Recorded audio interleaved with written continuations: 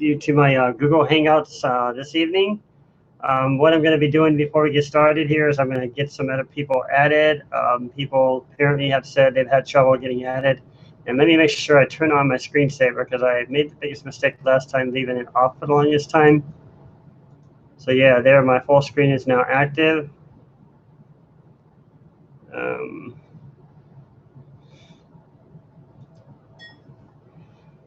Hello, everyone. Welcome to my Google Hangouts. I'm just starting this over again just in case you didn't hear me. This is Steve. We'll be doing some more of the stuff with the game demo in progress. To get started here first, I'm going to send some invites to people who've been wanting to join here. And let me get that started.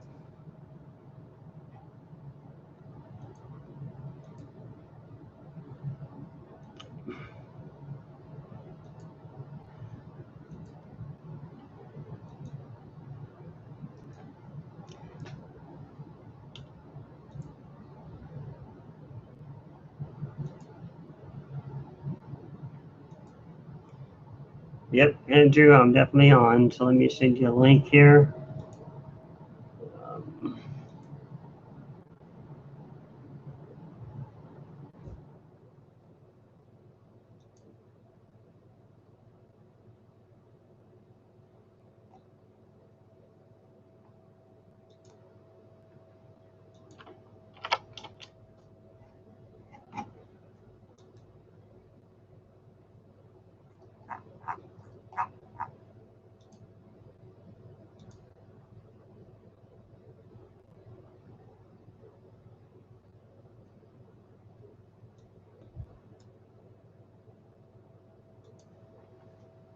Okay, a few links have been out.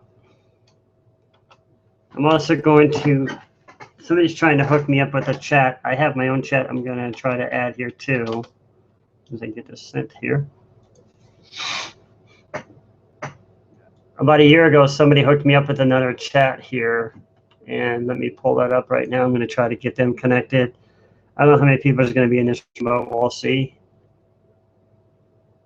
I got stuff up here today.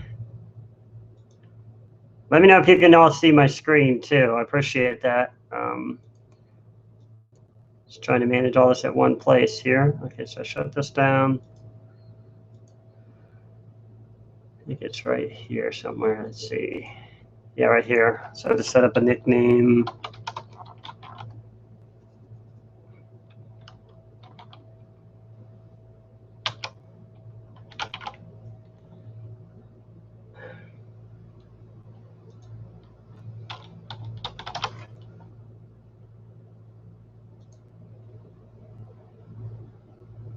So there, now we got a chat joining. I'm going to go ahead and screen share so you guys can see this.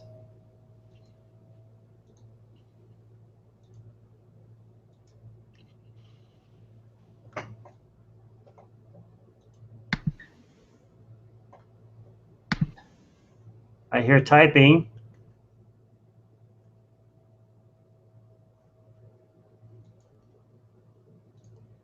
So I'm going to have to find a position where I can have all this up at once. I have a chat window here from another chat group. And I hope there's somebody here.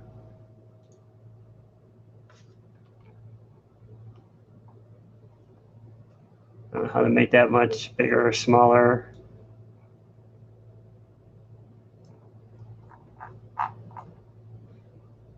We'll see if there's anybody in there. I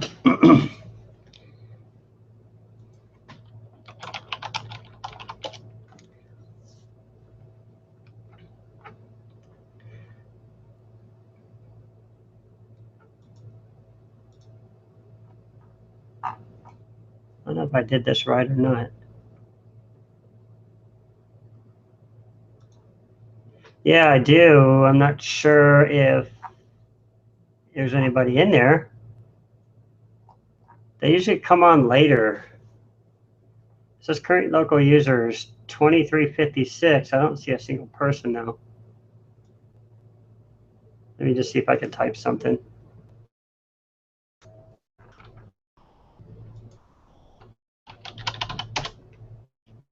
Can't use a command in this window. How nice.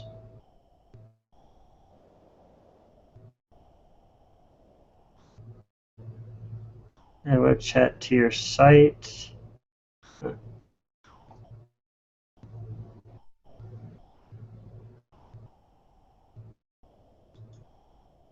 I think I have to start it somehow, but I don't know how to do it.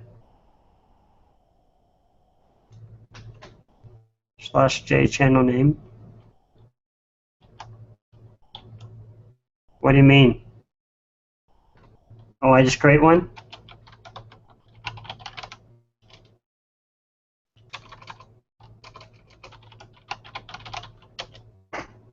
Aha. Well, they won't aren't we going to be the only ones in there?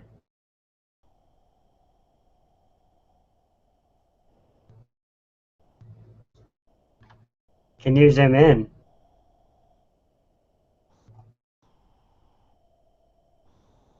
What do you mean zoom in?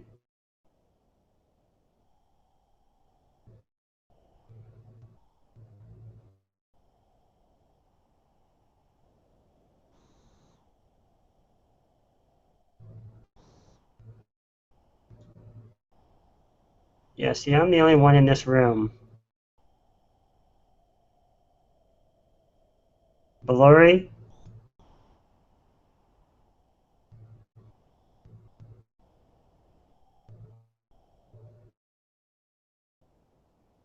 So when you create a room, they're just going to join? How are they going to find it?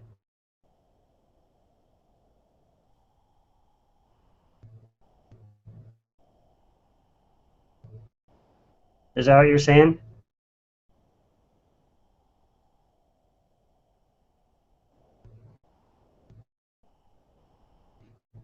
Okay, somebody joined.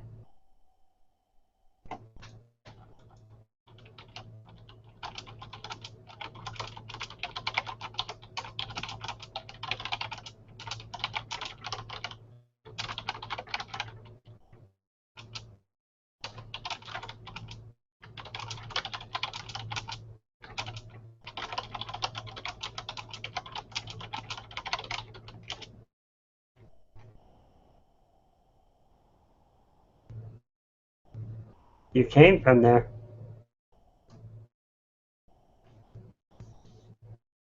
Do you know how to get me hooked up to a bigger chat? Why am I talking to the window? I need to talk to him.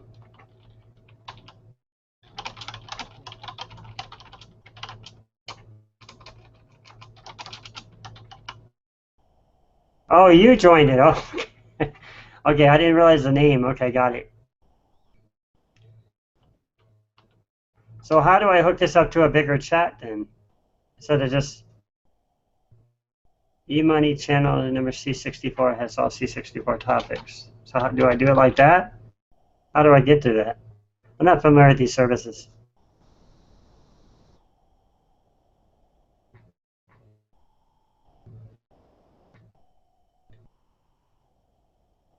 /J, just like before. Oh, interesting. So now I can see, are all these people in my room or are these channels?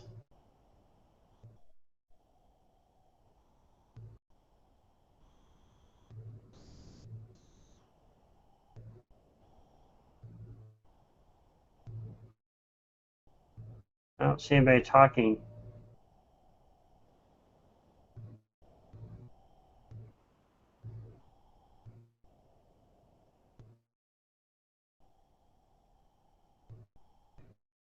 I was hoping to get some bunch of people who got, like last time this guy hooked me up at this room, and there was a ton of people who had a lot of experience with, the Commodore 64, and they were actually assisting us, and it was really cool. But actually, I think I know this guy.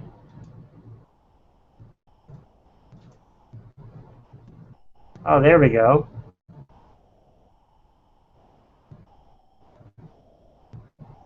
What did I do? Oh, I looked up somebody's name.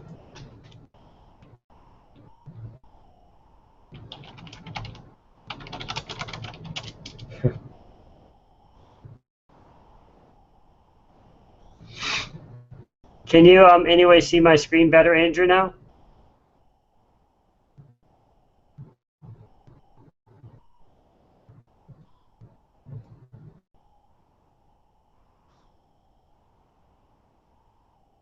What looks bad?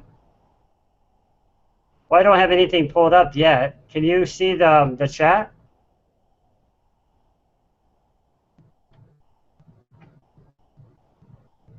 Okay.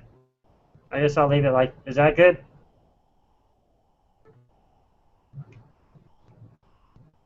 Okay, so I just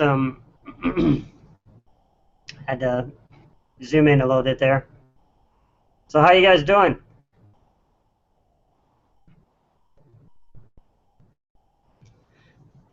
So I haven't really been up to a whole lot. Just wanted to show you some of the tricks well, it's not my own tricks. Left half is still too far away. Yeah, I don't really have much room. If I overlap this, it's gonna overlap your chat window, so I don't really know what to do. And zoom it in a little bit more, I guess.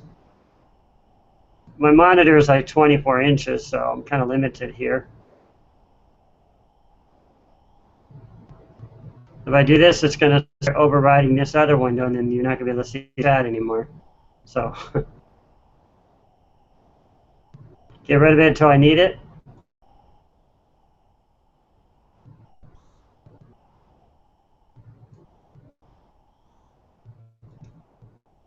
Just minimize it, I guess.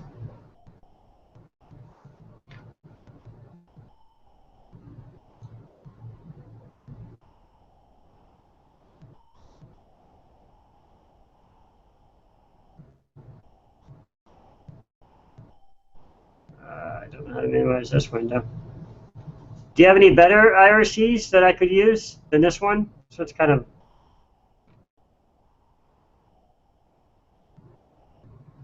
it's just not, it's just kind of generic, you know.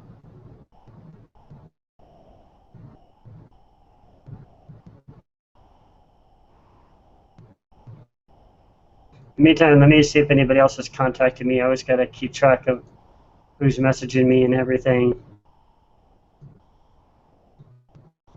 Okay, so far it looks like I'm good.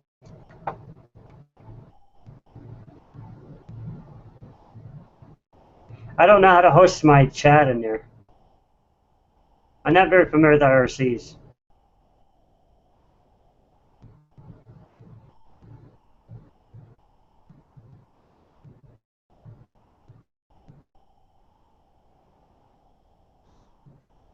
There's a bunch of people here, I think.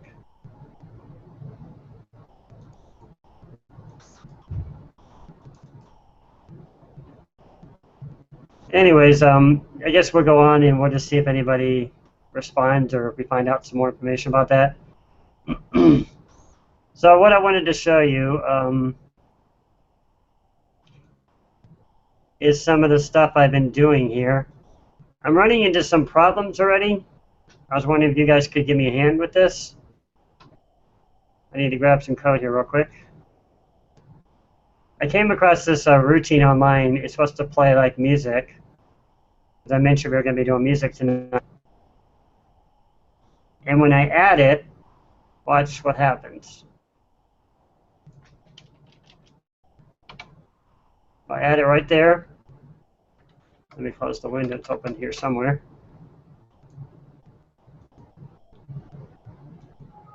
I'm getting this error message. I don't know if you can see this. It says results too large. So that means somewhere I'm probably running back into memory with C64 Studio, I believe. I don't know how to locate that. I don't know if you guys have any experience with that, but there's very specific locations on the Commodore 64 where you have to put your programs. And if you go outside of those ranges, then you're going to run into other problems because you're running into other areas of memory. And that's exactly what's happening right now.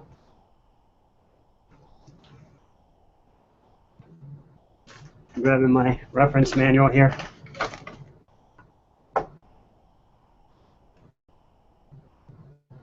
So you guys have any suggestions on that?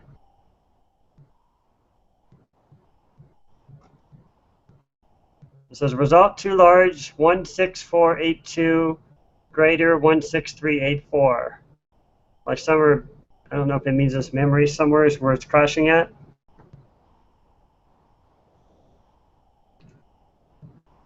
Let me pull up there's some sounds I've been playing with, but So I'll put it on here so you can kind of see it.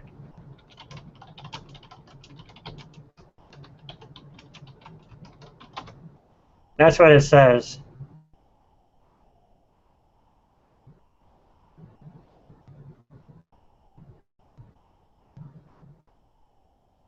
Well, it's go arrow line 1 because that's where the memory location, I'm sorry, that's where the pointer or the program counter is beginning at. I'm storing it in 32.768, which is a free area of memory. There's a lot of different free areas you can use on the Commodore 64, but you also have to locate which assembler is using what. And I'm not super familiar with C64 Studio, so this is one of my problems. It's kind of preventing me from moving forward where I'd like to go, which is, really evolve in this game. There is another memory area. You can find it here. I think it's like in 2000 something.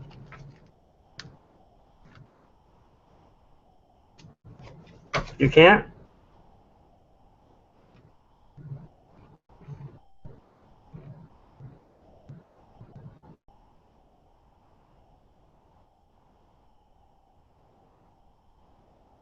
Can you not see it? Is it cut off or what?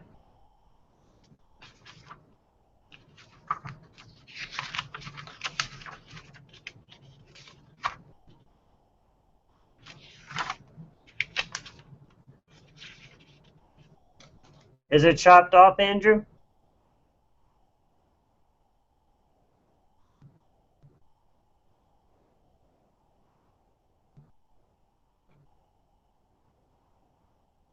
Yeah, the error log, you can't change the size of it or anything.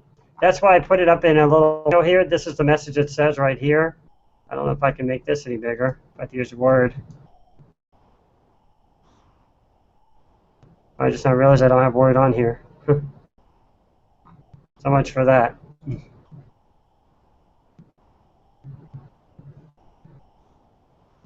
I'll put it on the screen here so you can maybe see it here since it's bigger over here. I'll just stick it in a line here. Right here's what it says. Well, whenever I start adding a lot of code in after a while, I start getting these different numbers. And I think this is pointing to a memory location or something somewhere. But I don't get that either because I'm starting at 32.768. And then what I do down here, I think I changed the pointer counter down here somewhere, program counter. Let me see if I did. Maybe I didn't. If you hold your mouse over here, you can kind of see where it is. This one says 47.202, so I know that's running probably in the ROM somewhere. So I'm thinking it's running back into the editor itself. Let's see, what is 47, what did I say it was? 47.202, according to the C64 map. It's not even really listed. It starts going into the floating point accumulator. So I'm probably crashing it somewhere. So what I did is I tried to find other safe areas of memory to start code at, like if I just wanted to jump up here and start at a different place, usually below where my sprites are, and my sprites are loading in somewhere around 4,000 should be safe. I don't think I have any sprites there. But even when I do that, the numbers, it'll change again. Now it changed to something. Let me see if it changed the numbers. No, actually it didn't. The numbers are still the same. It's saying results too large. And it's always going to go back to the line because this is where the memory starts. Now if I try to do something like this, which is what it's saying, it just stays the same. Now if I try to get rid of that and go up here and start this at something like 5,000, I'm going to get that same message again. So I'm wondering if the editor is not able to hold this much at one time. Like maybe I have to source in other files because there is you go here to the help section, so I can locate it here. And I think it's under, yeah, it's right here somewhere. Source, you can load in another file using this source thing. So I'm wondering if this is too big or something and it can't handle it. I guess maybe it's running into the I don't know what you would call that, but it starts running into other stuff that the editor needs to do its job. So maybe like condensing it a little bit, because I know I did this before. I started taking a lot of code out. Remove that code you added and add the same amount of instructions that do something different.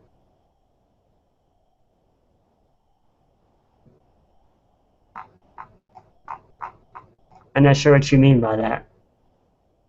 Oh, to see if I get the same error. Well, I tested this code, so I know the code works because I've tested it. If I, for example, just go in here and just remove some of these scrolls, which I wanted to show you this evening, it'll work fine after this. So I know it has something to do with the memory in the computer. See, it loads it fine now. It's just not running the game because it's not finding the correct place to load it. So it's not anything to do with that. I think it's the editor size is too big or something. So I'm going to try splitting these up, see if that changes anything. What I do is I take like a lot of this code here.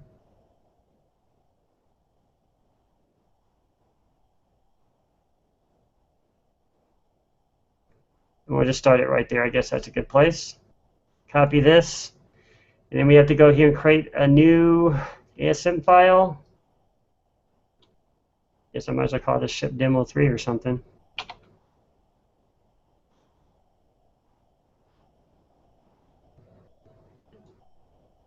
It should give me prompt me for a message. Yeah, there it goes. So then I just rename whatever I'm going to call it. This is ship demo 1, just call it ship demo 2. I think I got it to run when I did this before. And then of course I have to remove all that code down here. Save one line. I'll show you. Back here actually. Oh wait, I need these 2 lines down here to run this, of course. So save these.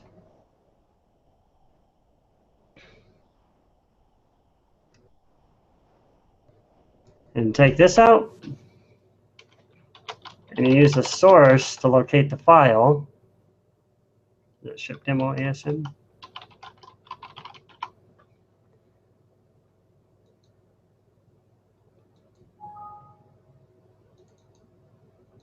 Yeah, I still get the same error message. Even if I started this at 32,768. So I know it's not anything to do with the editor size. Because that was the error. After I took that code out earlier, the reason I know is that program still ran when I took out that. Oh, you know, I forgot to set the pointers for this over here, actually, I think. The program counter, excuse me.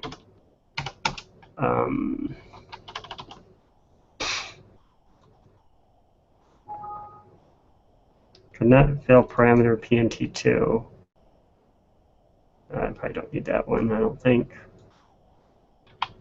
We'll see. At least I'm getting other error messages. Cannot evaluate draw sky 1. Yeah, so it's not finding my code now.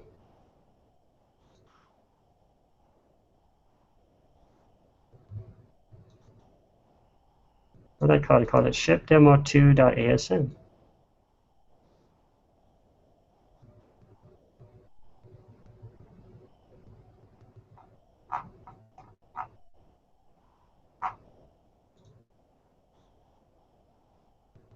See, it runs. Oh, wait. Yeah, it runs, but see, it doesn't.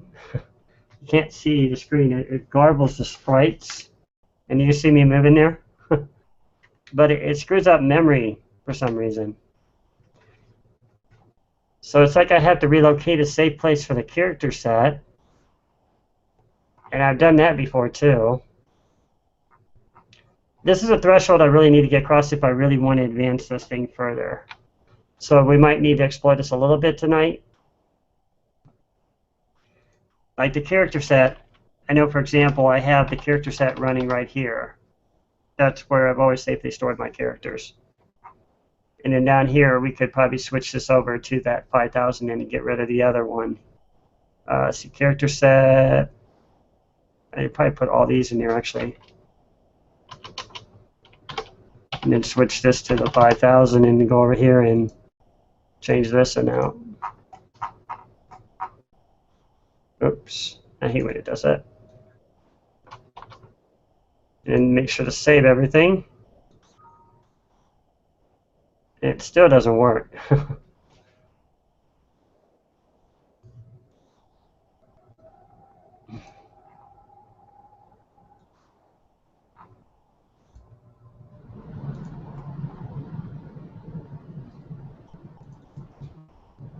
So I know it's loading because if I go here and I add something like this, it'll give me an error on the telling you can't read the file. So I know it's reading it.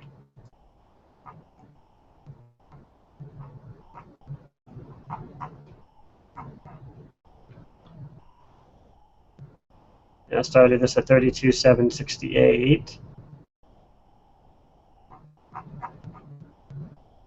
Oh, wait, I forgot to, why did I do that? Let me see something here. Oh, yeah, these are not reading. Look over here, these are picking up the memory. So I go over here, it's not reading anything. So probably because I need to set the pointer from it. It's not reading it there either. Interesting. I don't know why it's doing that.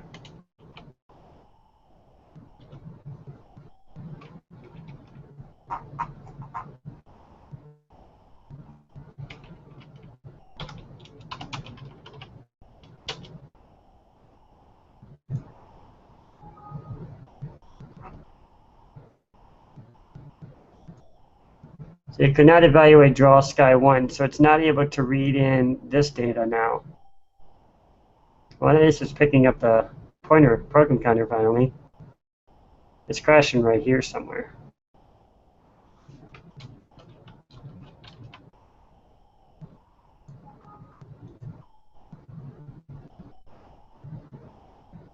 They're all saying the same thing.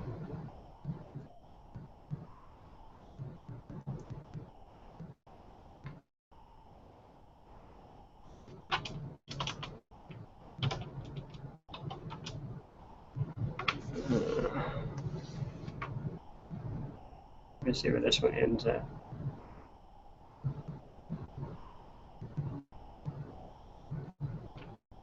The asterisk is called the program counter, where the memory starts. Oops, something went wrong with my screen share. Can you still see my screen? I don't know what happened.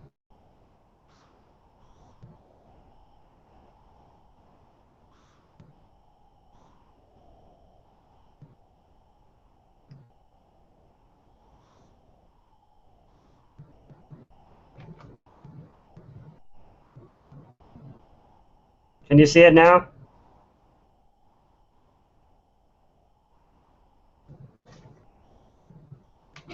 You're still seeing the splash screen?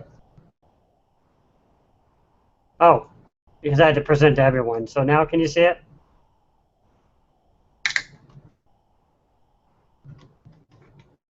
It said present to everyone.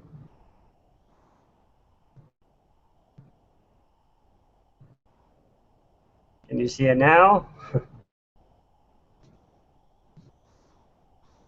Can you see it, Andrew?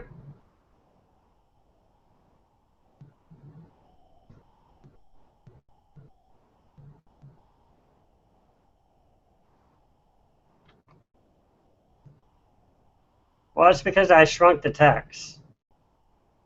Can you guys still see the screen?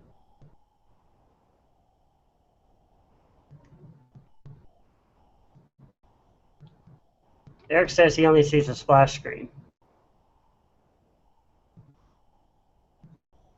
I selected full screen and present to everyone. Okay, cool. We're back on. Okay, I won't touch it then. So, anyways, back to where we were. Is I have this starting at 32,768, and according to the yeah, I thought the IRC was going to work, but apparently there's like nobody in there. We'll just abandon them for now, I guess.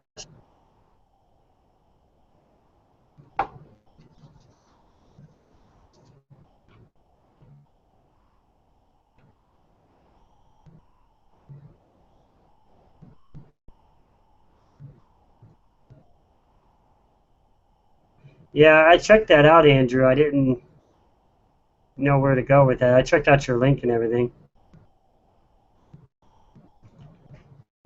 Okay, so we all back on? Can everybody see everything? Okay. So, anyways, back to what I was saying. What I want to try to figure out is where C64 Studio runs its program at in memory. I don't know if that's going to interfere. It probably wouldn't matter because I wouldn't have anything to do with the Commodore 64.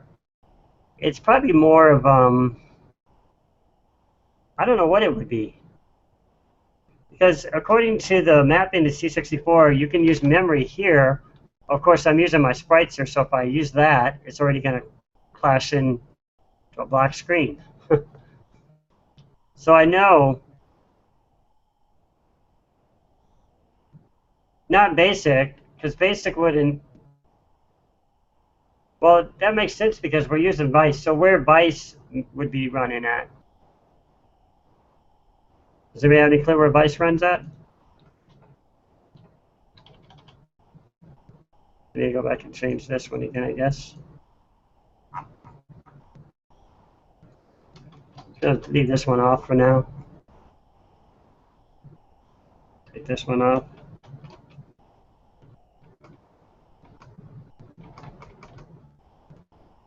Oops.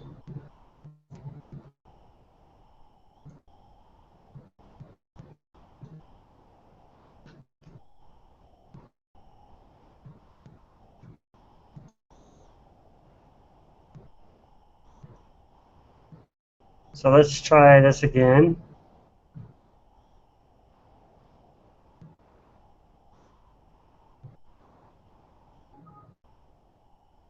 Okay, new error message. Code cannot start without address.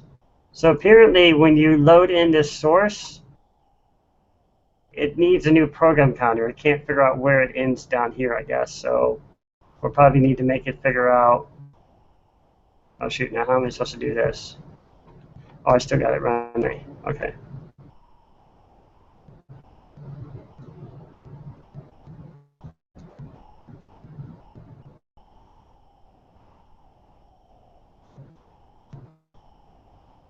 Okay, so there it is again. Okay, so this kind of ends at 7853. Yeah, 7853, so I could probably easily do 7900 and still be okay.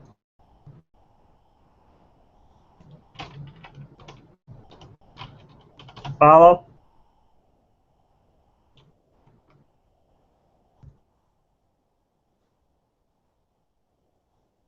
I don't want to disappoint you. It's not like I can't get it through. What I'm trying to do is go beyond my limits of what I understand about memory and stuff.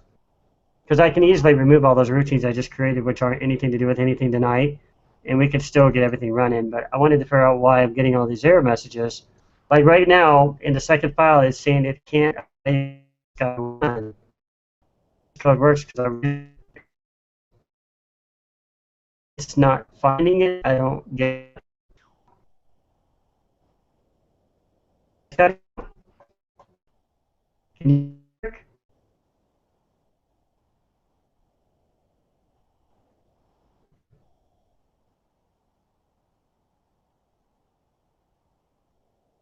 It's all the way at full blast.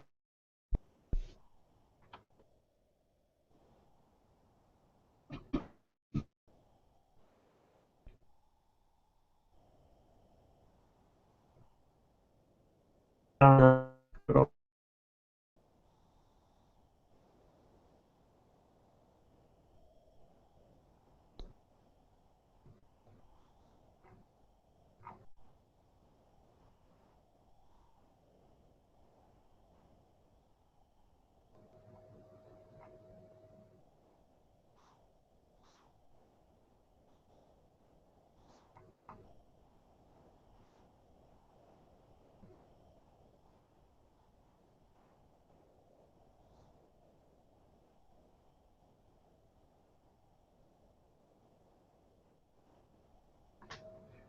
So testing 1, 2, 3.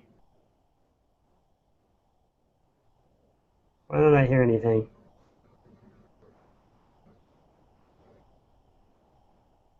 Is it good now? Okay, then we'll just add along, not to waste time. So back where we were started here. So we're getting some messages, and I'll have to read these to you. It says, could not evaluate draw sky 1. So somewhere here, it's crashing right here. And this is 6012, which is a safe place to store programs in memory. So I don't quite get that, even if I change the count. Testing 1, 2, 3. Well, now I can hear it. Okay, so I know this is working. I'm going to stop this. So if I go back and switch this out, it's going to give me a different error probably. Nope, same error message. So it reads in all this code above, and it gets down here, and it crashes inside of my byte routines for some reason.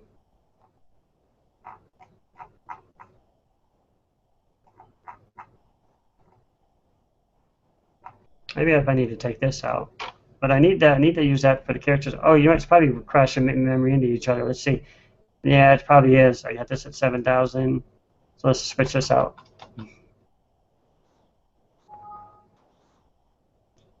Nope, it's the same error message. So let me make sure. So it's running at 2112. Dang it, I probably have to change all this.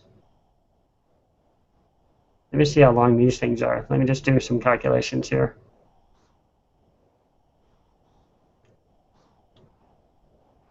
So let's see, the second one shows 5160. First one shows 4160. So what, 1,000? So these are taking up apparently 1,000 bytes, which makes sense. That's the size of the screen. Well, what I'm doing is I'm jumping around memory areas because you can't just put it anywhere in the Commodore 64 because the Commodore 64 is devoted to a lot of other areas in memory. Now, according to the Commodore 64 map in the Commodore C64, memory location 2048 through 40959 in my book says basic program text. This is where the basic is storing programs, and normally on my Commodore 64, I could always use this safely without any issues. Static data? I'm not sure what you mean by static data.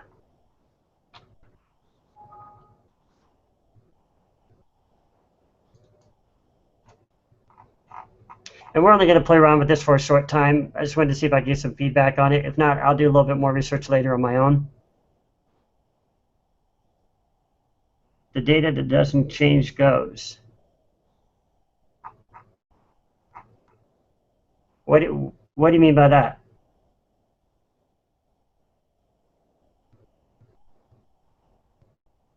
Okay. Well, anyways, get back to what I'm saying. This is where I always store my character sets. Character set safely. And it's always worked before when I use that.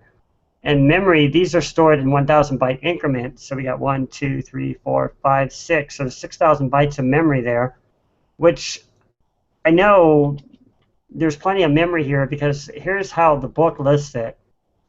To go back to this again. So the book lists it so from 4959 safe area through 2048. So there's 38,911 bytes that are safe to run in on a Commodore 64 computer. But apparently when you're using VICE, it does different things. And I don't have enough VICE experience to know how to get past that yet. Remember, I'm still new with this emulator stuff. I mean, I just barely started to learn how to use C64 Studio. So like I said, we'll probably jump ahead, and I'll just leave this one where it is and just copy this over for now. I just wanted to get some feedback on it. I'm going to leave this one out. Oops. Right there. And just switch that back over here. Yeah, I updated it last time. You want to take this sucker out? Actually, I'll just comment this one out for now. Let's stick it right in there. And take out the program counters.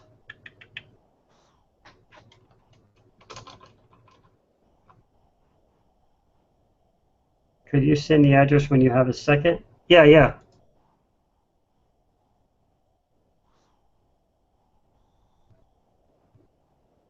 Thanks for keeping me on that. I'm doing a lot of stuff here. I didn't want to lose my other stuff. This is somebody else's GitHub, actually.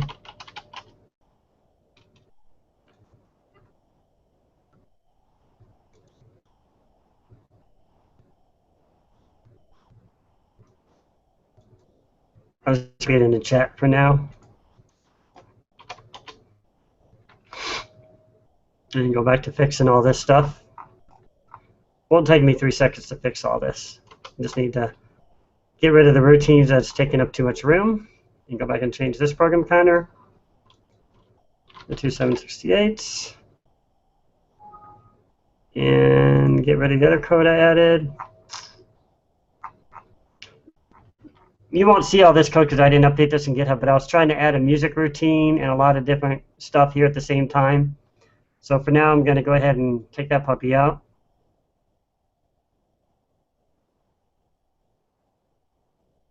I have a feeling we're going to run into memory problems tonight, though. But the biggest stuff I've added recently was the pixel scrolling, which I wanted to show you. So I'm going to copy this over here somewhere just for now. Create a name for it.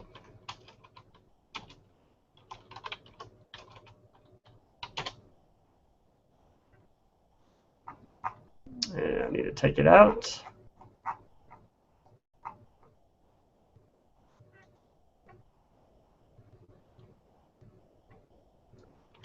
Once I get it running, I'll update the GitHub.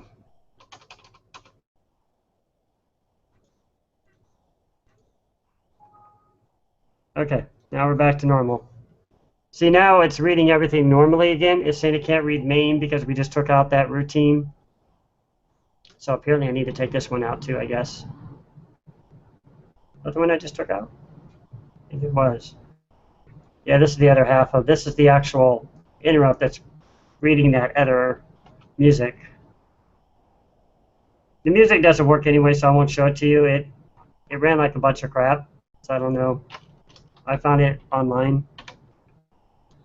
Oh wait, I already got that in there. Okay, I'm good. Okay, so take that sucker out, and then I just need to reset. Yeah, this is all set up good, I think. So we're back to normal. And let me turn on the things I wanted to show you. Right here, first one,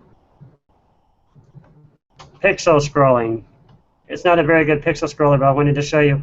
It's my very first stages of working with a pixel scroller that I found online that seems to be working. So let me just turn this back off.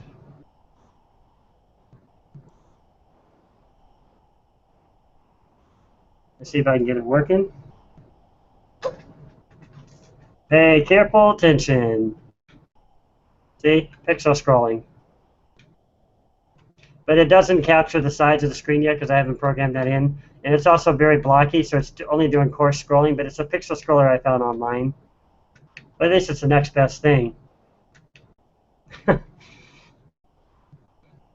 But you can also do it up and down. I'll show you where I found it. I just added it into the code. I'll show you. It's right here. Let me just get back up here to the top. This is where I found it in 40 best machine language routines for the Commodore 64. You just go down to the pixel scrolling section, which should be down here somewhere. Let me see. It's right below this.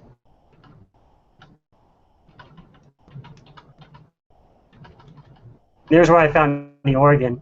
You saw the organ earlier? Here's where I got the organ stuff from. It's probably the same stuff I showed you, I don't know. But it's got a lot of cool, this is a lot of cool routines in it. I'm trying to find out what a freaking pixel scrolling is. Let me just look it up real quick. Page it's on. It's up here actually. So these are all the different routines. If you want to, I'll copy the link and show it to you, since I know it's you guys hard to see it.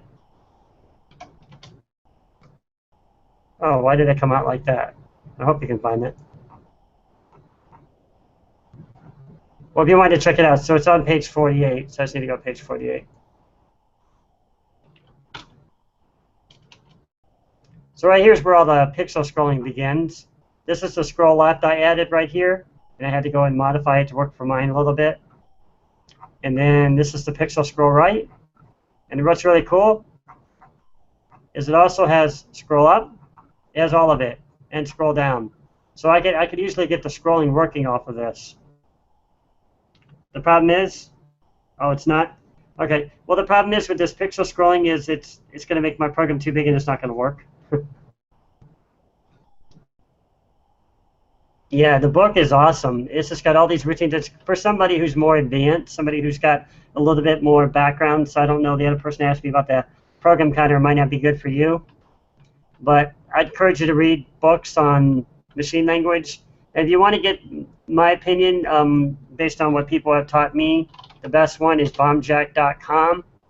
Everybody probably knows, oh, what is it? bombjack.org, actually. I hate when I do that. bombjack.org? Is it org? Oh, great. What is it? All right, hold on a minute. That was bombjack.org. Bombjack. Right here. Yeah, I spelled it wrong. Bombjack.org, and you can get a copy. You can see every probably C64 book that was ever written, at least some of the best ones. And it's right here somewhere.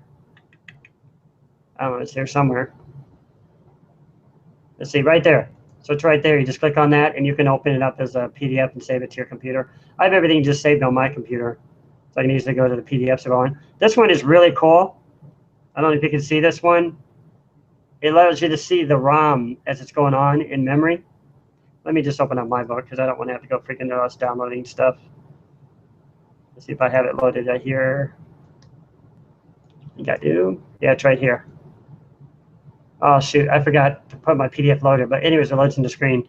So 65 machine code for humans. This shows all of the ROM disassembly. I believe it's all of it. Is actually located in the C64.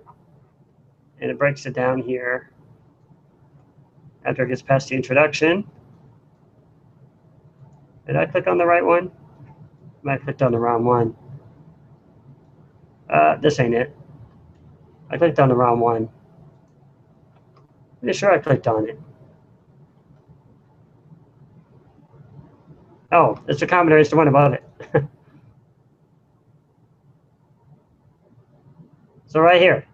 This one's got the complete ROM disassembly for your computer. I'm just going to kind of skip down here a little bit to show it to you. Right there.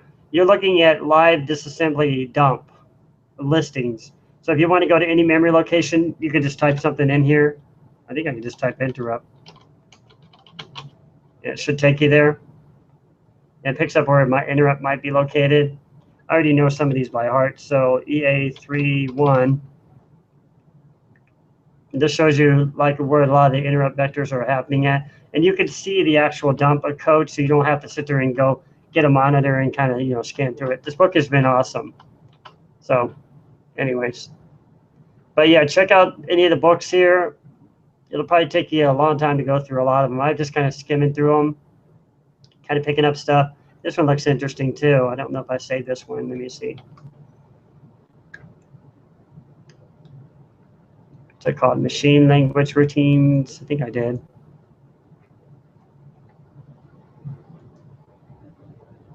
Let me see. Yeah, here it is. This one's kind of cool.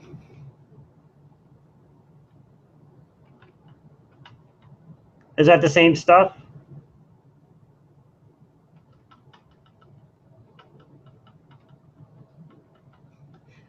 And also, I wanted to show you some sites I came across recently too. I've been doing, this one is really interesting. This one's like a giant manual of one of the assemblers, but there's a lot of interesting stuff here. Some pretty advanced stuff. I've used some of this, and it taught me about how to do my tables correctly, and a lot of really good stuff in this thing. There's a lot of good routines. I don't know if you can see this or not, but I can put the link there if you want to check it out. It's pretty cool.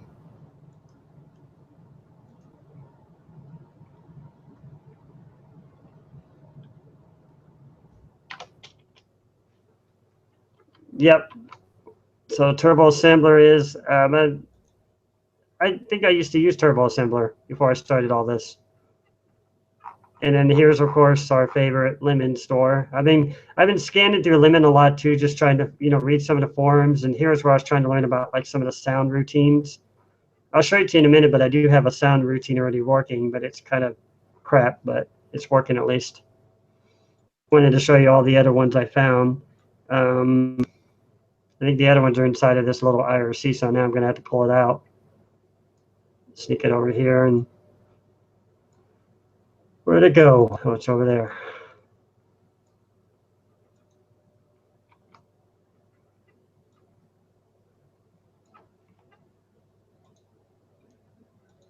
So here's another website I came across. I don't know if you've ever seen this one. I thought this one was kind of interesting. It talks about rasters and stuff like that, kind of like a beginning approach to rasters. I've been doing a lot of research on this stuff. I've been really trying to get these rasters to work too. I kind of quit on them after a while because they are pretty advanced stuff and kind of slowing me down for now. But just some of the stuff I've been, coming across. Yeah, I checked out that site.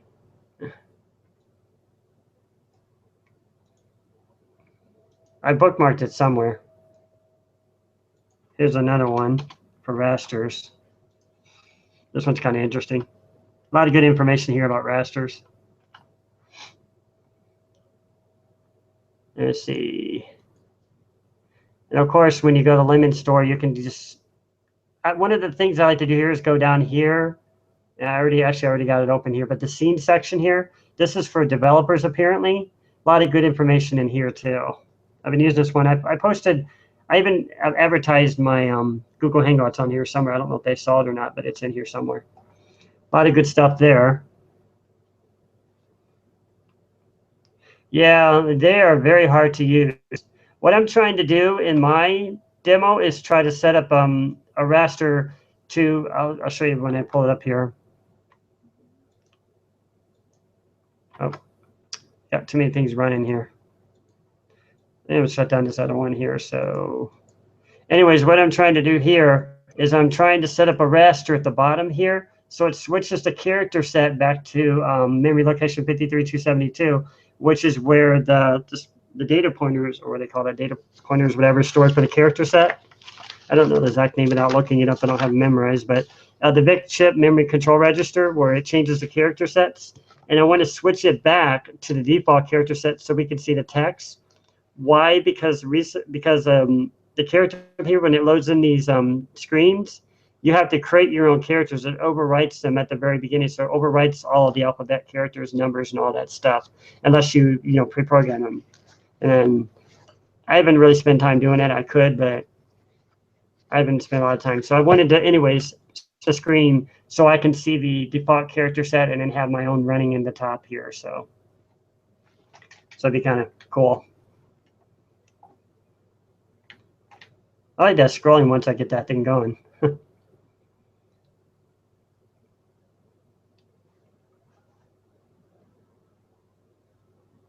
Yeah, that stuff was pretty advanced. I know, put the link on there again, because I had it on here somewhere and I probably lost it. It might be in here somewhere. Okay, thanks. Yeah, I was checking this out. I took some of this code and tried to get it to work, and mine, this one is missing some things too. This one's not very user-friendly.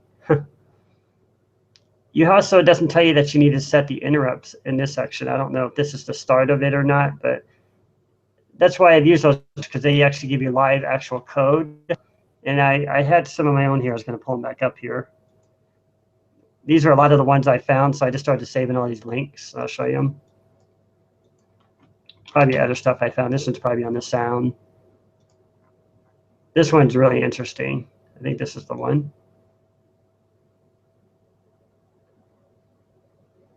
I think this was a raster one. Let me see. Yeah, this has got some raster routines in it too, to some of the demos I found.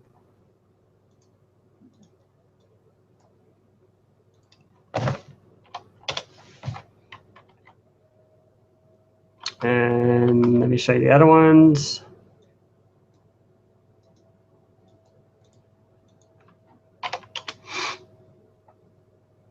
Academic kids. I like the name of this one, but I found this one kind of interesting too. They talk a little bit more about the rasters here. I think it was somewhere here, graphics and sound. There's some pretty good links in here. It's kind of like a demo introduction or something. That one may not be as good as the other one. This one was interesting.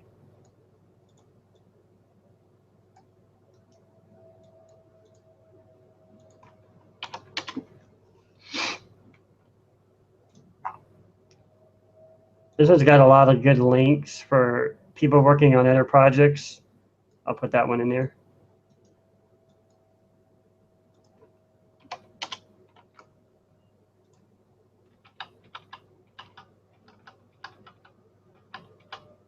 And there's some code examples here too. I thought this was interesting. It shows like alien bullets, some of the stuff that they're working on, I guess, and they have already done. And this one is, yeah, this is some more rastering, I think. He's got some IRQs in this one.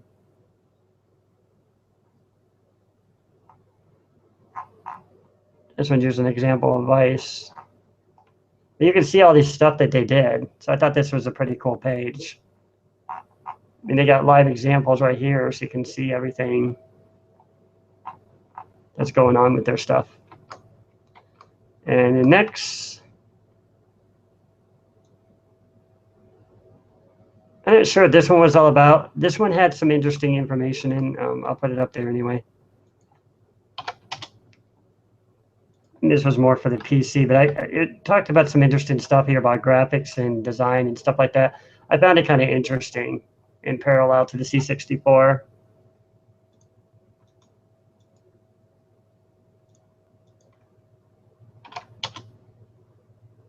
What do you mean is a gzip? No, I probably didn't gzip it. Do I need to do that?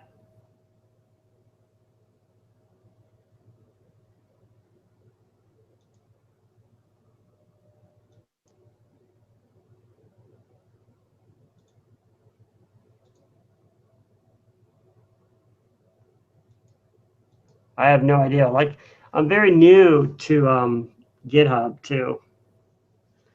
I mean, very, very new.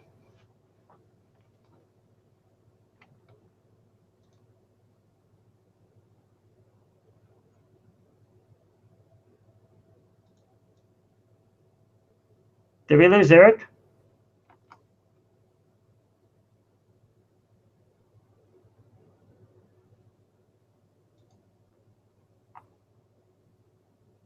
Huh, he dropped off somewhere. Hopefully he comes back.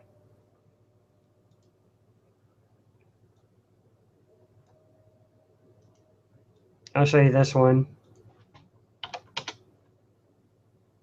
You might have seen this one before. This one's got some really interesting information in it.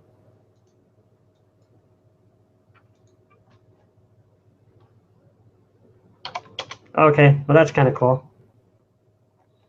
So check out these links. This one's kind of interesting. This might answer the other guy's question earlier. Program counter is the program counter. It's got some live demos in here. Oh, this is interesting. Display byte value as a decimal.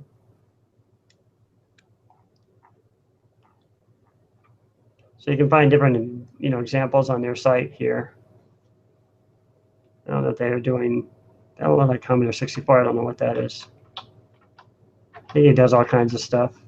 OpenGL. I should have recognized that. This even has a small section on the C64. I thought it was interesting. And of course, this one is the book.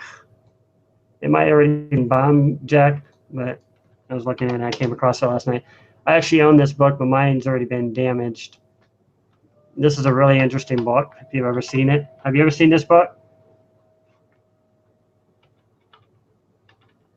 It's like almost like the owner's manual to the C64. I mean, you want to learn anything, man, this thing's probably take you where you want to go. Yeah, it's awesome, man. I've learned a lot from that book. A lot more I'm going to be studying up on it. Good examples. There's programs in it, everything. It does a lot of basic, but there's also a lot of machine language in it too. And these pages are taking forever to. You can tell the original, the inventors of the Commodore 64, the engineers, they built this thing. That is very obvious. Probably what's that one guy's name? I can't think of him right now. Jim Butterfield. I'm sure he was probably involved in it. He was very big in the C64 industry then. You know who he is, right? He's all over the internet. If you don't know, just go to YouTube and type in Commodore 64 and you'll come across him in 3 seconds. Because he was a big name in the industry then. Let me just grab something here. Just type in Commodore 64. Programming, actually, he's probably right there. Maybe it's just under Commodore 64. Right there. That's Jim Butterfield. The Commodore 64. You ever seen this video? Take any spec. That's Jim Butterfield right there. That's scientist himself. Good video if you want to watch it.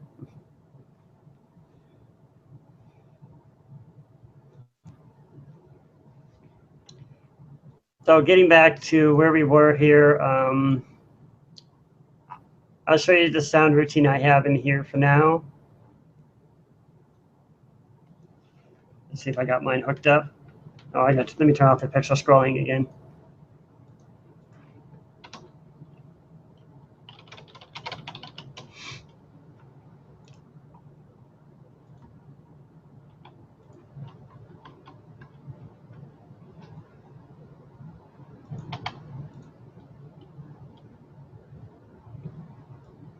You got an error.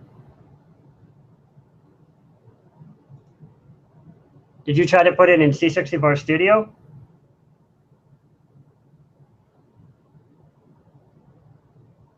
It can't read. Huh?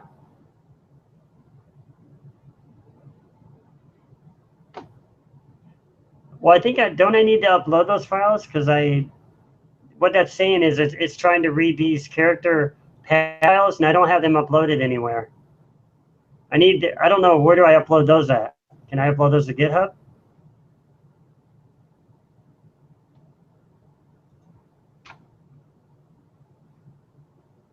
I'll do that later, or whenever.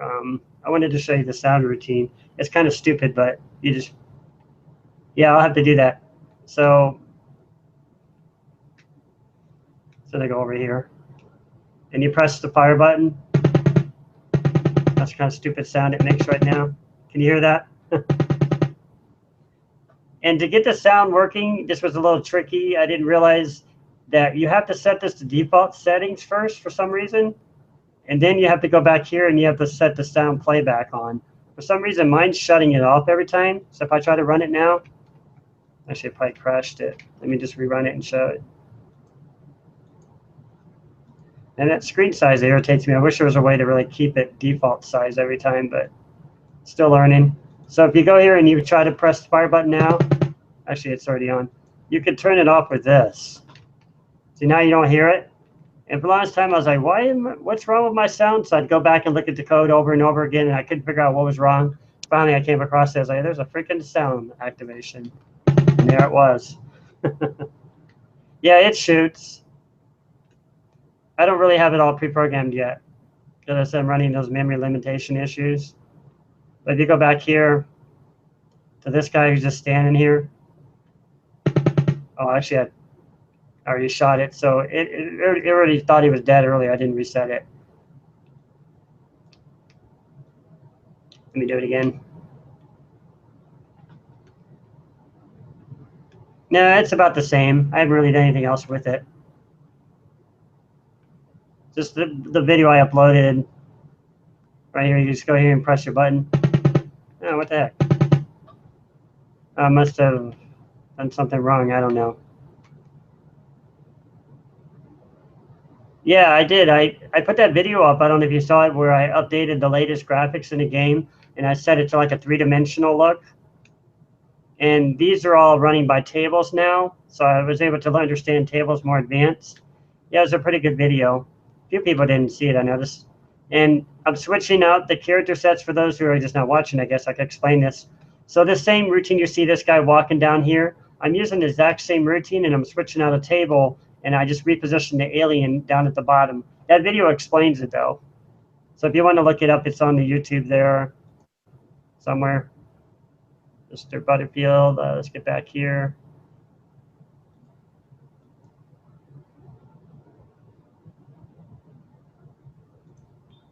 Sure, give me 1 second. Just wanted to show you, the video's right here, C64 game progress too. So if you want to check it out, it explains it right in here. It actually explains how the tables work there, or that was implementing them. But the tables are just reading a bunch of byte data, like it's reading this data down here. This one's going to be a little bit more advanced. Hopefully I don't lose you on this one. What I'm doing is I'm reading high and low bytes inside of this label here to figure out exactly where it's going to draw the screen to, where it's going to reposition the pointer in the program. And I kind of explained that in the video, but I'll show you in here. It's about the pixel stuff here. Find it here. I should have just searched for it. Yeah, right here. So here's where it does the room location. So what it's doing is before, what I was always doing was like this. Go to room 3, go to room, whatever. And that was taking up a lot of room. And somebody told me that's also bad programming. So I started studying tables a little bit more in depth, and I came across this routine that I created. So what this does is it's scanning a label called get room down here, and I store each of the individual rooms in it. So as I'm running from room 0 to 1 to 2 to 3 to 4 to 5 to 6, as you saw me running across the screen from left to right there, that's basically what this is doing. It's reading which room I'm in. So if I'm in room 1, it knows I'm in room 1. And what it does is it checks this room save variable to see which room I'm in, compares it to see if it matches the data down here. So as soon as I'm moving over here to 1, 2, 3, it knows I'm in a different room. And immediately it's going to go to this draw room code up here. Where did I put it? Down here, excuse me, below it. And what it's doing is the same thing. It's going to be scanning. I'll just put that over here.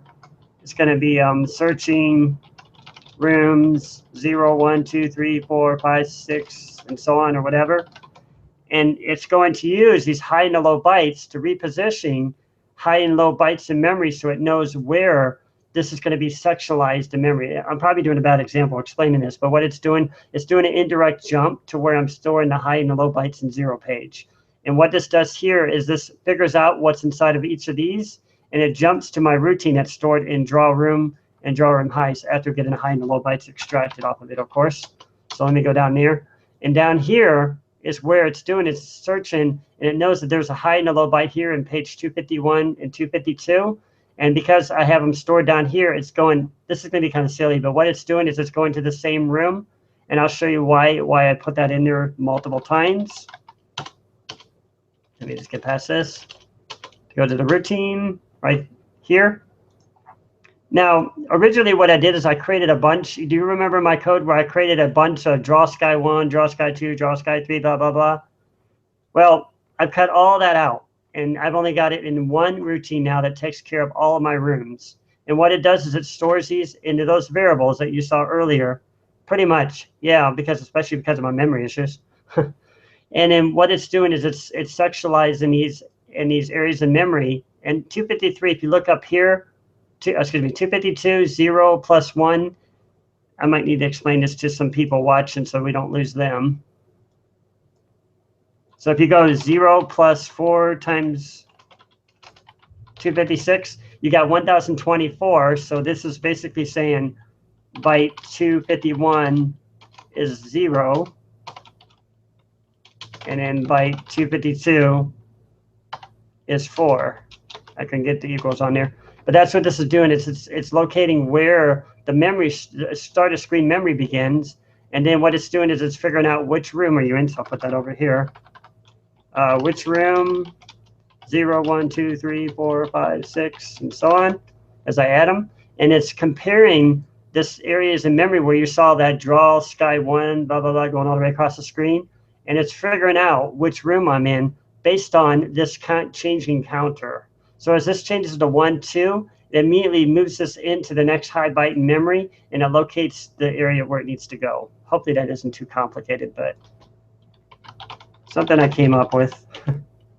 So right down here, it's going through, this will be room 0, room 1, room 2, room 3, room 4, room 5, and the low byte, and these are the high bytes, of course.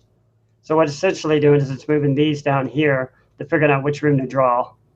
So took a little bit of time to play with it, but at least I got it working, so I'm pretty happy with that. Probably one of the more advanced stuff I've done so far.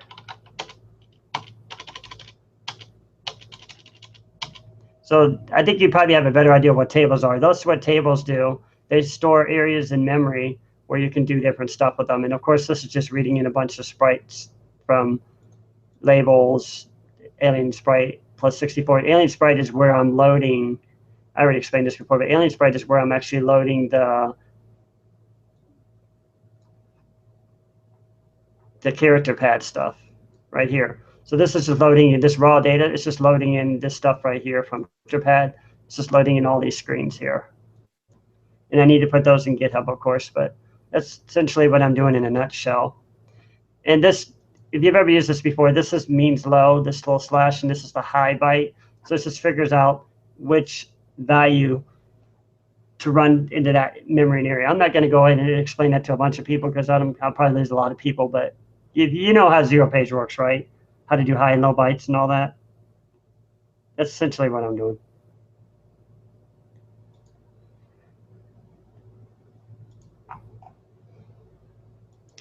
But I like that the fancy routine worked for me because it saves me a lot of time, and I don't have to sit there and redraw every freaking screen, which is repetitive.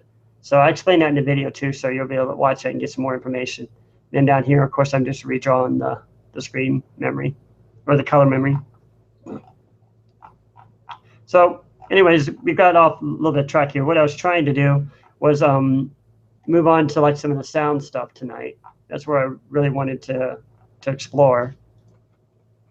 But I was just showing you some of the stuff I've been working on anyway. Oops.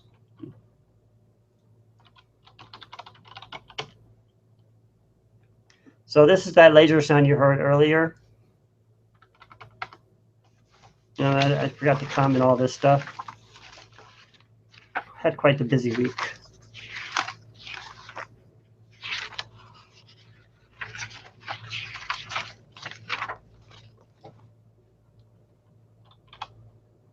So this is voice 1, frequency, control, low byte.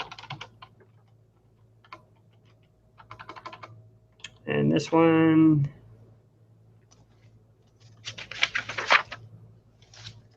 is voice 1, attack decay. This is the volume.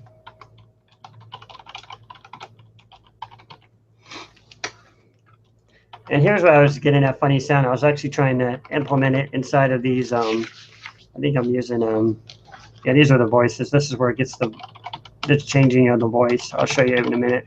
Voice 1, control. That's actually the low byte, right? Right. No, I'm sorry. Why did I repeat that? Okay, so I don't need this up here. I don't know why I did that. It was taking that out.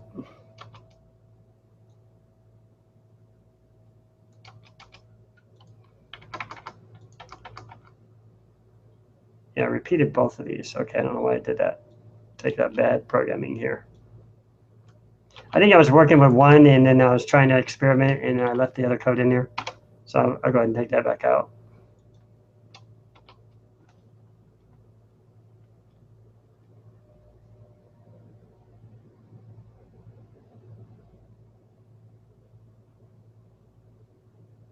Go to the options, double size and vice. Oh, really? All right, let's try that right now.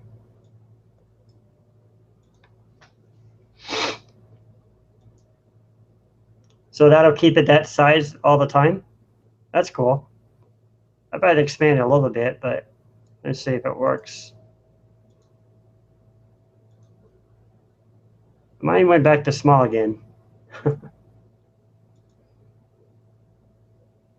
wonder if I have to swap out the other one. Double scan, no?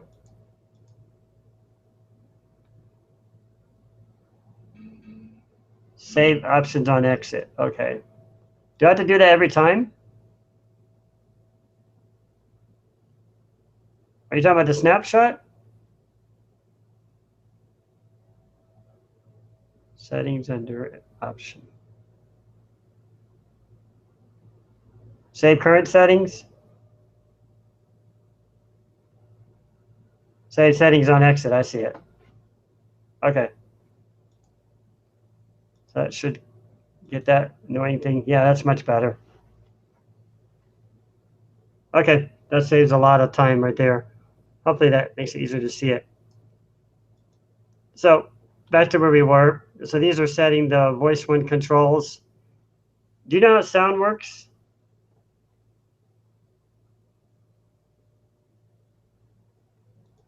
So with the sound, you have, how do I explain this without, stuffing it down my throat?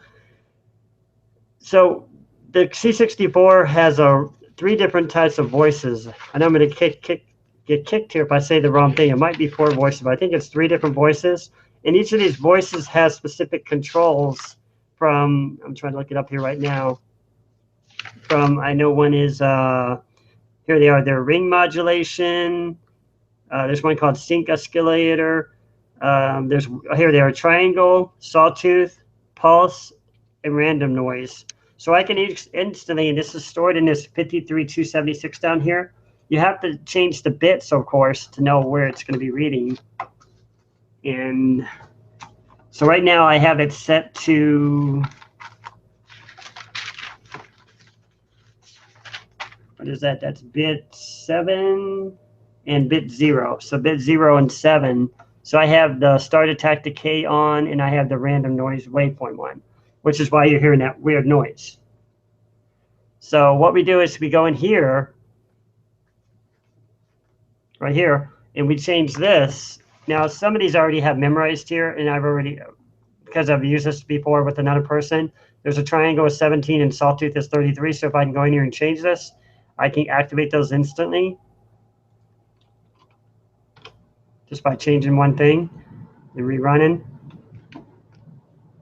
And probably lost the sound again. Yep, I knew I did. So it's supposed to change the waveform, but I also have the sound turning off real quickly.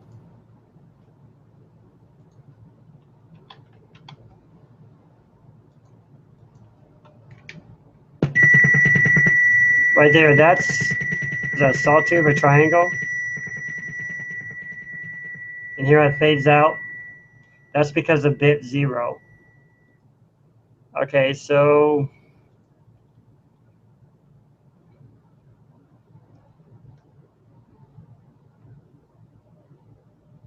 yep, you can use it in BASIC and assembly language, of course.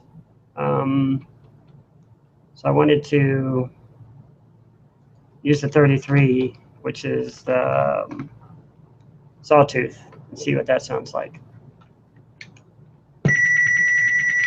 Got a weirder sound to it.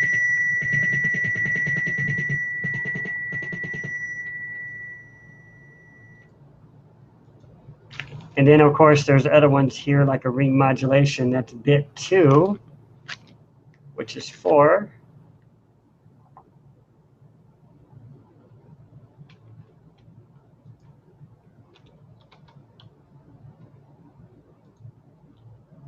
And I'll mark my spot down here.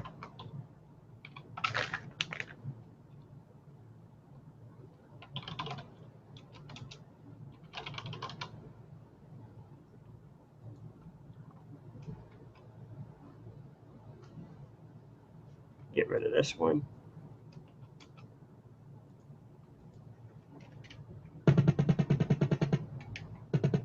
It doesn't really do anything.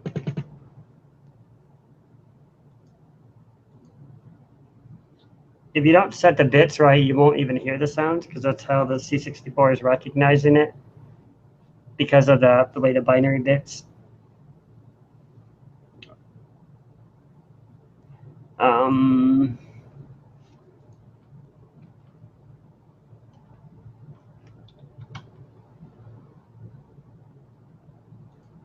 So let's see what else is there. There's a pulse waveform, which is bit 6. Okay, that's cool. So bit 6 is 64.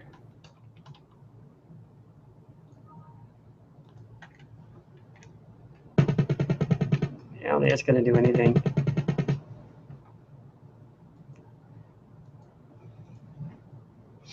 I'm going to jump into chat real quick, see if there's anybody in the chat right now.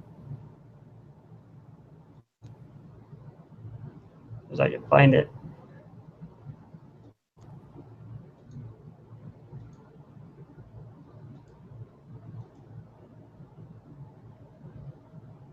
There was a top one.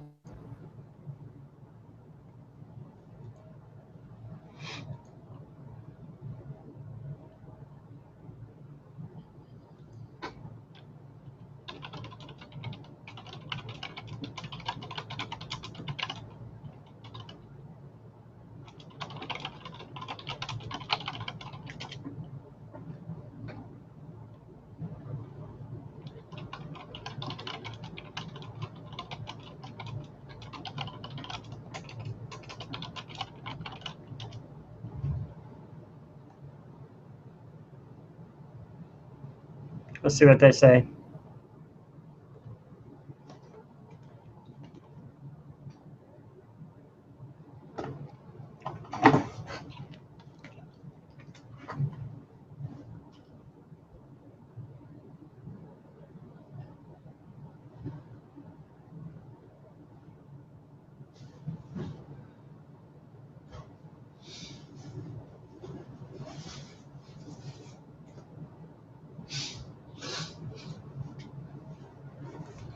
Quick timeout.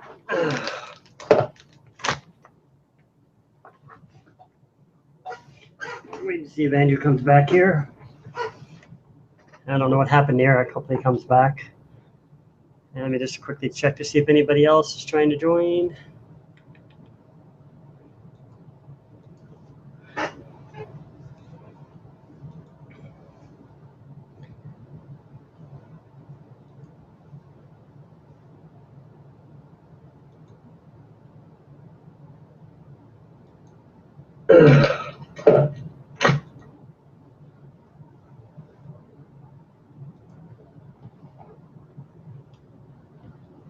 Not sure what you mean by that.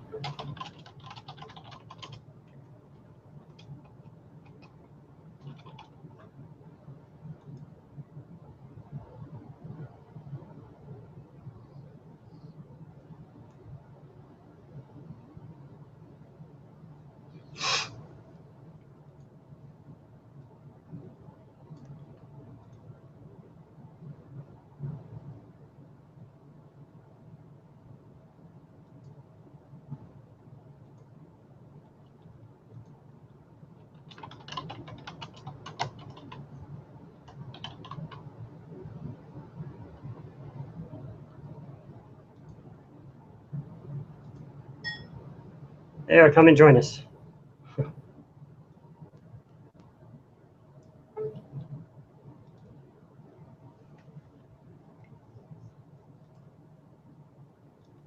So I don't know if the IRC is going to respond or not.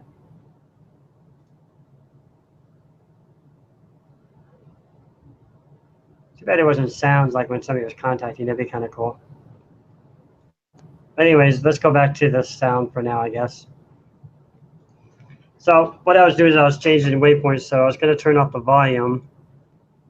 I forgot to do that down here.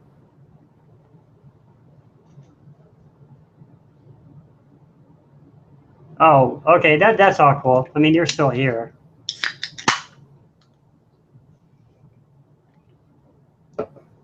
So let me see if I can get this at a blipping sound to go away. Yeah, it went away finally. Okay, so now we should be able to hear the full waveform.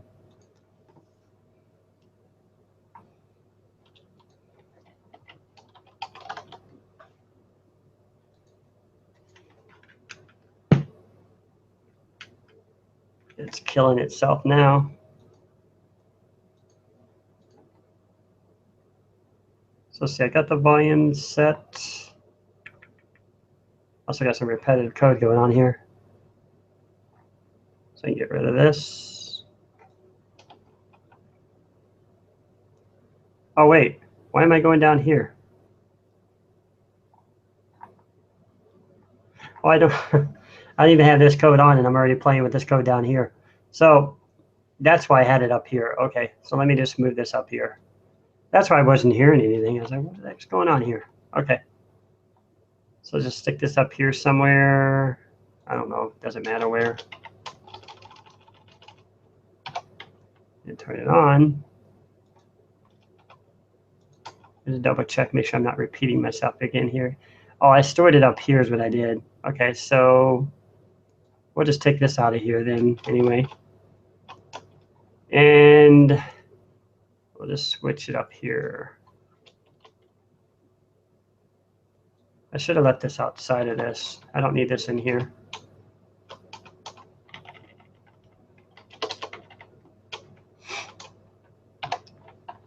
Whoops.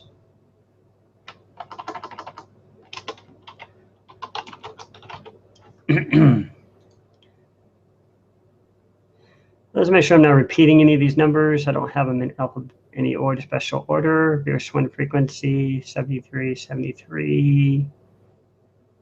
These are all, except this one, they're all off. These are other ones I was playing with.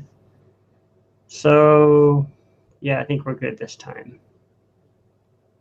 And then we set the height and low byte of, oh, I don't need this one either, do I? 278, S plus 5, S plus 6. And I'm using that one right here. So I just turn that one off for now. So that should do it. That's what the waveform is. It's like a huge ocean.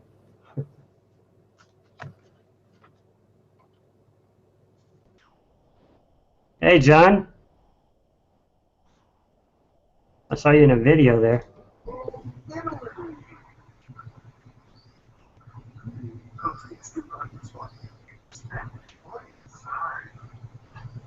Can you hear me, John? Yeah, can you hear me? Cool, yeah. I think I'm always communicating to people in chat, and it's nice to hear somebody's actual voice once in a while. So, are you familiar with sound, C64 sound? No. No. I have know anything about it, all that. I just thought it was fascinating. Just thought it was fascinating. Me and a lot of people. Well, we got a couple people in here that have done this kind of stuff before, so this is changing the waveform. So these are different sounds. What are called? I think it's called oscillators. I would say oscillators. Or control registers, easiest way to say it, that the C64 is capable of. It's capable of triangle, sawtooth, pulse, and random noise. I was putting that up here earlier. And if you know anything about the bits, you have to set the bits to each one to activate them. So this one is bit 6, which is, I have a lookup chart here, 64. And then the other one is random noise. I think that's the one you just heard. Is that 129? Something like that. Yeah, 129 noise waveform right there. They call it random noise, but I put noise here. It's the same thing. And you can emulate stuff like spaceship sound and all kinds of weird stuff once you start playing with the other registers. I was trying to get was a laser going here for this. I don't know how long you've been watching this demo game thing. Have you seen this on YouTube? No. Oh, so you'll be the first introduction. So this is a little demo game that I've been working on here on YouTube. Mm-hmm. See a little dragon walking by. And over here, you got the spaceship. I'm going to later put it like he walks up in the spaceship here after I draw it. And I'm using this down here, character pad, to draw all my screens and just upload them into the 64 Studio. So you got a little alien. And you got this little alien, same alien, but I just shrunk him and stuck him at the top that time. And then you got this one, this time nobody's moving. So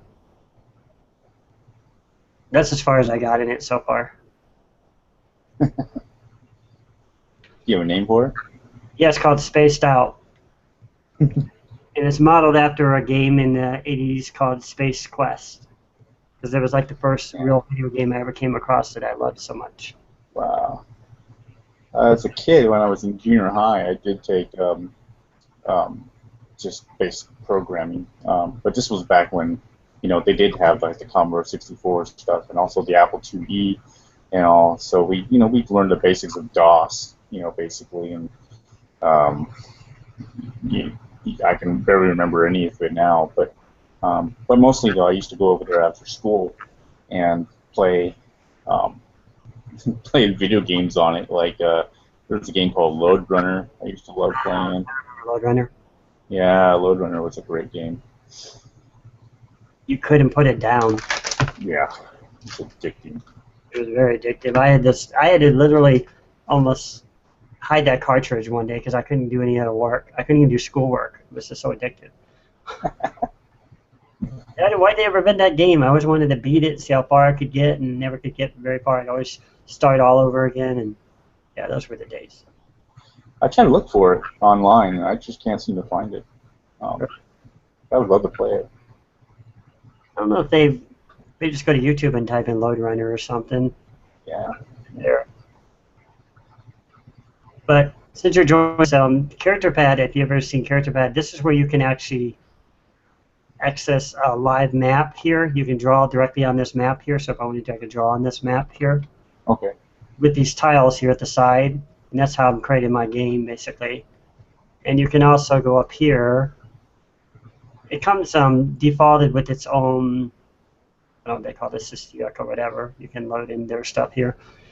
They have their own projects you can load in here. I think I can find out where they are real quick.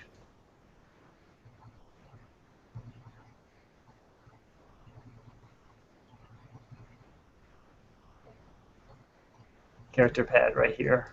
And there's examples here. If you ever seen these games, Commando, Metal Warrior, this one's really cool, like Metal Warrior. Yeah. And you can see the screen maps here. They load in.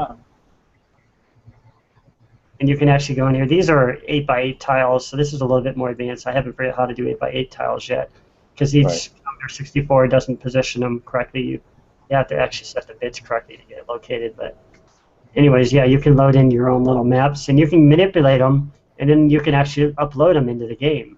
So I wanted to, I could upload the game, but I don't have 8x8 tiling. So my other friend taught me you have to kind of compress this down to what's called a 1x1 tile. You use it and you can load it in, but it decompresses it, and you lose a lot of the, you know, the positioning or whatever. Anyway, Andrew's back on here. See, he threw another link on here. Oh, he put a Load Runner link on there. There it is. There is a Load Runner link. Okay, great. Oh man, that game was fun. Yep. So, not to get off too much on topic here, but that's basically. Yeah, sorry. Sorry. That's basically what I just. Oh, that's basically how the character pad works. Now, in addition to character pad, you saw my sprites. I'm using this what's called sprite pad to save them in here, and you can just draw them in here, and you can also reload these into the actual game itself. And then I have the ones, I have a separate put a character now for the enemies over here. That's where I redrew my. What's really cool about this too is you can take them side by side and you can animate these. And excuse me guys if this is repetitive because I've already showed this to people before, but you have to hit the shift key here. You go like this.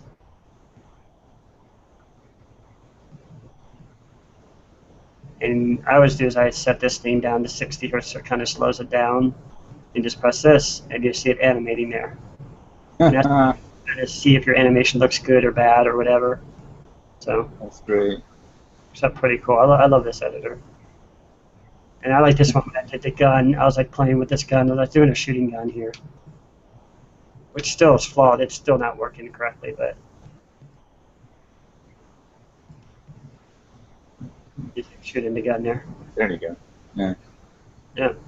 So that's kind of how you get up moving pretty quickly. And then, of course, uploading this in here, you have to use these special, I forget what they call these, directives or whatever. And this just loads in the raw data here. This is just basically this sprite data here. So, as I don't want to be repetitive, a lot of people have seen me do this a million times. We just go to export here, and you can create your own raw data right here. You just save it in the computer right there. And that's how you upload them. And it does it so quickly. I already have all 6 of mine right here. It saves you doing all this stuff. This is all the data. I mean, keep in mind, these right here, these are 1,000 bytes each. So that would be a lot of drawing. Imagine 1,000 bytes of these. That's a lot of work to get one screen. So it saves a lot of time. So I think it's a pretty good. There's other ones out there, but I've been using SpritePad and CharacterPad a lot, so gets the job done. How big is the full game? It's just as big as you saw it just now. I have some problems with it right now. I'm running into memory issues, but I think Andrew and everybody else is going to eventually help me out with that. It's supposed to be able to shoot this guy too. Oh, there's that ugly sound again. I just have to turn off the sound.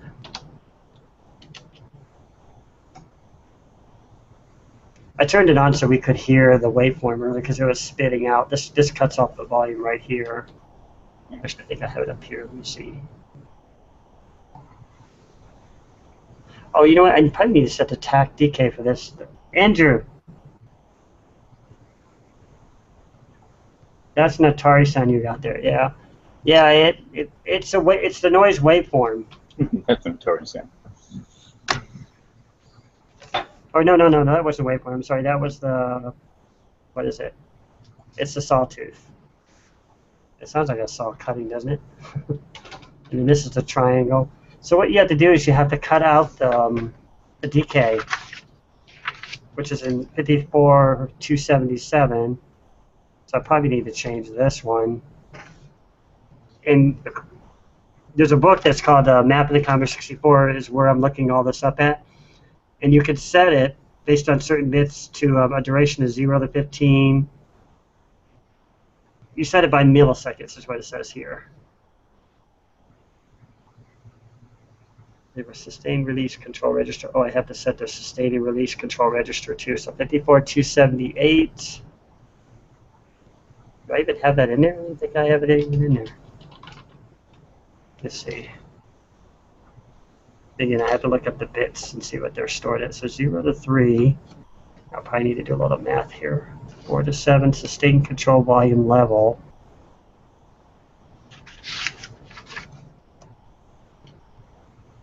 And let me show you real quickly here, since you're new to this, where I'm getting all this stuff here.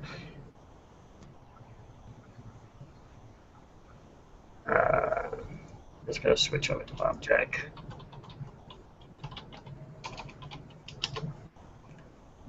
This is one, dang it, I always get it wrong. It's not this one. It's org, ain't it? It's org right here. So this is where, show number, you can get access to all of the Commodore 64 books. Anything you ever want to learn about the Commodore 64 is right here.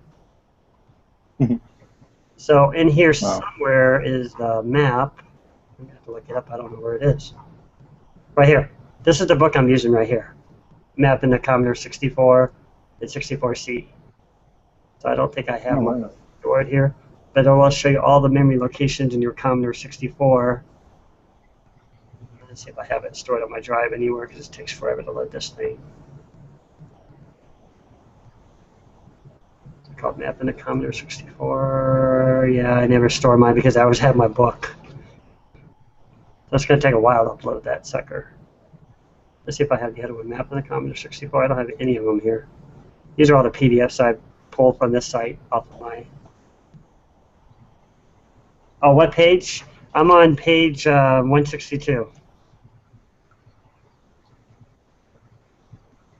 I'll show it to you in a minute as it reloads.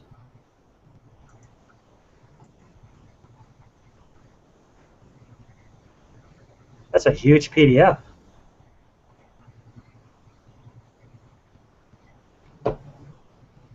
I'm running a super fast internet connection.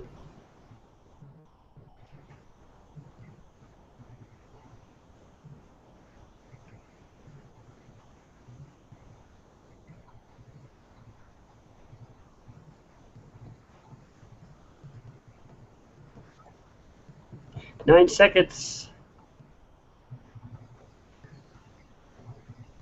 So anyways, Andrew, that actually starts on page 158. That's where the SID register starts. I wish we had one of my really good friends on here. His name is Bo. He goes by the name Squiddy now or something. Bo Squiddy, or he goes by. He's very knowledgeable about the Commodore 64. He has taught me a lot of stuff that I've learned in just a short amount of time. I mean, it's just, this dude he was creating a whole game. And he was even creating full fine scrolling and everything. I could show you some of his stuff sometime too, but I don't want to be repetitive since I've showed that in other videos. But I was so hoping he could be here tonight because he's a great influence. But anyway, you get what you get, you know, and just kind of just go with it. And let's see, that's an Atari sound. Okay, so this should be loaded now. I just saved it to my drive somewhere.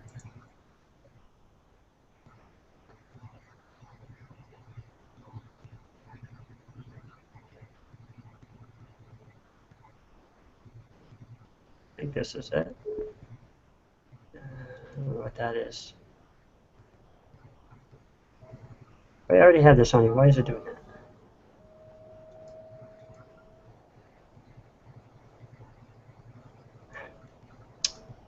Why it's doing all this? I already have this on here.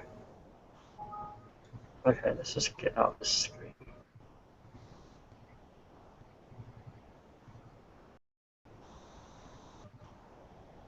Right here.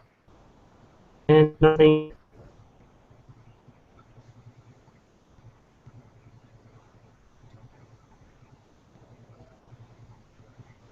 Oh, it didn't even download. Did I not run it? Not run it. I probably opened it or something. I got the 64. There it is. And you just go up here and just set the page. I'm on page 162.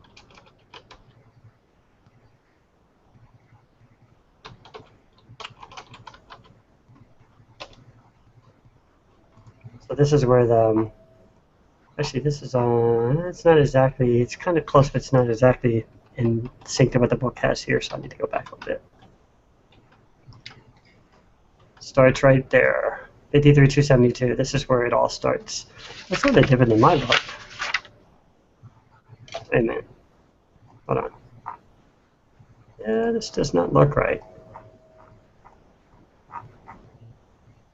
Okay. Hold on a second here. Probably on the wrong page. 54,272. It probably starts later down here somewhere. See, on mine it starts on page 158, but apparently here, yeah, it's right there, 158. But see, here it says on page 172. So it's not exactly in sync, but it's close enough. So this is the sound interface device. This is where I'm getting all this from. And what I was mentioning earlier about that register 54,276. Right here, this is where I was getting all these sawtooths, and these are the bits that you have to set on the Commodore 64 to make it figure out where to load those sounds into memory. And I don't want to go into a whole lesson, but you know, bits are how the Commodore 64 stores its information from a binary perspective. If you can bear with me a second, Andrew, because I know he already knows this stuff.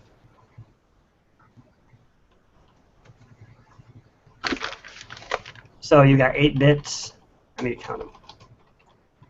1, 2, 3, 4, 5, 6, 7, 8. 8 bits. The 8-bit computer, hence the name, that the Commodore 64 utilizes for different things. Different registers, like the sound chip, the VIC chip, utilize these registers, and you can do different things when you turn them on and off, like a binary number on and off.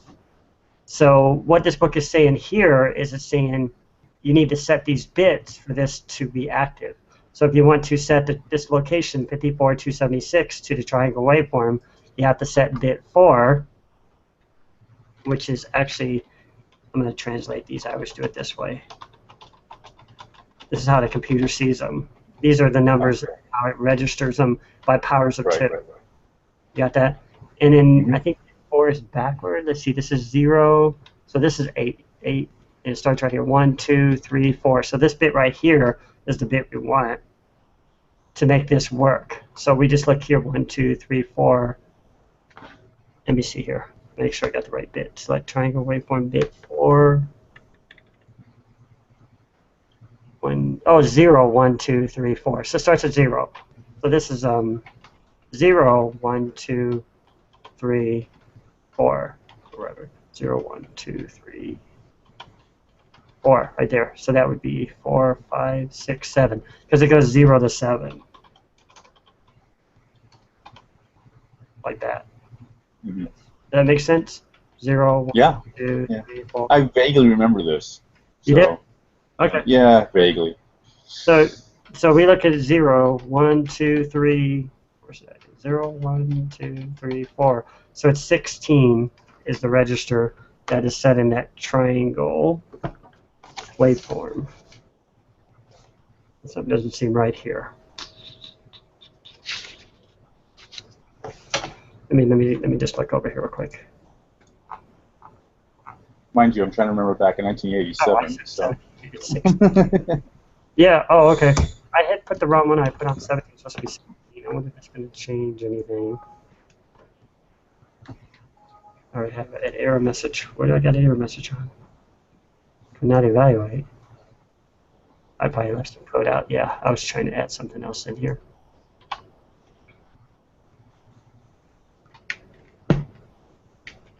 So that was it, but it drowned itself out. And according to the book,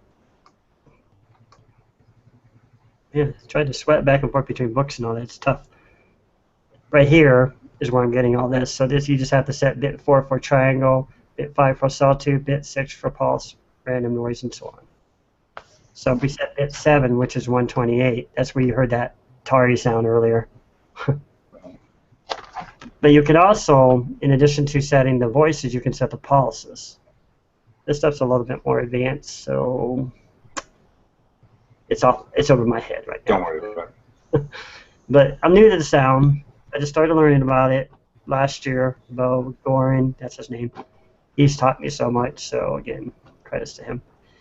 But yeah, there's several different voices. You can turn them on. So we already used 54276. I could go and I could activate more than one voice. Go to voice 2. I have a cheat in my book here. So it's right here. Voice 2 is this one, right? 54281. Let me just double check real quick. I'm used to the book. I'm not used to this PDF. So 4281. Let's see what he wrote down there real quick. I've done a lot of basic, but machine code is very different. Oh, so you haven't done machine code, Andrew? I thought he did. Somebody did. Somebody I was talking to. There's one guy who comes on here, and he really knows his stuff.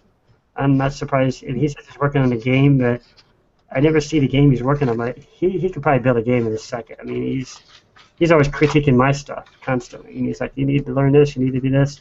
And I know he doesn't do it in a bad way. He's just trying to do it in a critical way, you know, to try to teach you something. And because of him, I was able to...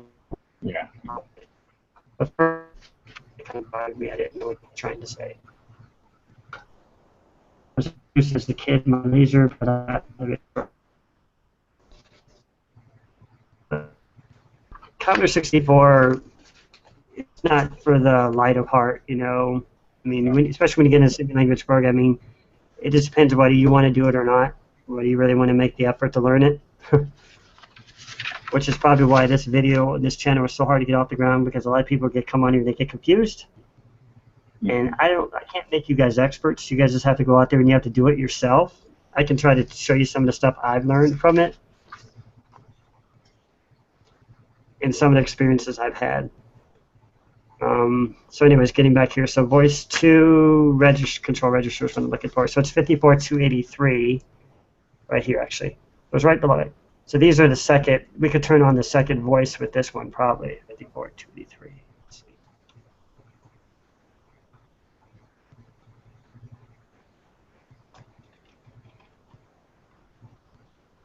Actually, I don't even need this. 4283, that should do it. Let's see. You can hear that really weird sound, and I got an error message again. No, I didn't. Okay.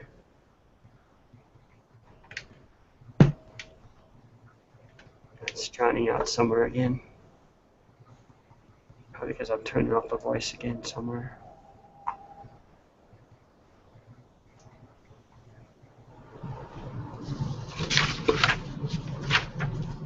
All the famous C64 music you see comes right from these registers. Wow. And Commodore 64 was a music machine. Probably one of the best they ever invented, in my opinion. Next to the Amiga, of course, which was also a Commodore computer. That thing just blew me away. The Amiga was like, whoa. I remember years ago I had that Amiga. My dad had it. When I bought my first one. Did you have one? No, my dad had an old Radio Shack TSR-80. So that's basically my first experience of programming. Was you know, just plugging away on that, watching my dad program, and all. So pretty fascinating stuff. He still has it too. He still has the old TSR-80 sitting in one of his closets. That's the Radio Shack computer, right? Ever. Yes, yeah, that was a Radio Shack one. Okay. I think it was a beast. I played on that one for a short time, but I lost interest. I mean, I guess because I was already adapted to. I started with the Atari 865 XT computer and moved on to the Commodore after that. After my friends like, hey, have you checked out the latest Commodore 64 game? I'm like, oh, you need to tell me about that. And then I just went crazy over it. Then I wanted to start writing my own games. And I started hacking games, all kinds of fun stuff. I actually have a Pitfall 2 on YouTube where I actually hacked into Pitfall 2. Yeah, I took the one of what's called a raster register, which controls the water in the game, and I flooded the whole screen. So it looks like he's underwater when he's walking around. It went viral for some reason. I don't know. You know, just for people who are interested in that kind of stuff. Yeah. Yeah, but yeah, getting back here. Anyway, go ahead and continue. I'm going to go ahead out, but it's fascinating. It's pretty cool. You have to go? Yeah, I got to get going. Yeah. But, I just want to pop in and just check it out. But yeah, good check luck, it man. out. Yeah, thanks so much. Thanks for dropping by. Okay, man. Have a good one. Yep, you too. Sorry, Andrew, I wasn't ignoring you there. What did you put down? I know how to program computer languages, but machine language is a whole different monster. Yeah, it is. So what kind of stuff have you done with machine language?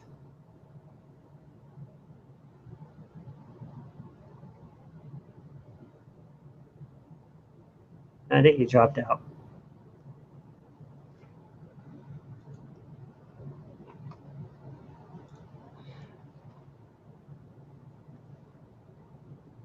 Yeah, okay. So you just kind of got into it like when I started posting a lot of the turbo assembler stuff? The easiest way is to start just with something fresh. I'll give a quick example here. Actually, let me just initialize Vice here real quick. We're going to take a detour here, guys, so bear with us a second. Just going to give you some beginner stuff here. So to start with Vice, you're always going to need this line right here to load Vice. Actually, probably don't need the top one, but the bottom one. I don't know where that one came from, but creature. So you need that one, and you just need to find a starting place. That book I showed you, the Commodore 64, will show you, darn it, will show you exactly where you need to find safe places in memory to work for the Commodore 64, which is where the find it. Just my page here.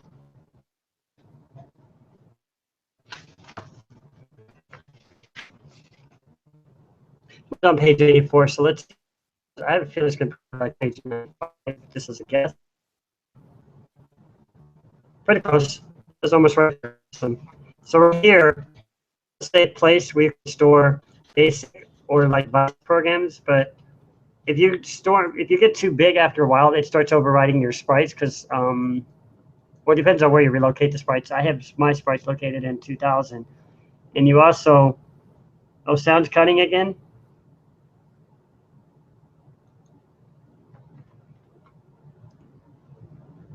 Yeah. So, anyways, I'll repeat. So this is where you a safe place where you can probably store a lot of your programs in machine language because this is where BASIC operates at. I use 32.768 just from my experiences. I know because it's where the cartridge is located. You can always use this safely, and because we don't have a cartridge plugged in for any reason, I don't think Vice uses it. It's always a safe place. I've learned, at least for now, where you can run. What is this? That you can, the programs at. But anyways, why am I doing that? Trying to get here. So anyways, we'll use that for now. So we just use 32.768, the cartridge memory. And you know how to do like regular loading the value of the accumulator, stuff like that. You just use LDA and like a value 7. This is one of the easiest ones you can do. Although I encourage you to start with the book if you haven't studied this. Let me get that back up here real quick. Where is it? It's not the reload bomb jack again. I lost it here.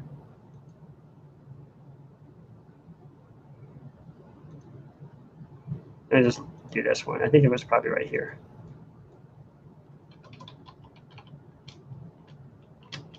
I probably got that wrong again. Sprites.bomjack.org.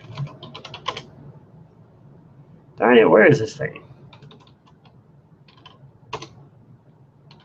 Bomjack C64. What is it? Bomjack.org Commodore books. Oh, okay, so that's like their main website. I see. So anyways, go back here.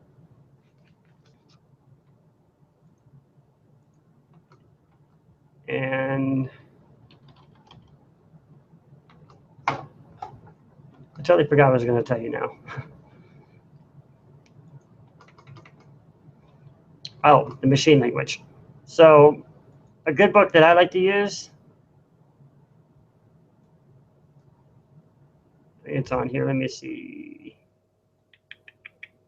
It's got a different cover on it. Let me see. It's called Machine Language. Let me just pull mine out real quick. Machine Language for Beginners. I mean, any of these books will do you good, but the one I always use is not on here for some reason. Machine Language for Beginners. It's probably got a different cover on it. Mine's brown. Routines, Dr. Watson's. I mean, this is a good book here by Jim Butterfield, but it's a little bit more technical. Let me see. I don't know why it's not on this page. Let me see if I can just kind of Google it real quick.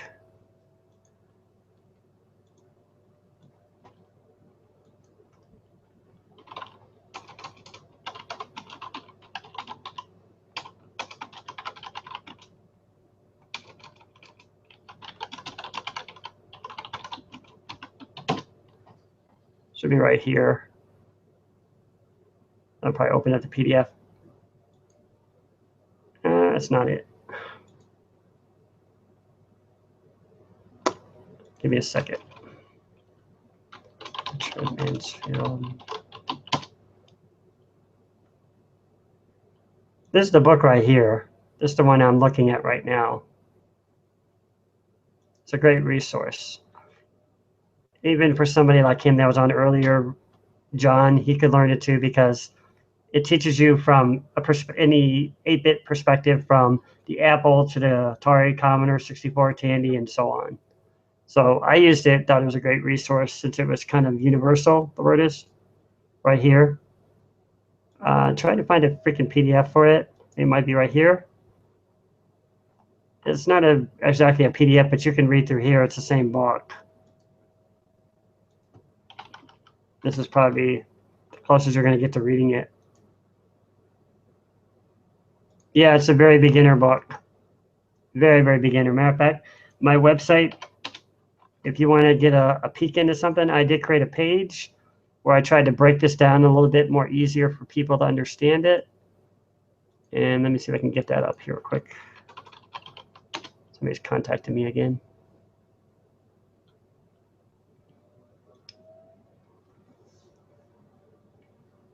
I just call it Learn Machine Language right here. This is the same book. I broke it down as easy as I could. But it's only a portion of the book. I still need to go back and continue it. But for now, it's got like the first 30 pages, I think it is, or something like that. I'll put that down there for you. Yeah, it is. That's why I wanted to show you. And let me see if I can find out what this person was trying to say over here. Trying to multitask here. Hey everyone, I guess we are live now. As I can. All right. Excuse me a second. Yeah, it's a great way to learn. So I was trying to see what somebody wrote over here. Oh, that was you. I'll be joining this evening. I think it'd be good to create a dedicated channel. Free node. He was telling me about some other IRC, but anyway, yeah, check that link out. And I'll show you some quick examples you can do. These are not in a book, but these are some of the fun stuff you can do with machine language. Actually, we don't even need an RTS. You can just jump to a line. Like this is going to be a label. You could just say, what do they call that? Like done or whatever, I don't know. And you can jump to this area, and I could instantly make Vice load. Oh, I need to save this too. I'll just say first ASM. That's good enough. And oh, I did something wrong, I guess. It's supposed to, oh, left the 0. So it's going to change the border color in the loads here. Should. For some reason it's not.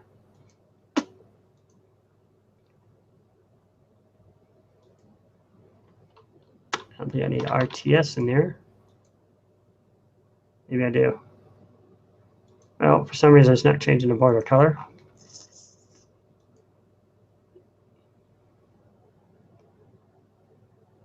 Oh, what that's doing is it's loading in Vice. It's allowing Vice to launch, auto launch. And if you go here to the help section, it talks about all that right in here.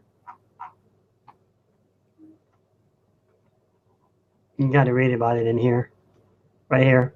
This is how it loads and recognizes the cartridge, which is where Vice gets its auto, what do they call it, auto start. I just now realized what I forgot. Very important. You also need to initialize Vice with this line right here. This is how Vice reads, like if you're plugging a cartridge into the computer. So you need this in here to launch it. That's probably why this one didn't work. I usually just stick it at the top. Should work this time, fingers crossed. There it goes. So now I changed the border color. Very simple startup program. But you'll learn in that book about how the accumulator works. And like I said, check out my website too if you get lost. I kind of try to break it down more. I don't know where I just lost it again here. Doing too many things at once here.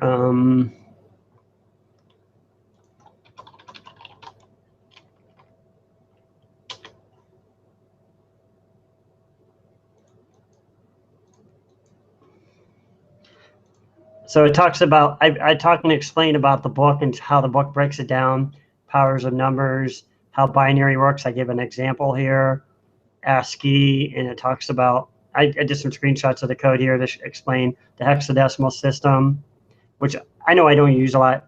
I don't really like hex, but it just talks about how the addressing works in your computer, which is the memory, how the bits work. I broke some of that down. So some of this stuff is my own additions to try to expand there upon things. Oh, yeah, let me,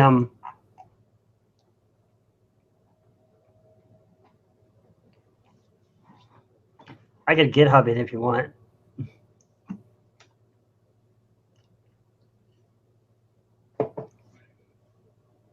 But this is storing a register in the border color. So if you change this number, and there's 0 to 16 or 0 to 15 colors, you can go in and you can instantly change another color. Now I got it red.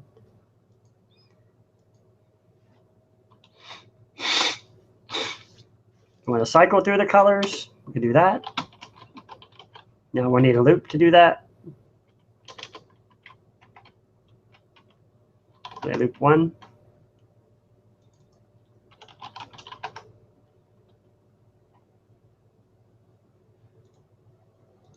Why does my editor not show colors? What do you mean by that?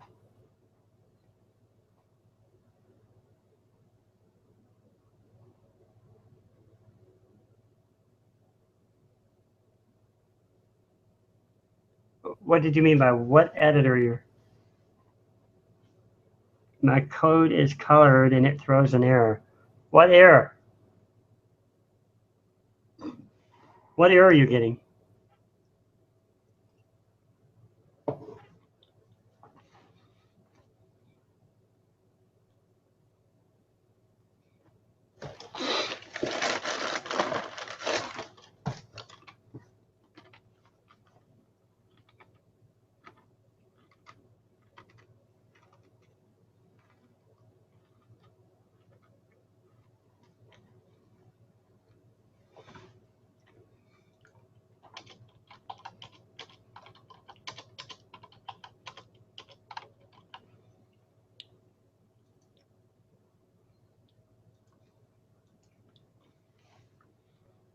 Andrew, what kind of error are you getting? File name not formatted between apostrophes. Trying to figure out how we could share screens or something where you could share your screen with me, right? In Google Hangouts? So I can see the code you're talking about. Do you have a GitHub?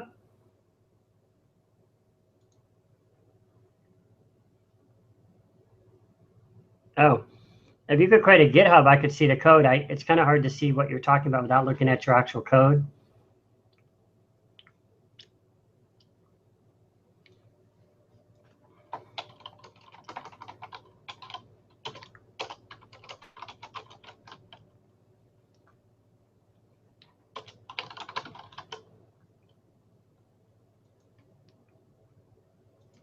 Play with the rosters.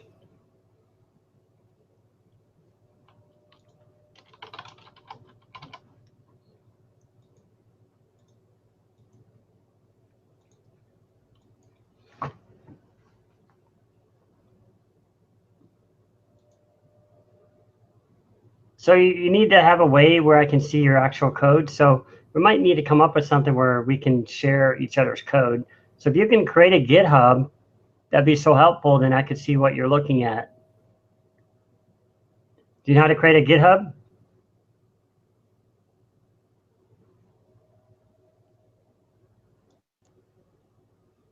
All right. You'd have to set up an account probably to do it first.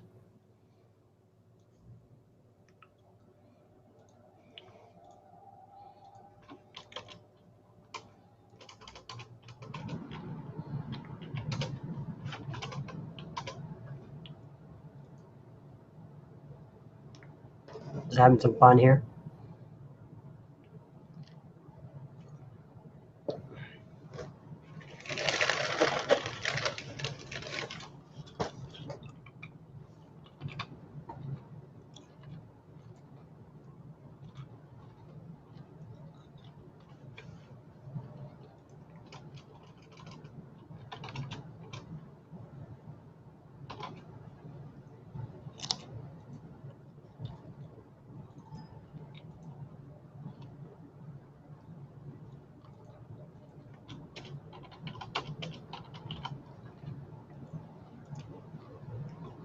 Oh, that's working.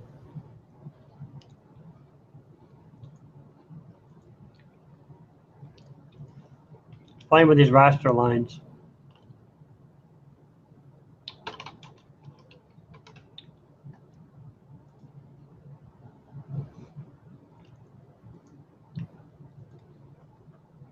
Some of the fun stuff I like to do is play with colors. I'll wait till you get back. I'm gonna get back to the demo game in progress here.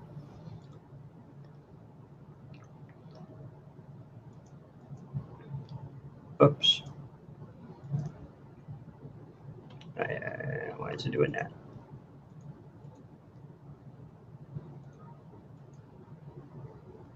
I seem to be taking priority over all the others.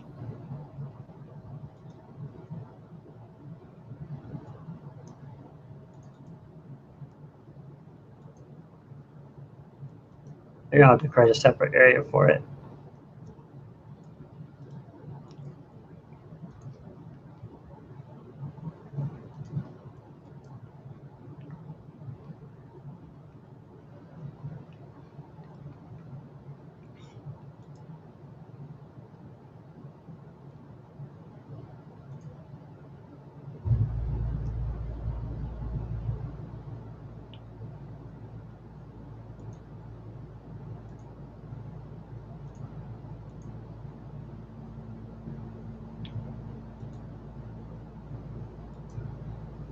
Okay, so now I can see what you're talking about.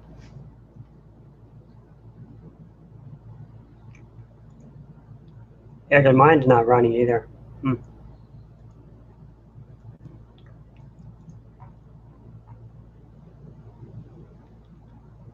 Might need that other line.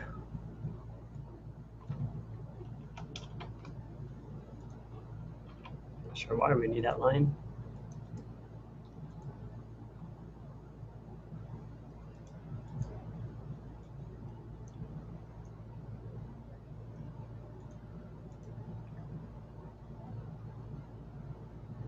Studio scroll. Cartridge 16.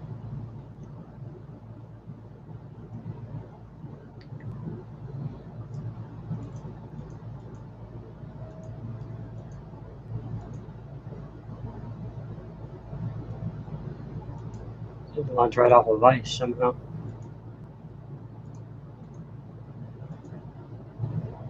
So we don't want to load this one now. All right, what's going on here? Vice, you're acting really weird.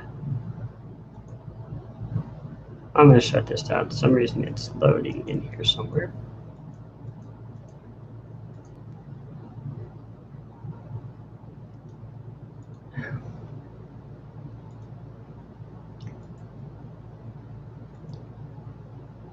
All right, why is that loading every time?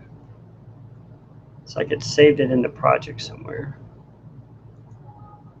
Okay.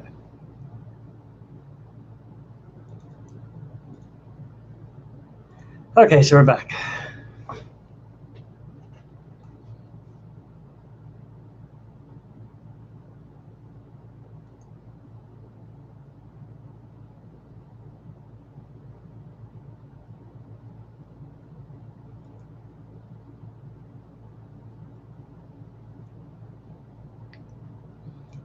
Oh, Google Drive, that's a good place. Of course.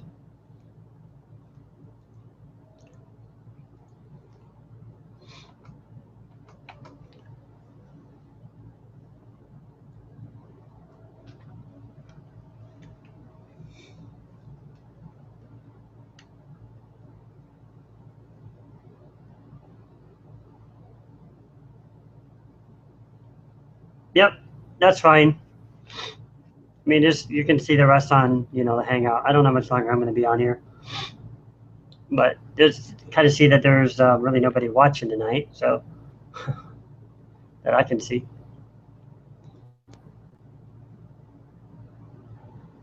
They probably lost interest when I went into all that other stuff. Let's see.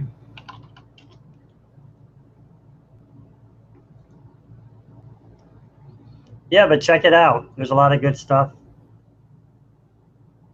Yep, it is a holiday weekend. That's true. Good point. That's why I didn't want to do it tomorrow, because tomorrow is the 4th. I was trying to stay away from that. And plus, some people seem to like Fridays.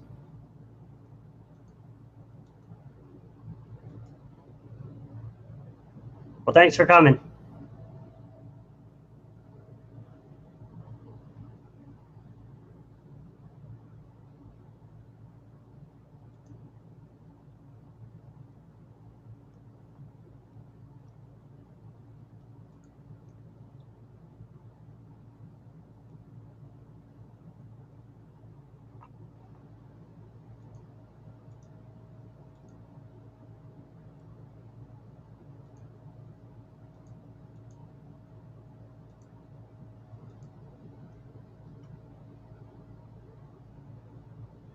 Yeah, check it out. Read up on it. And I said semi language is a dinosaur. It's always good to start with basic, have a good grasp on basic, and then move on to semi language. But a lot of people on my channel seem to prefer semi language, so that's what I do. So let's see here. Get back where I was trying to go.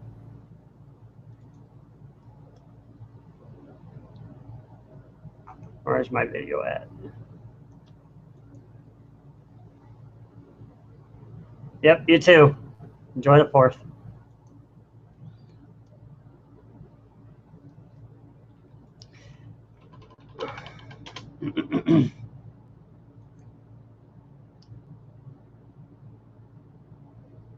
What is wrong with this thing? Oh, wrong one.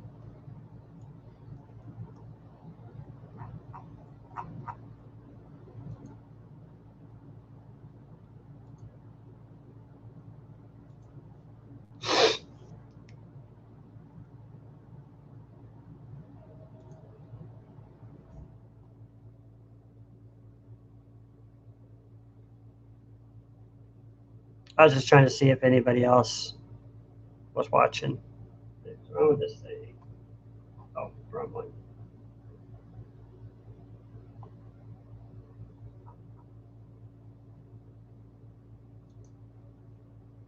We'll pause for now, and we'll get back to some more of the sound stuff, I guess.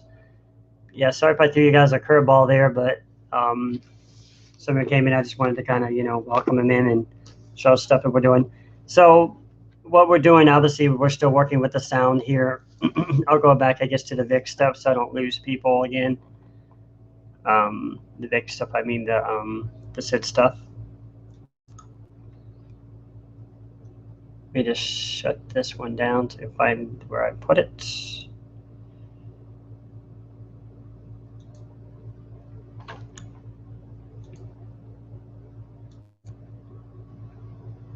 I have to keep an eye on here to make sure that the screen is showing. So we're good there.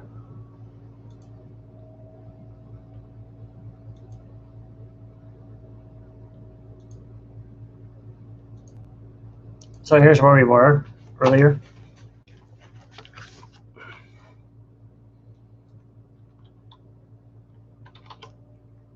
Remember what page it was on.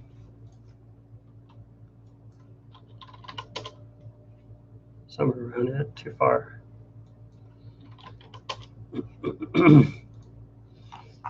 Pretty close. Okay, so we were talking about trying to create the other voices for the Commodore 64. We got voice 1, and we got voice 2, which I was trying to show to John. Right here is where you control the voices. And then the sustain and release, so we need to sustain and release. Well, let's do that to the first voice. Tech decay register, where's it at?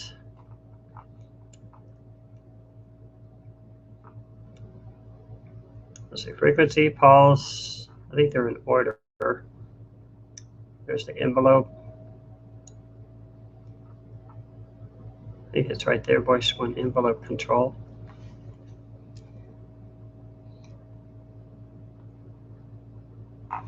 Yeah, 54277 controls the peak of the sound.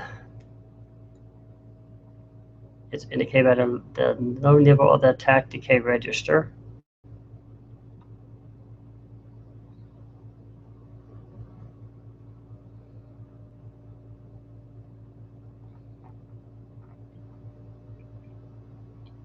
And we probably need to set the bits for it appropriately.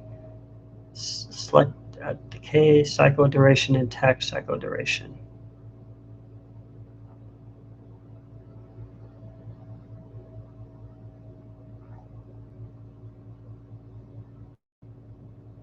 So notice sustain, find decay, volume of voice.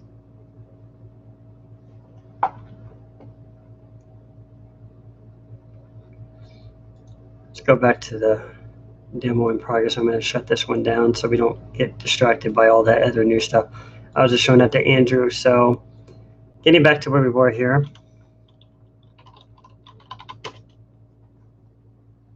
With the sound.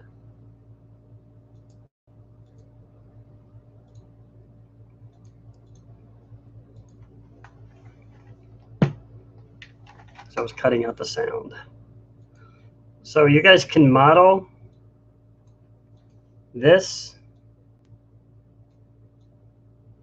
after this to kind of see what's going on in your program. I'm going to try to shrink this a little bit.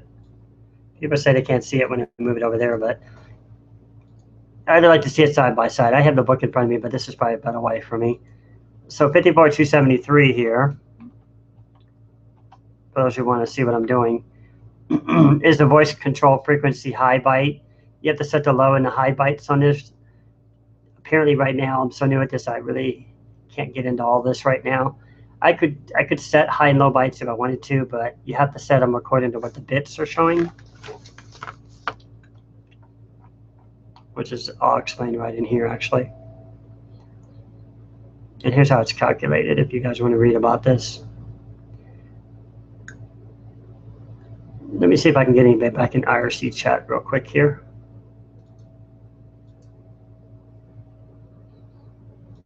Here's a top one.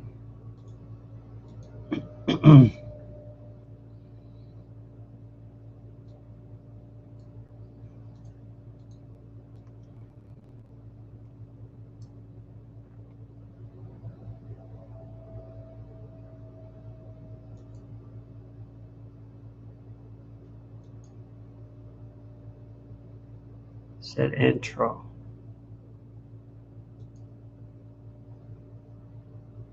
Oh, these guys are doing stuff with C. Oh, never mind that. Let's not get away from that. So anyways, what I wanted to do was get back to where I was.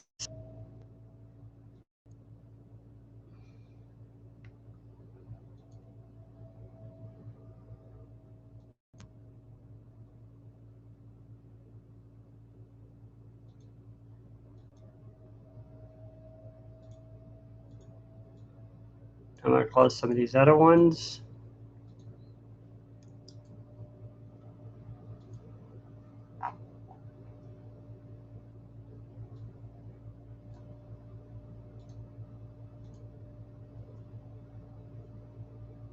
That's weird. It's a C64 room, but they're talking about C stuff there. So getting back here, sorry. So 54, these sets the high and the low bytes in 54272 and 54273. So I got them copied down here. I could go and just copy this code.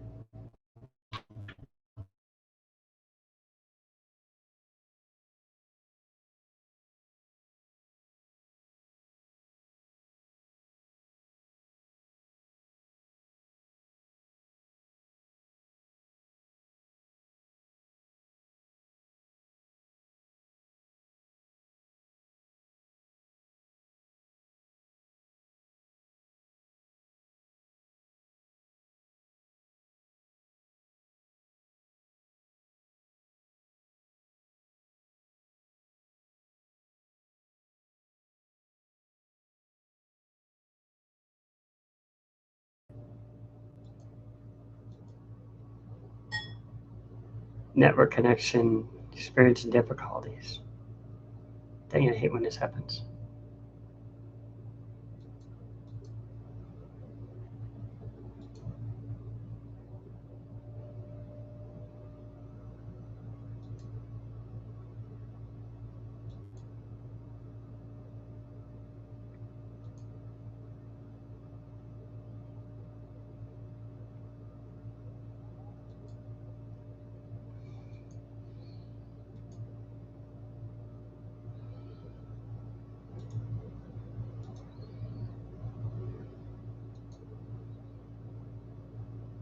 Okay, so we're back.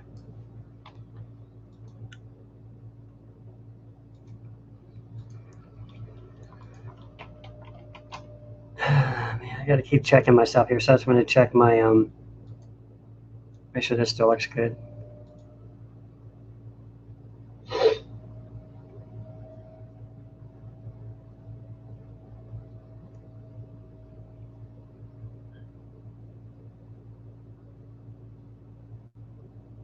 I was just trying to see if anybody else was watching. Oh, this thing.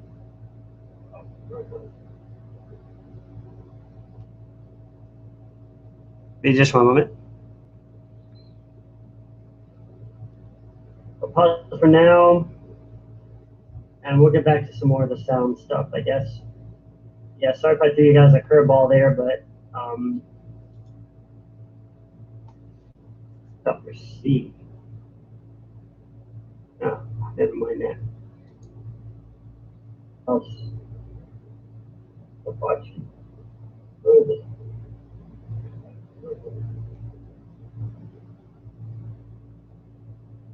Be just one moment. Okay, it looks like we're good. Okay, just want to make sure the screen was still active. Okay, and let's make sure nobody else has joined. Talk about multitasking.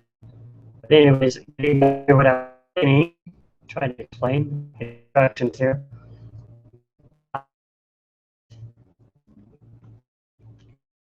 Create the what do you call that? The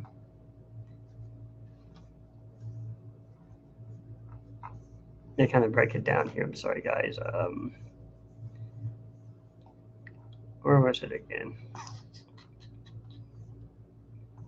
Right here it is. So these locations control the frequency or pitch of the musical output of voice 1. Some frequency must be selected in order for voice 1 to be heard. Frequency may be changed in the middle of a note to achieve special effects. This is the calculation for it.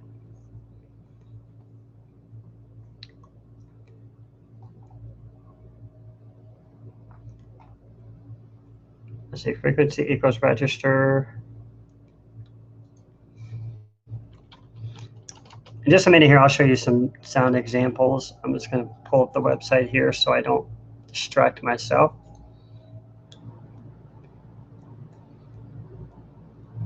Oops. That I have on my page where I could show you some sound demos and stuff that I've created here. Not that I created, but other people did.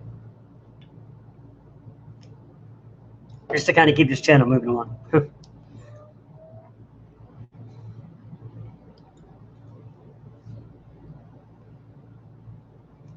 So here's a bunch of them. There's a song, blast off. We should see if we can get some of these to work, but there's some simpler ones here since these are not machine language examples. There's a bouncing ball here. Might be able to get that one to work. Darn it. Got too many damn windows open. I'm going to shut this down until anybody asks me about it again.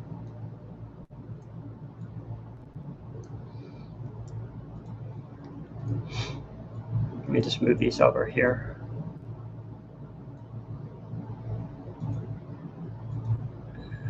If I need any more of this stuff or not, let me move this one over here. So I'll just set that there.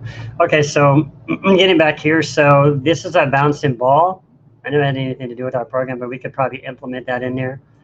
Or we could kind of look in here. I think where I kind of found some of the examples, just trying to just use some of these examples to try to get them to emulate something in my program here. So fanfare sound. These are just some of the ones I found. Here's some function sounds. This might be interesting.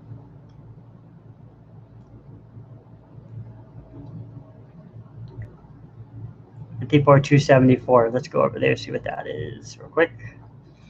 See what they're doing. So they're using pulse waveform with low bytes and high bytes. So 54,274, 275, which is what they're doing right here. Or if you want to know for those wannabe C64s,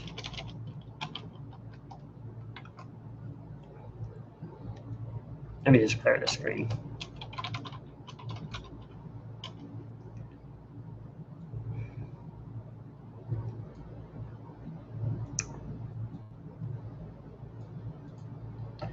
Okay, so 0 plus 8, and I'm using line 40 here. Times 256 will show you the high and low bytes. So this is where they're getting this down, this 2048, which is probably how they're calculating their frequency or something. So there is 0 and 8. So I can just add that in here. I'm just going to add it at the top or something. Let me see. For 274. Guess we're going to stick it down here.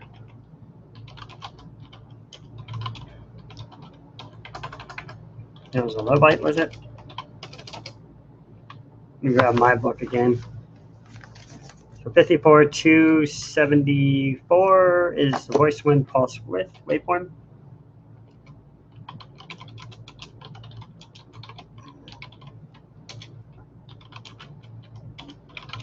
And it's high byte.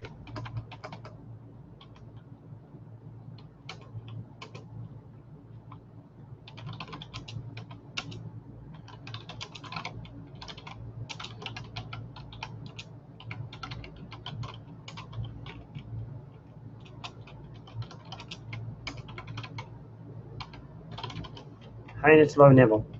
Okay, so we got that. And then we've got the 54278.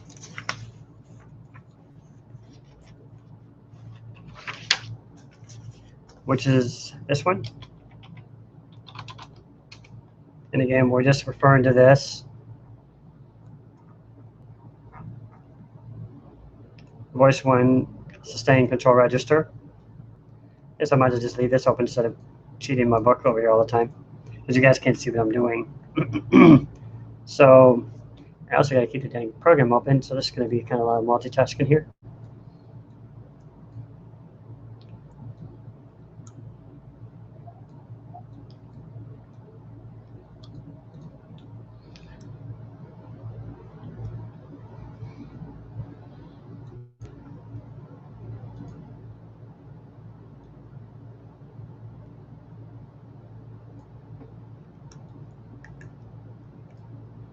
Trying some things here. Okay, so that saves us a little bit more room here.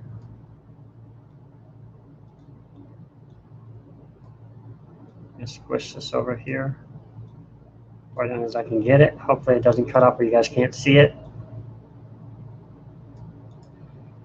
And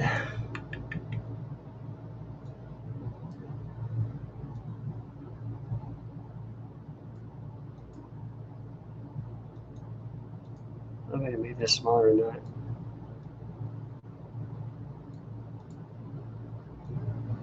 There's a little bit more room. Okay, so now we got all three of them on here. I'm going to move this over here. People say they can't see this side when I move this side over, or this side, and I move that side over. Let's squish this over a little bit.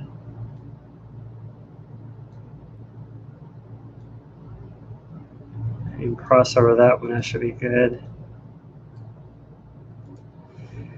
And that should give us a little bit more room now. So now we can kind of see everything side by side, so I don't have to keep jumping back and forth. So what we're on to is 54278, which you can see over here is a voice sustained release control register, and that's 240.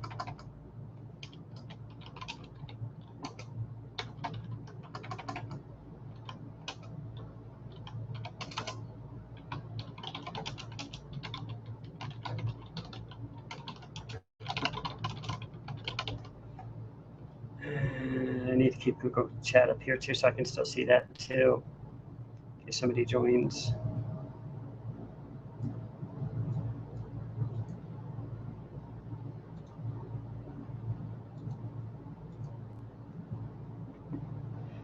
Yeah, I got everything on there. Okay, so going back here,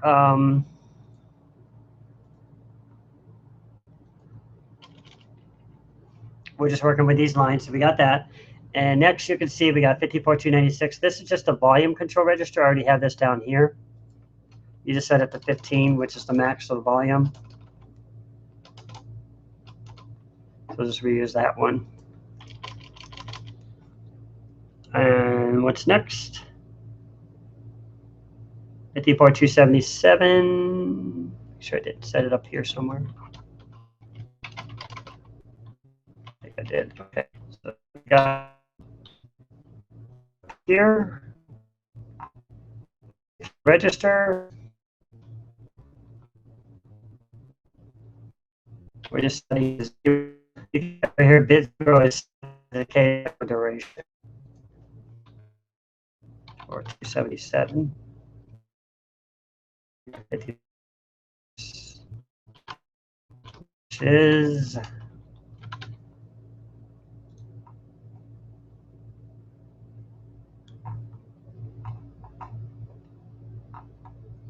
voice 1 control register.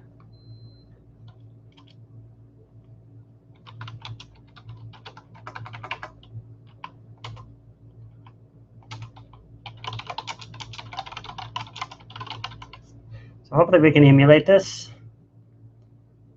I think that's everything. Poke tones into sound registers. This is pre-programming the keys, so I might need to set up a way to. I guess I could just use the voice for now. 54272.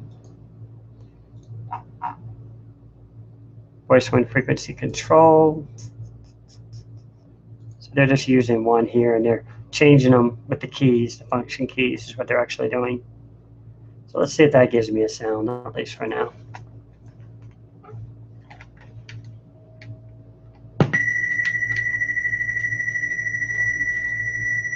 Yeah, it's kind of like a pulse waveform right there. And we could go in and we could slip these ones into these high and low bytes here. So I'm going to go ahead and recopy this so we can kind of see this a little bit better. I don't know if I can get this all on here or not. Let me see. I don't think it's all going to fit.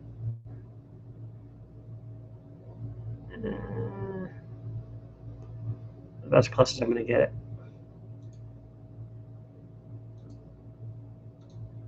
Darn it. I had that one in the way.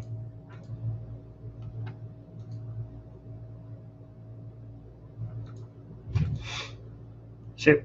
Didn't mean to open that. Dang, they can have electric cans while that. Anyways, let's leave that up. Yeah, that makes me continue. That's my recorder, guys. Flashback. Turn it off.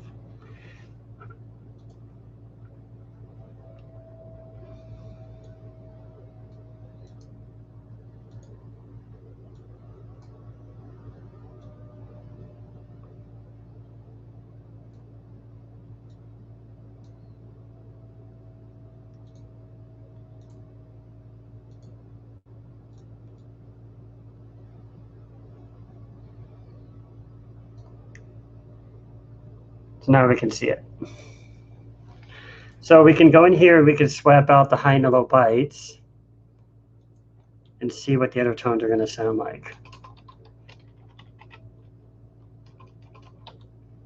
Without pre-programming the function keys, because I don't want to add that all to this. That's not the point of this game. I just wanted to show you how sounds are manipulated. It doesn't sound much different. I think it's the same one I used, wasn't it? Was that the same one? No, wasn't. Wonder why that sounded the same.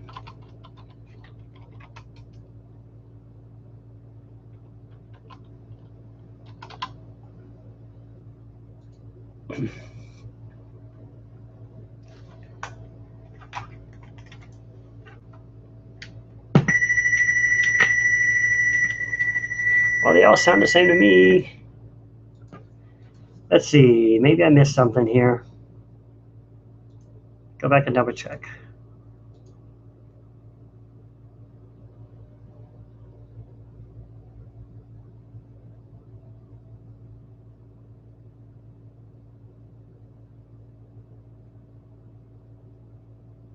Or 278.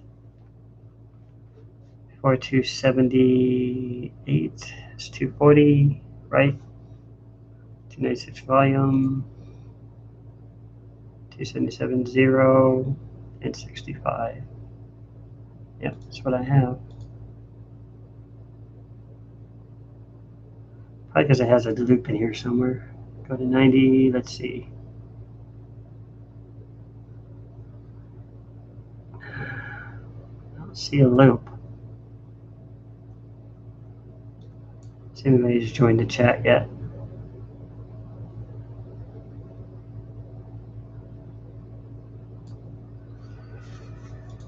Let's take a look at this.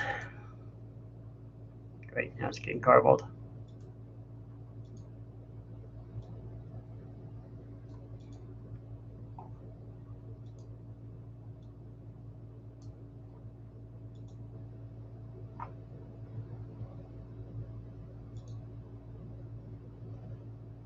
$274 is 0. $275 is 8. $277. Got $277? Yeah, right here. Why is there a 0 in there? 065. Wait, 274, 75. Oh, 278 is 240. That looks good. Voice, volume, and 0 and 65. 0 and 65.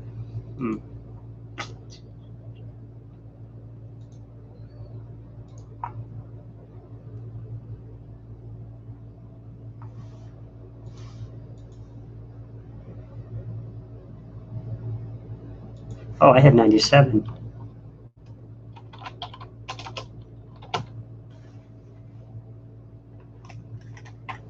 $273. I probably need to turn off the other ones too. I'm sure something's getting overridden down here.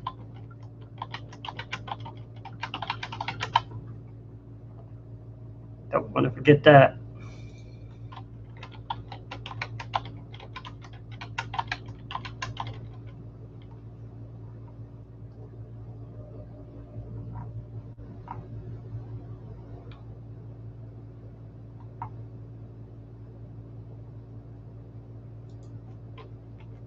Yeah, it was getting overridden by the other ones. I think that's good. Let's see what we got. Nothing.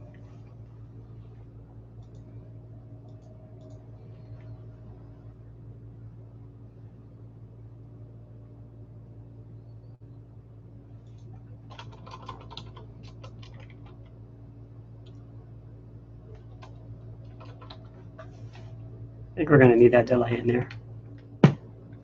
Yeah, it's just killing it now.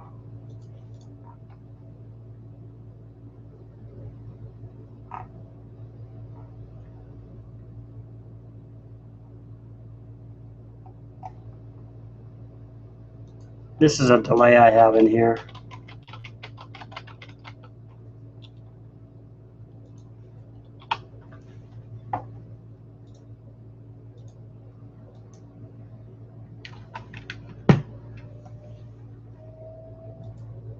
I'm going to just turn out the voice somewhere.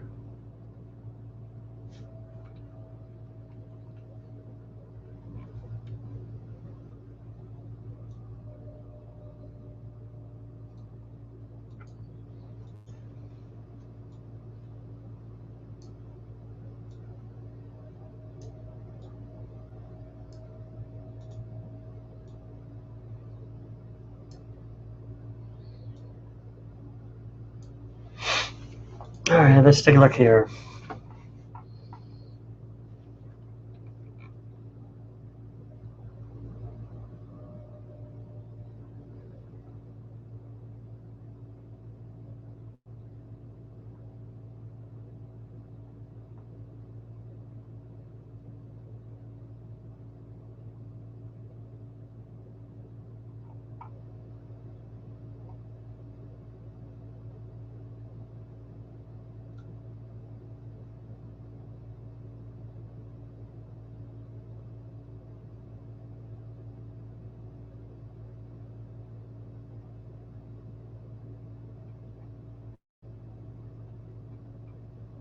Just going to save this code.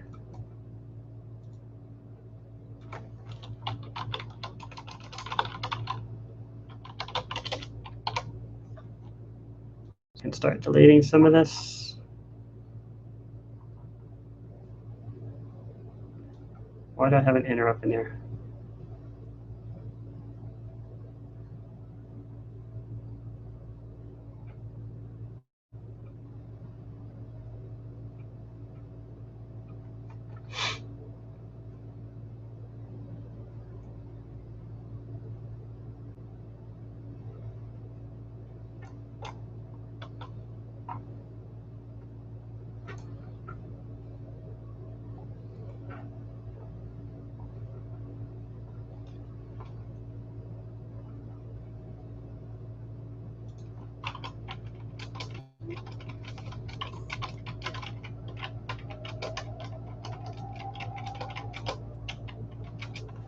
Let's see here.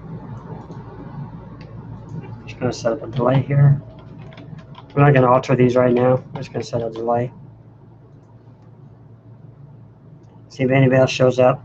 So I'm boring the heck out of everybody right now. It says 0 viewers.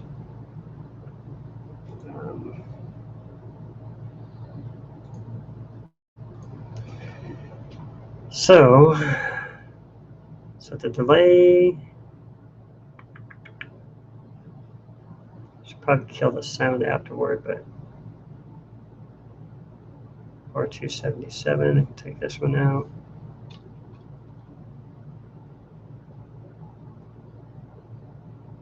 Take that one out too. It's cleaning up a little bit here. So I think we got everything we need. 77. Let's go leave those in just in case I'm going to play with those later. Those voice 1 controls. Yeah, that should do it. And we don't probably need this one.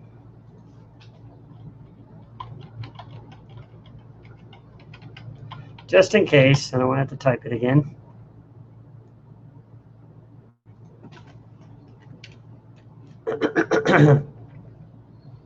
There go, kill an alien.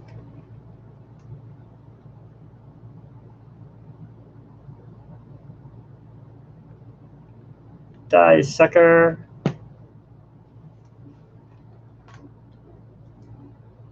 Yeah, it's still kicking off for some reason. We use 48 and 4. Wait, 48 and 4? Yeah, 48 and 4. 272, 273 high and low byte. Go to 90. But the keyboard is causing the delay or something. Let me see something else here.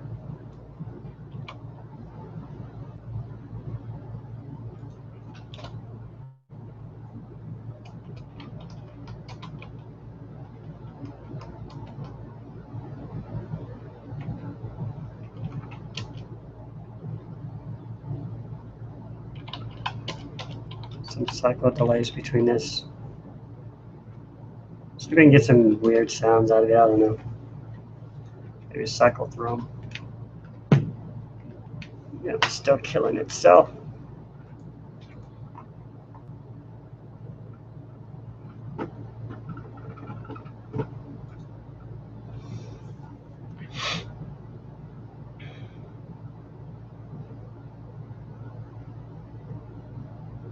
Yeah, sorry this is boring, guys. I'm just trying to see something here. T equals 96 equals 0. And T equals -1. It's like it's almost killing the volume or something. The volume's right there. It's set to max. My loop is active. Goes to sound 1. Goes to sound 0. I don't see anything wrong with my loop. Hopefully some of you joining us, I can provide a little bit more input. I know it's a holiday, probably a lot of people are out doing their own thing.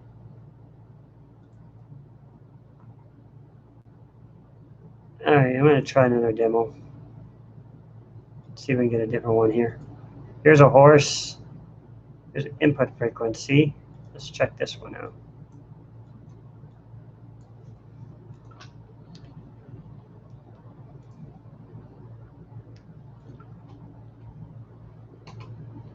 Five is 8.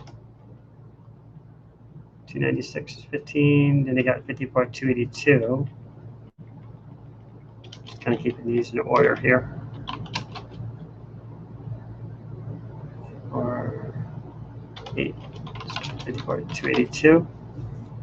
And for those who want to know again, just go to the book, look up 54,282. And we got pulse waveform with high nibble. So we're going to be doing the same thing here, using the low and the high from 5281 and 54282.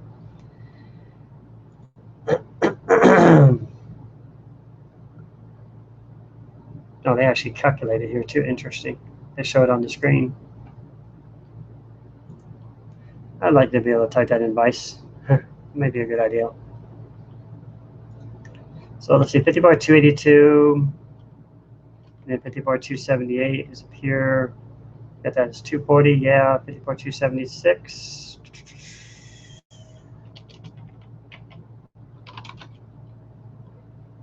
276 to 65. 285.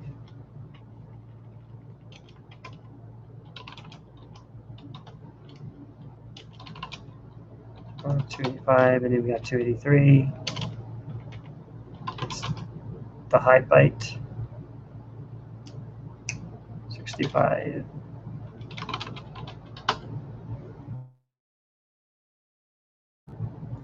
And stay on the two.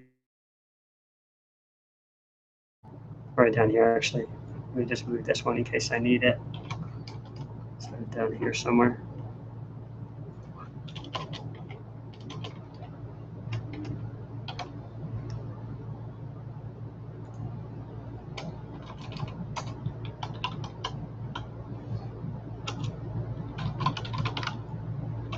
That's all delay.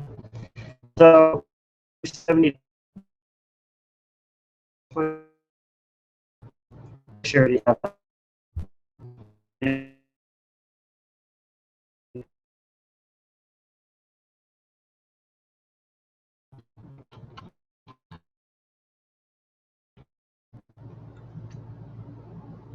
They're getting the high and the low bytes of those. I have an idea. What I could probably do is throw it into some byte statements too, but first we'll just try random any number for now. This should cycle into what's found in X register, which is what it's doing, is it's decrementing through the X register right here. I might even need to put it down there. Let me see. No, it's right here, X. So this is decrementing into these locations, the high and low byte frequencies. I know this is a little bit more of an advance of a program. And at 54279,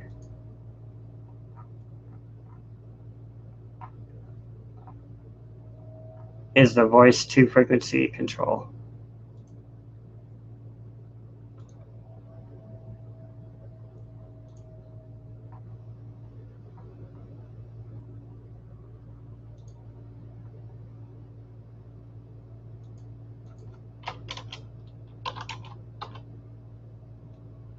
Set another byte into that one. I'd like to do that too. Next time I'll try to do a little bit more research on the sound, see if we can come up with some more stuff. I wanted to keep the video consistent to the sound, since that's what I said it was going to be about anyway. Kind of a learning curve for me. I'm not the greatest with sound, that's why you see me going over here. But like everything, we're still learning. Let me keep in mind, my game hasn't had any sound up to this point, so I really want to learn to be able to add it and start, adding my own sound effects and stuff like that. That's the whole point of this. This is kind of a trial and error for me. 279, where are we at here? 276, 278, I stick it right in here. No, not here, sorry. In the code, in the delay loop.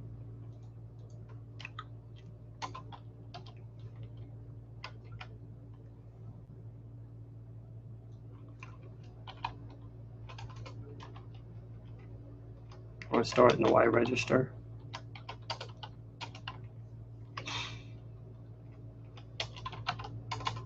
You're supposed to store the high and the low bytes into these, so I have yet to understand how they work, so I'm trying to trick it by making a reading in the Y and the X registers, which I probably need to transfer them into the accumulator. That's probably why they're not going to be heard.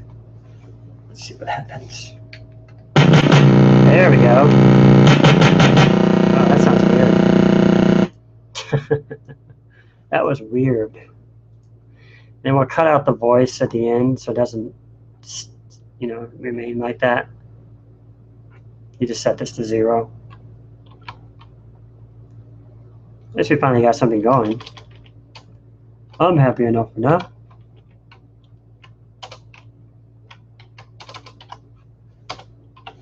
So we set a delay, and then we kill the sound.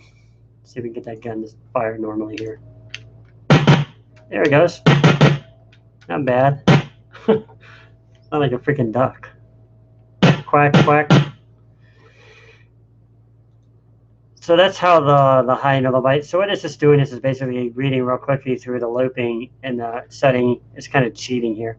I'll actually have a sound bytes down here. I could probably implement this in here. It's interesting.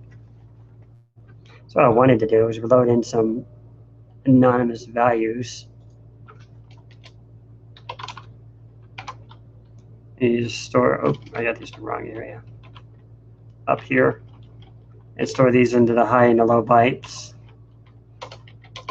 by reading them. Like that. And store them into those high and low bytes area. Let's see what that does. We don't need this one anymore, obviously. That 100 was already setting the values. Actually, that 100 was probably useless. Let's see. Doesn't appear to be changing it. I wonder if it's down here.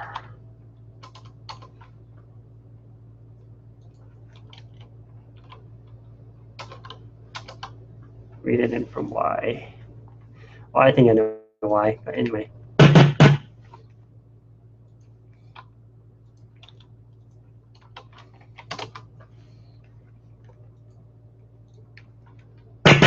There it goes. Now it's actually reading in my bytes. That's kind of weird. I like that. These weird sounds you can come up with on the Commodore 64. Go figure. At least we're finally getting somewhere. If I get a sound, I'll capture it and save it. And grab the volume a little bit there. It's kind of loud. But you can also control the volume here.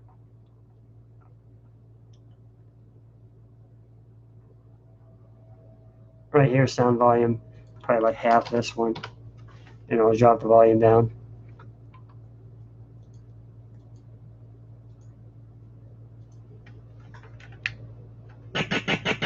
I like that. What do you think? That sound like a laser gun? That is a pretty cool laser. It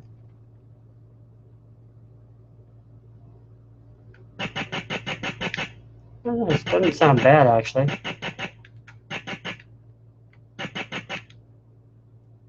Die, you dumb alien!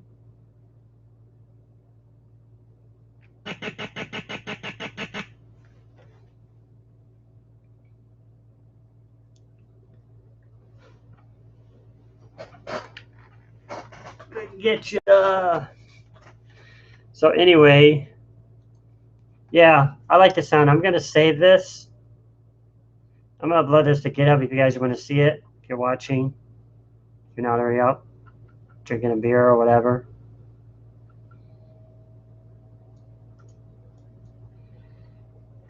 All right, so we'll save that to GitHub.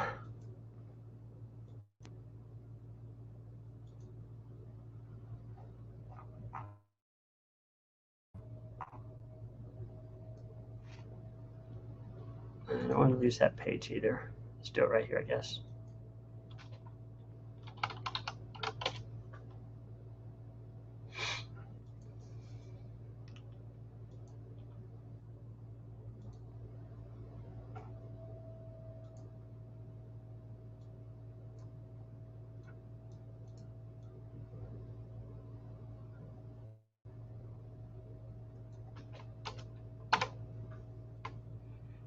Okay, so it's updated on GitHub there. You guys can check out the link there. Hope you can see that. I'll put it in here in case you want to see it bigger. That's what the link looks like.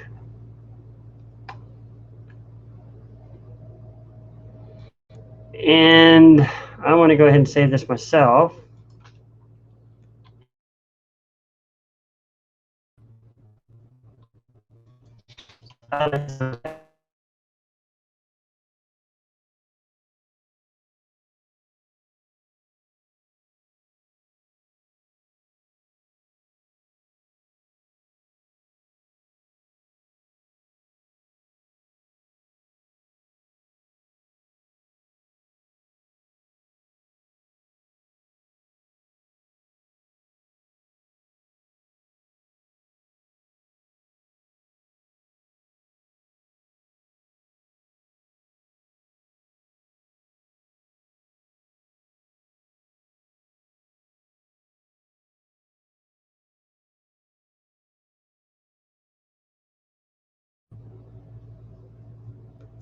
No, that's my network connection. I think I can fix that dang thing again.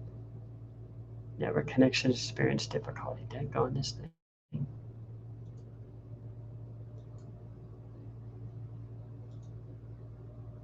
I don't know why it does this.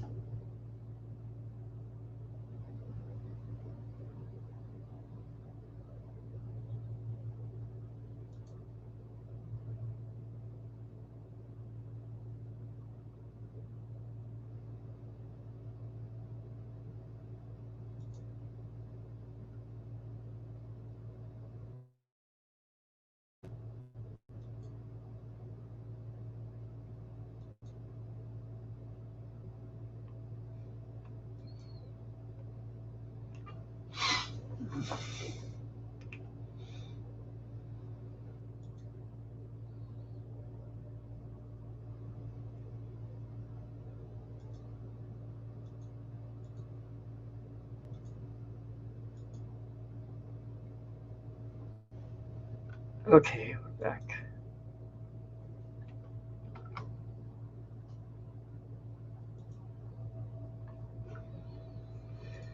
So anyways, let's take a look here.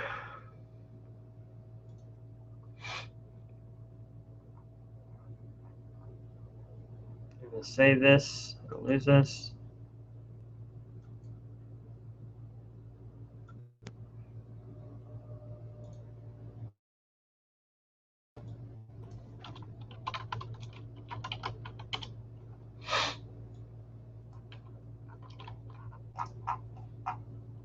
Is that cool laser sound? I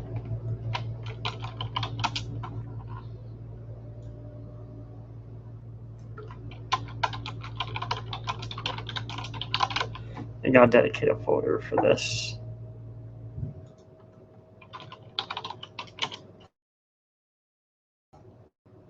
There we go. Okay, so let's go ahead and tweak this a little bit now. See if we can get some more weird sounds out of it. So this is what I'm doing, is I'm reading in these bytes here. I might be able to even read them up in this register. So 54279 is reading the voice 2 frequency control. Might be here.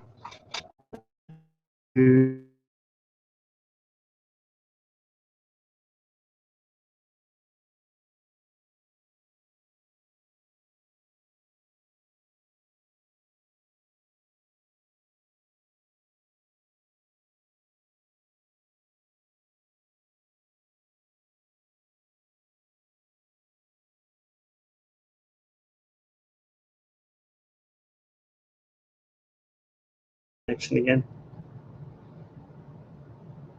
Oh, I did this wrong. Actually, this needs to go up here. No, that's right, because I'm ORing what I'm putting into here and saving it into there. So let's see if that switches out the bits to give me a different kind of sound. Where am I?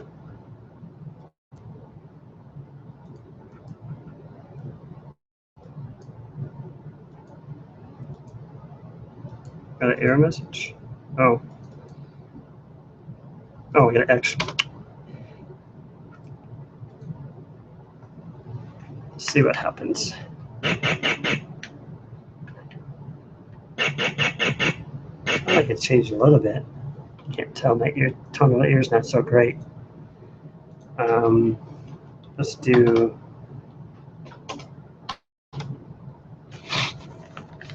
bit 7 and switch those over to bit 7. Kind of masking. So I don't know if it's actually changing them or not. So I'm trying to take these bytes here and I'm trying to mask them. If I'm using the right word there. I'm probably doing something wrong here. I got this in store X register. Oh, I stuck this in the wrong spot. It needs to go down here. And I need to change this down here.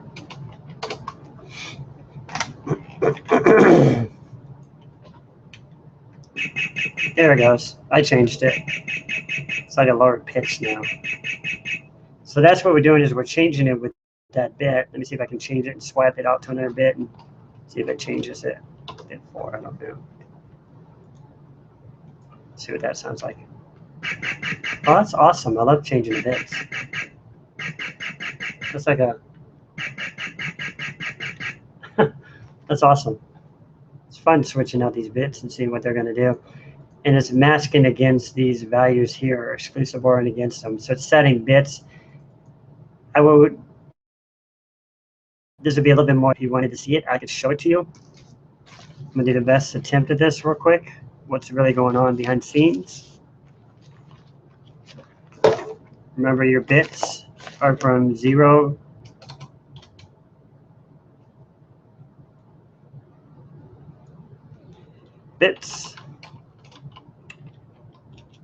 Bits are from 0 to 7. And you got 1, 2, 3, 4, 5, 6, 7, 8, or 0 to 7. And you got 128, 64, 32, 16, 8, 4, 2, 1. So we know which one's doing what.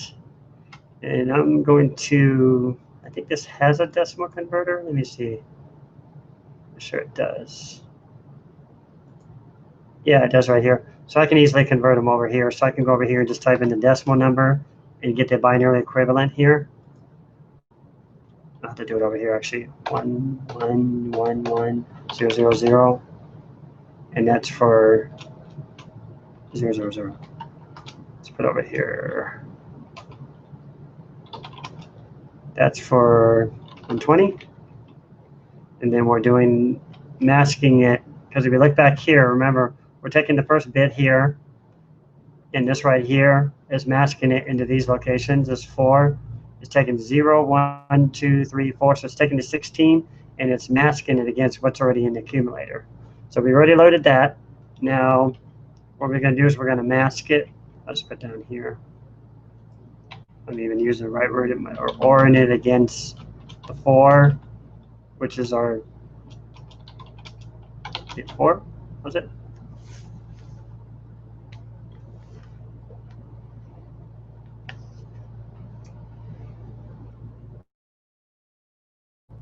Bit 2, I think. It's bit 2. I might have been saying 4, it's actually 2. Let's see. 0, 1, 2, it's 2. So you just count these 0, 1, 2, so it's bit 2. And then we're going to exclusively OR it against that value. So I'm going to put that 4 up there. And up here, you just want to change this to 4. And everything else is going to be 0, so it's going to be 100. I think I'm doing it right. 0, 0, 0, 0. I'm going to cheat and look it up in my book here real quick. Just make sure I'm correct here. There's supposed to be a listing of these in the book somewhere.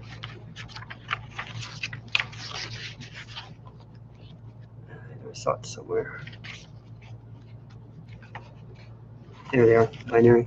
So bit 4 looks like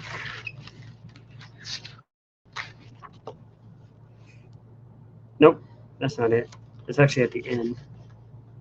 Very important to have it right. So it's 0, 0, 0, 0, 0, 100. So that's bit 4. Or 4. So it's taking 120 and oriented against 4 to give us the new results, which would give us our new number. I'm saying that right.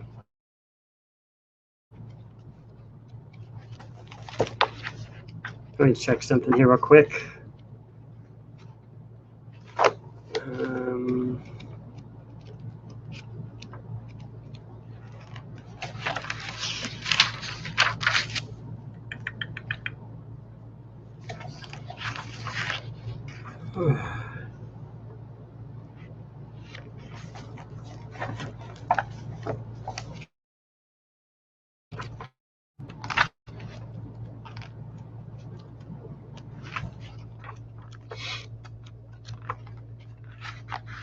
I just want to be correct when I give you this information, so give me 1 second here.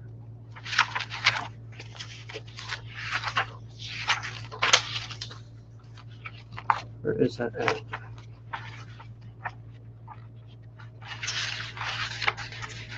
Here it is.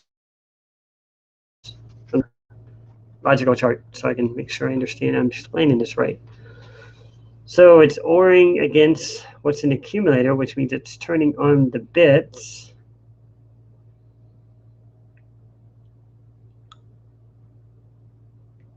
So and changes some of the bits to 0. I think that's where it flips them to 1s, and OR takes the 0s and turns them into 0s. Okay, I see it right there. So the 0s will be staying at 0. 0s would all stay at 0 like that. And I think the 1s.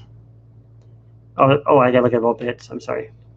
So I can compare these two bits. So 0 and 1. So we have a 1 and a 0.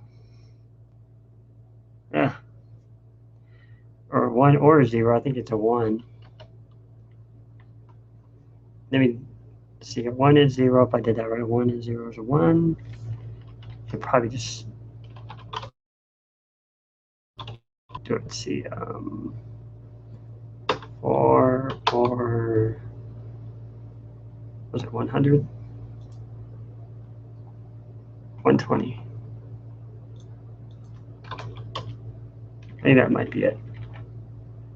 So let's go over here and look at 124 and see if I can get that to match what's over here. So that would be right. So flips this one to 1. Hopefully I'm not telling you this wrong. You can catch me if I am. So this one would be 1 since there's a 1 and a 0 here. There's a 1 and a 0 here, so this would be a 1. So if that's right, we got 1, 2, 3, 4, 5. And this has a 1 and a 0, so this would be a 1. Looks good. Yep, that's it. So this is how we get the 124. So this number, I skipped a number here, so this would be a 1, 2. So it's 1, 2, 3, 4, 5. 1, 2, 3, 4, 5. Yeah. So this is, if I've done that correctly, it should be going from 120. Let me just look up the 120 in my lookup chart just to make sure that that number is correct. I don't like the way C64 Studio does them over here. I think it does them from, was it like right to left or something? And I'm just looking in the machine language for beginners because all this stuff is actually, it's got all the binary numbers defined and everything. I lost the figures. And so 120 looks like, make sure I did it right.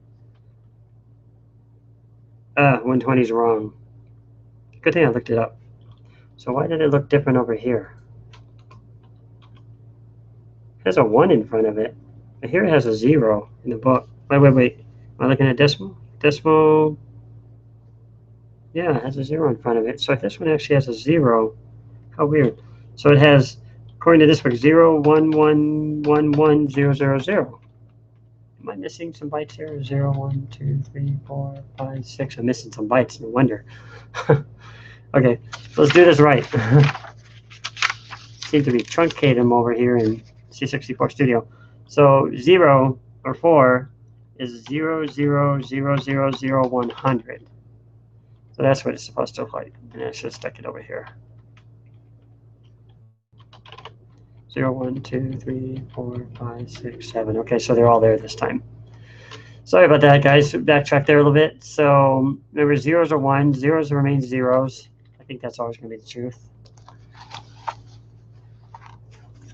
Just going to save my page here again. So 0s are always going to be 0s, and 1s or in with the accumulator are always going to be 1s. So this should work out. This is a 1.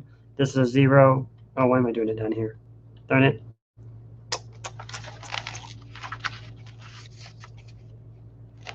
Let me just flip this. So the result, let's do it like this. It's like this is like you're doing mathematics or something. And this will be the sum, and this will be the result down here. So we know 0 and 0 is just going to be 0, binary. And 1 and 0 is going to be 1. And 1 and 0 is going to be 1. 1 and 0 is going to be 1. It's working. 1 and 0 is going to be 1. And 1 is going to be 1. And of course, 0 and 0 and 0 and 0 is going to be 0, 0. So that should be correct. Ah, I finally got it. Oh, wait. Am I by digit? Okay, I'm going to check my number down here just to make sure I'm using the right number. 124. Matter of fact, I think I'm going to put this number in here just to make sure that this is correct. And this is only one number it did so far. Putting out bookmarkers here. So what we're doing is we're taking that 4 and the 120 to come up with 124. And when I look at 124 here, what does it look like? It shows 0, 1, 1, 1, 1, 0. Let me just double check that over here. 0, 1, 2, 3, 4, 5, 1, 2, 3, 4, 5, 0, 0. Yeah. Why does this look like this? Oh, I got 120. This is 124. Ah, there we go. I knew something was wrong. I was like, okay, I'm losing my mind here. So this is what it's just in sound bytes, and it's going to take all these numbers here, and it's going to OR the accumulator. So there's a 120. We know there's a 120 in here, and then it's going to OR the value here. Where's it at? Right here, OR the value of 4, and it's going to, turn on bit 4. So 0, 1, 2, 3, 4. Well, it's turning on these bits right here. And this is how to calculate, and this is how you get the results. So another thing I can show you, where am I going to put this at?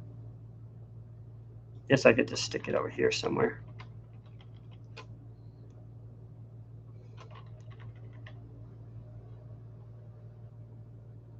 I don't want to screenshot this. I'm going to lose my header example. Oh, well, we're not using this one anyway. We'll just screenshot this for now to save it. Aside for a minute and go back over here.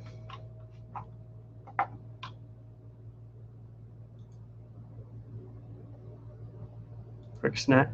So that'll reset it. And if I can copy these over here. Nope.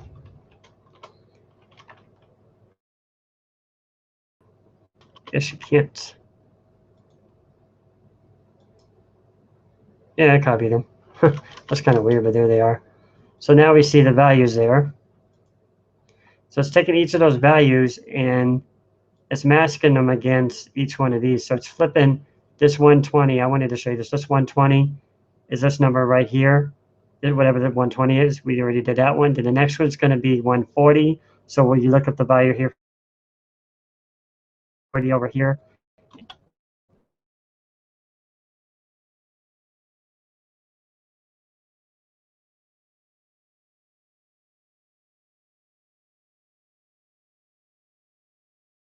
So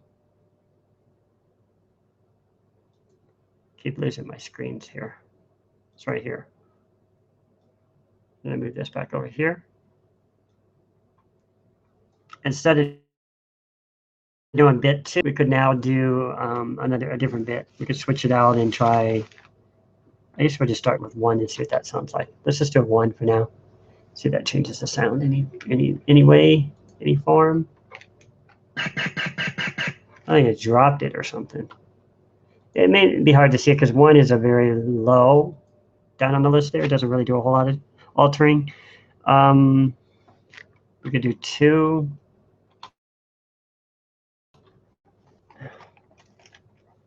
Let's see. Unnoticeable, I guess. Am I changing the right one again? I certainly hope so.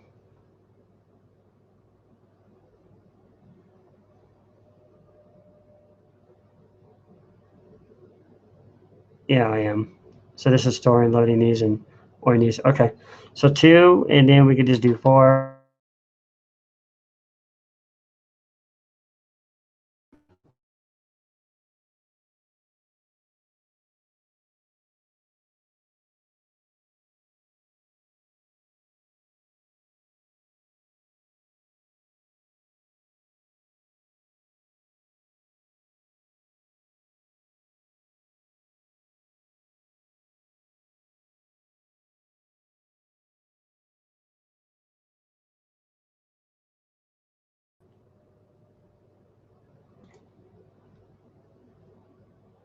So the next thing I'm going to do is go down here, and I'm going to order these with different values from what we have up there, and maybe do like 16 down here or something. See if that changes, because now we're slightly variation. There's a slight variation going on between the voices. So if I've done this right, it should sound like an echo or something. It's kind of hard here. There's a SID.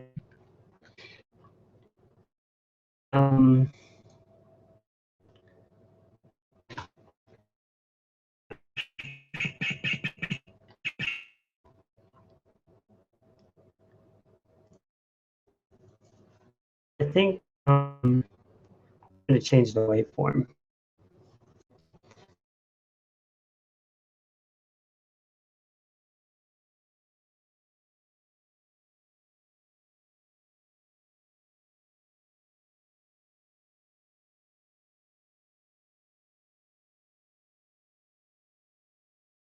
Again. So I'm looking at this again to decide what I'm going to do next. So I'm using 54, 275, 276. I'm using those. Yeah, right here. 75, 76, or 74, 75. So 8, 0, and 8.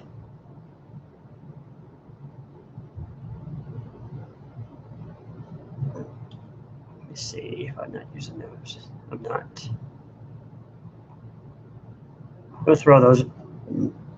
I guess I'll throw those in there. Why not? Guess we're going to stick them in here maybe.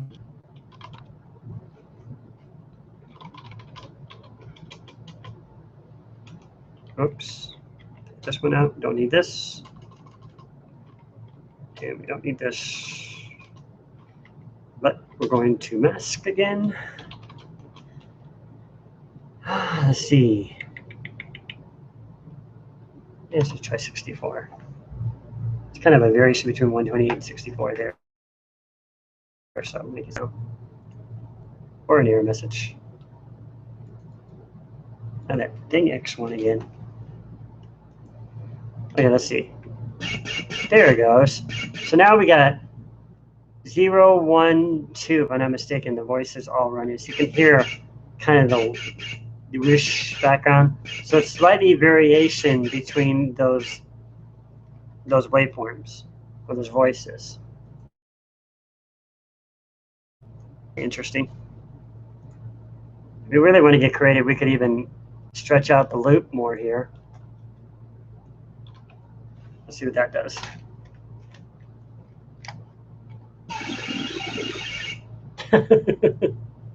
What did that sound like? That's wicked.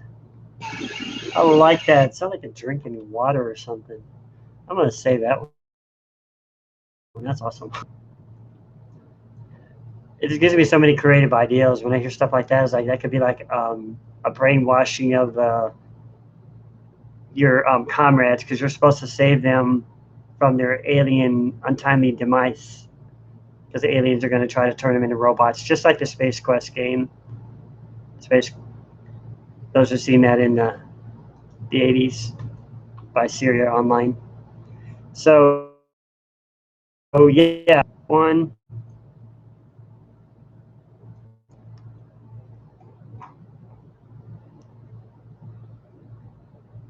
I don't know if I need this one. Yeah, I guess I could just save this one. These are be my default one, and then this one's going to be like a brainwashing. I said brainwashing.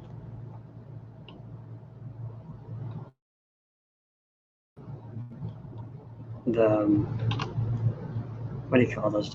Commanders or whatever. Ship commanders. I mean, lieutenants. I don't know what they're called, but I like that sound. That's kind of cool. Brainwashing. That's a wild sound.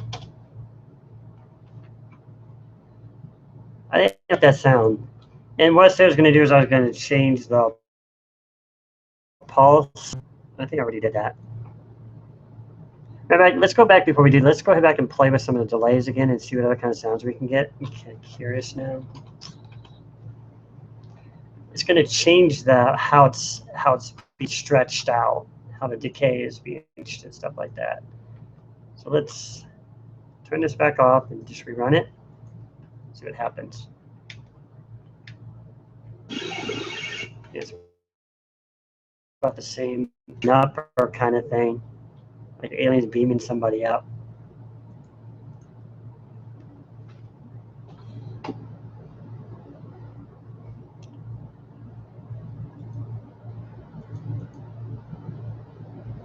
I don't want to change these because I think these bytes are pretty good.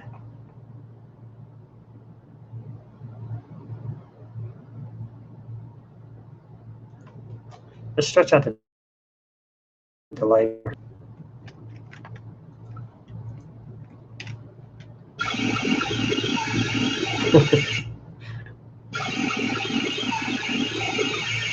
That's wild.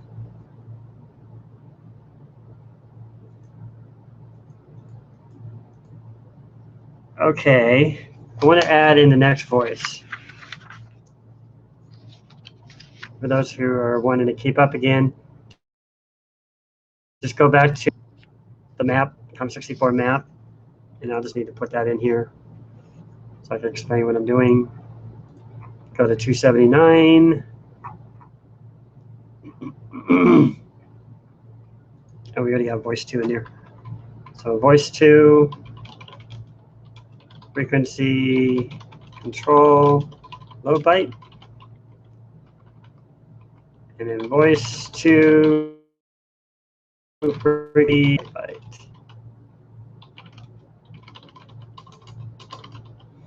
Okay. Now, let's go on to voice 3. And we're going to alter that too. So it's stored in 286, 287. I'm going to cheat and copy some of this code.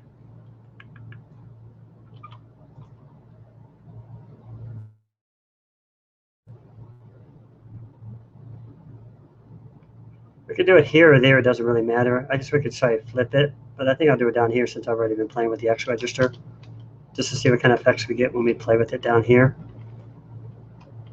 You have to change this to Y because you're reading into Y register this time. And we're going to try 64 at first and then see that. As a matter of fact, is that already up here? Yeah, 64.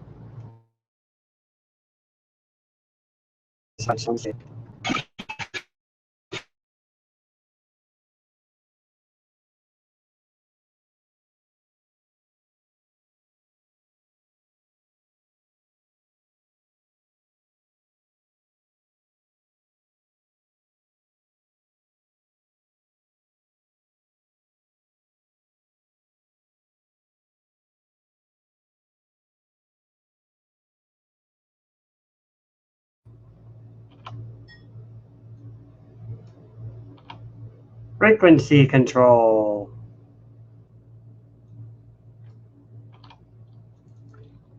Let me just double check. I keep hearing this tinking again. Make sure my Google Hangouts isn't going bizarre here again.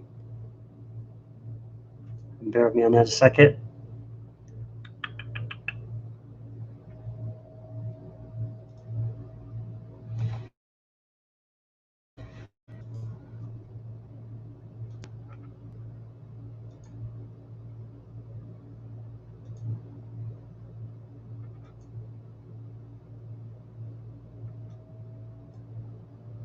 Check. I keep hearing this tinking again. Make sure my okay, looks good here.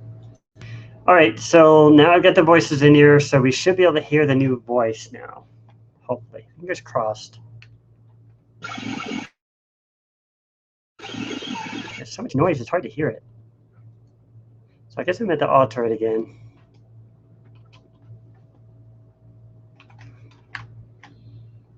Unless there's something I'm not setting with it.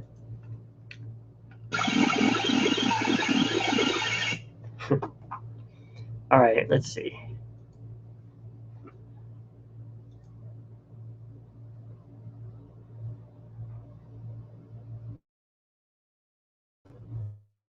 I need to do. So let's go play with that.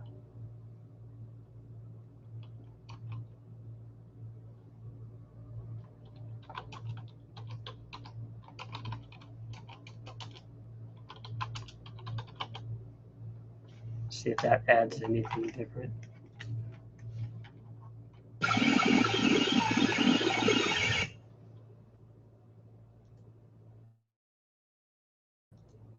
It's slightly changed or not. I don't know if you guys can hear the change in it.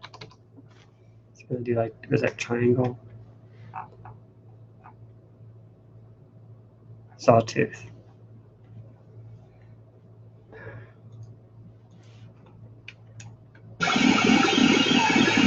It's been drowned out by the other voices.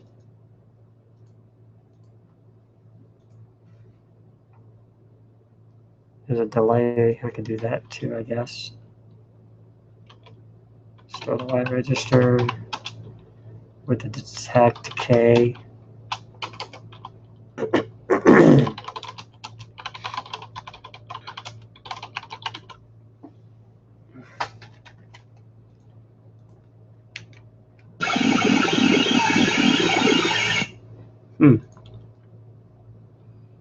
It's drowning it out somewhere.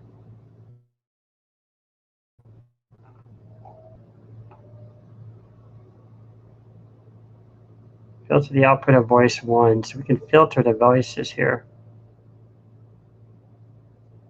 We can change accordingly. So we can change the voice by these bits. Let's try that. Why not?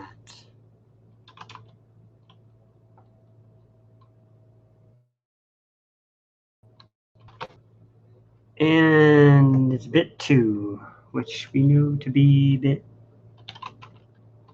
4.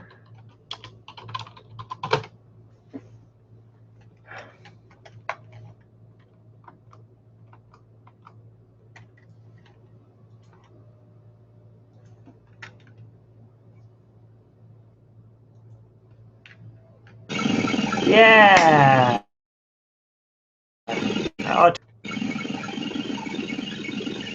I'll be right back, guys.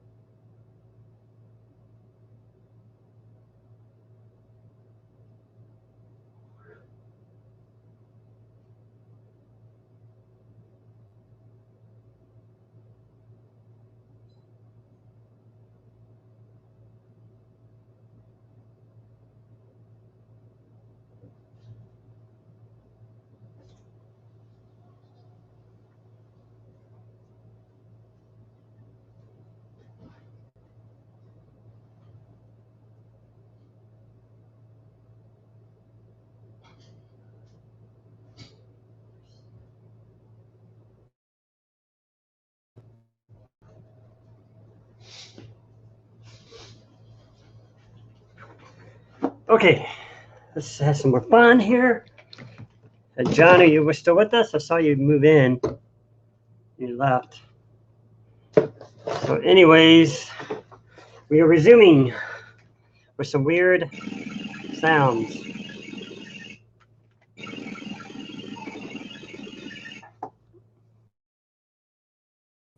Closer and closer to what I'm looking for. Okay. So we changed it to bit 4. Now let's change the low pass. Let's change that to, I guess, the high pass. Bit 6, which is 64.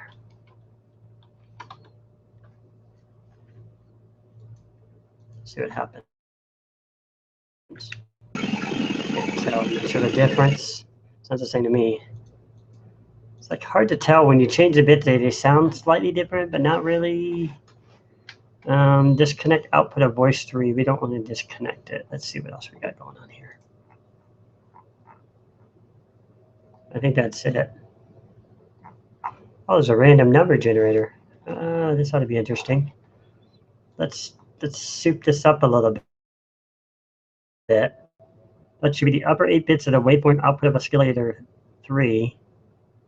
Type of waveform selected. Start 0 increased by 1 to a max 2 bit event to start over 0. That sounds interesting.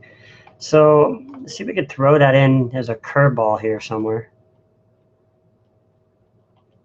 I think you might have to set the random noise waveform or whatever, but we'll try it anyway. Just to see what happens. Oh, it's on oscillator 3. It's not on this one, is it?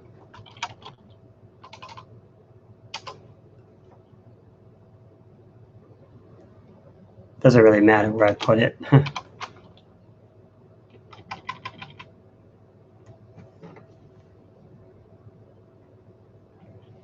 Actually store it in the Y register. So we can slightly variate it.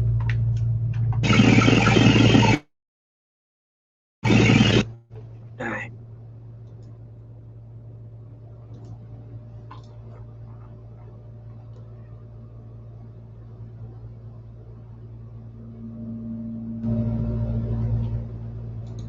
We're still moving on to some weird stuff here.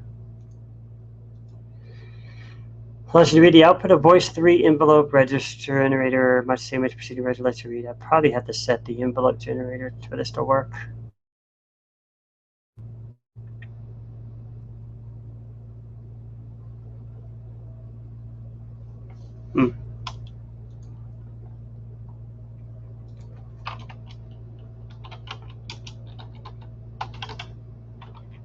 Maybe we can mask it again.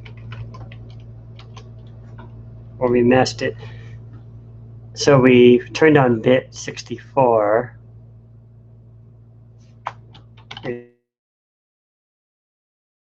you turn on the other bits? Doesn't say anything about that. See if that changes anything. Slightly changed a little bit.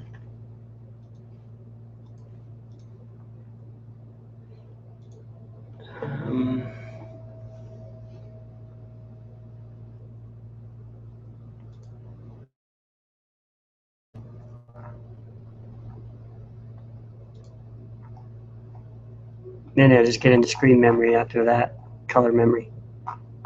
It's interesting how the game paddle is like in the center of that.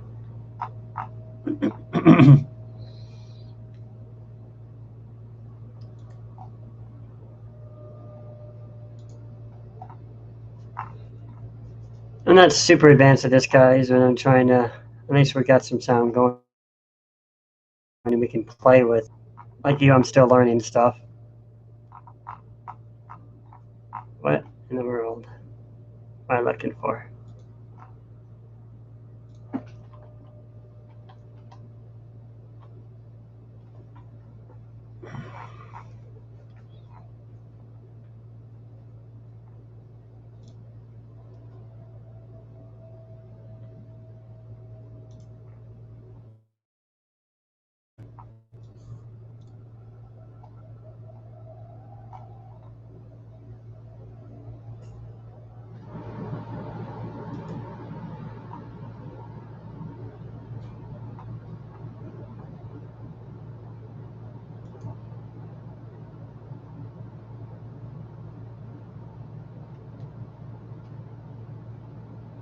I knew it had a 65 in there.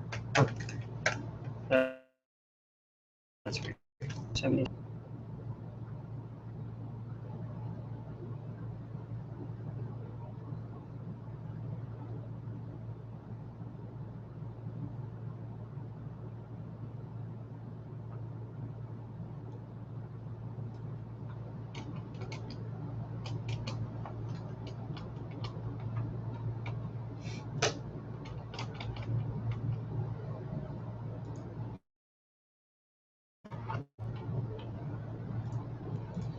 All right, let's see if we can alter voice 1, which might be causing more range. 54 to 76.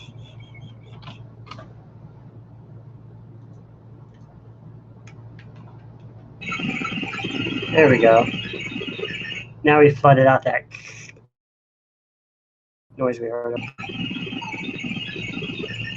We can also reduce the delay just by changing our delay register again, which I think is kind of long right now.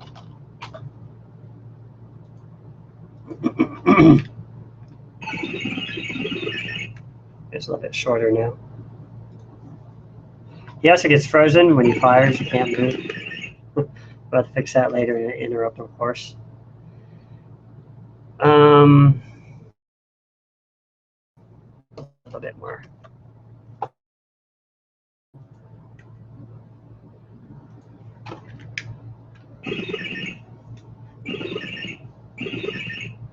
Maybe just a little bit longer.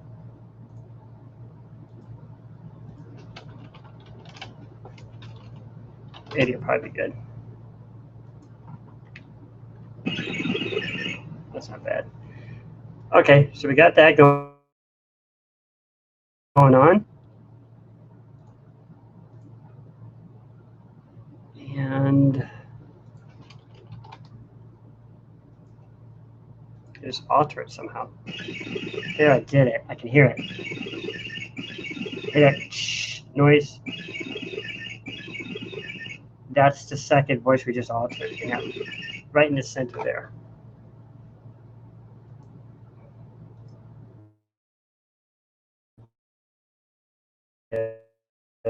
Voice 0.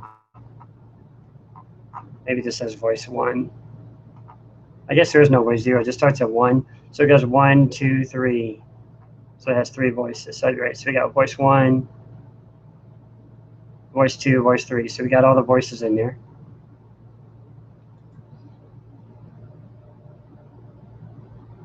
So we need to probably go ahead and start. What we're also doing is we're sites and we're changing the registers. I could probably do something like this too. Let me see if this will affect anything if I just switch one out over the other.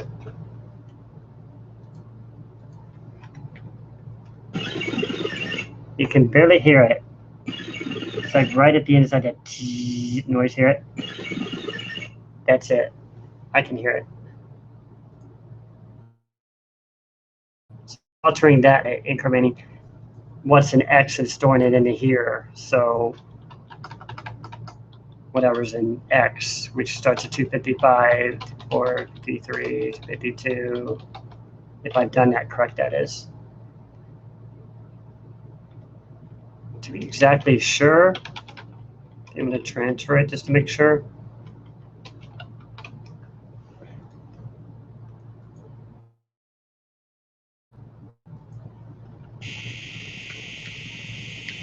It crashed. It changed the sound, but it crashed. Did I do that wrong? I thought it was TXA. I know it is. Not sure why it crashed. There it goes. So we just, now we're putting in that X register. So now I can do this the Y register.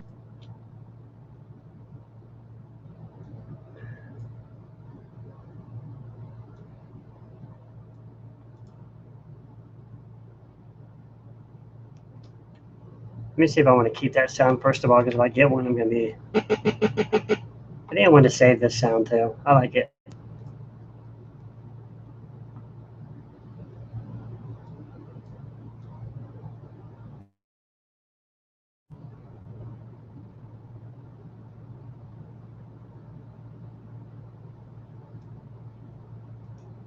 I got laser sound too, I guess.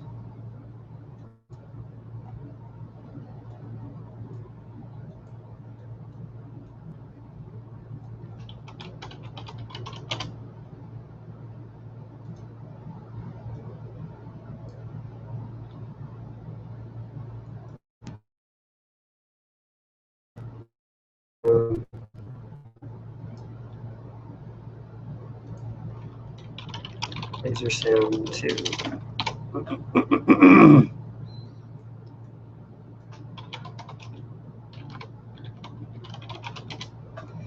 Okay, I got that one if I need to refer back to it. Now we're going to go in and we're going to transfer the Y register to the accumulator and pull it back off the stack so we can alter the Y. And which byte did I do? I think I did the lowers at the high. I did 54,273.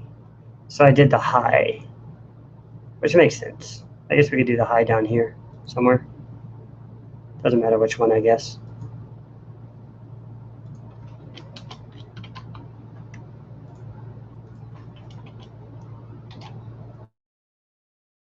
Oops, almost.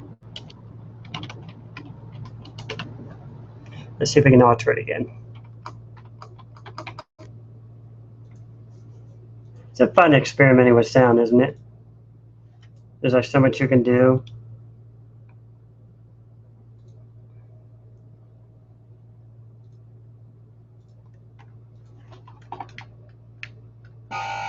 Ah, it didn't freeze on me again. I think it froze. It freeze.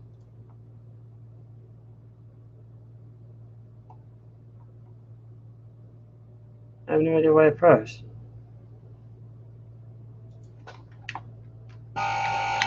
It definitely froze. All right, let's see here.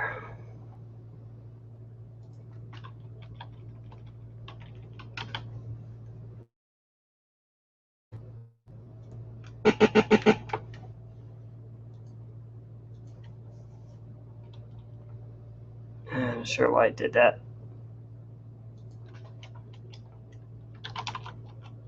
So we could mask some other bits, maybe, or some bits.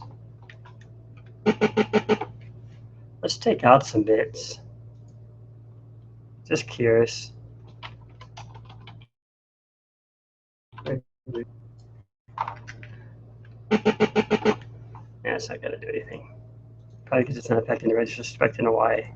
We need to put this back to A.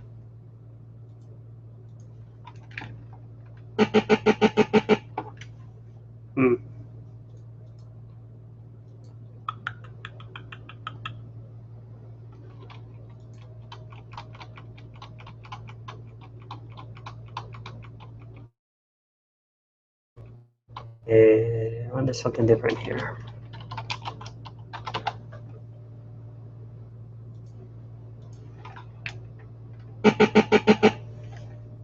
Where's that dang voice at?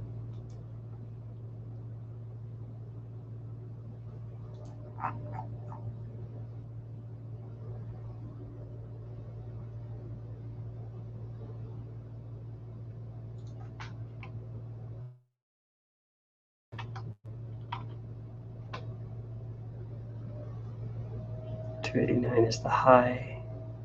Wait, where's my high? 87 is high. Wait. I did this wrong? It should be 86 and 87. What was I doing? I was using 7. I was using a high byte and a low byte of another one. How was I mixing in a voice? I shouldn't have done that. 6, 7. That might be a really weird sound. Maybe not.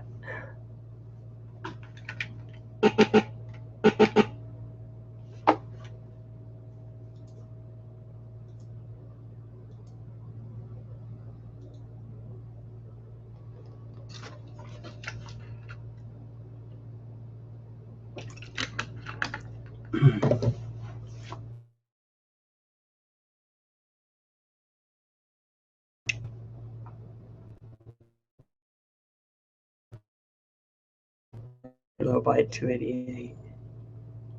Let's throw those in for example. This. Yeah, 7 bytes. We'll use the originals this time. 54, 288, or 289. Instead of masking them, let's just use the original voices. Yeah, it's not going to affect anything. 288's pulse waveform, probably because I don't have pulse waveform set.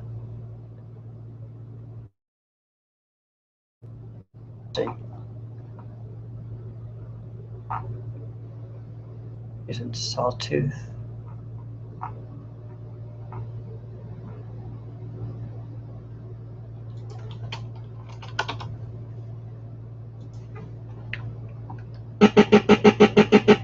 It just changed a little bit. You can barely hear it.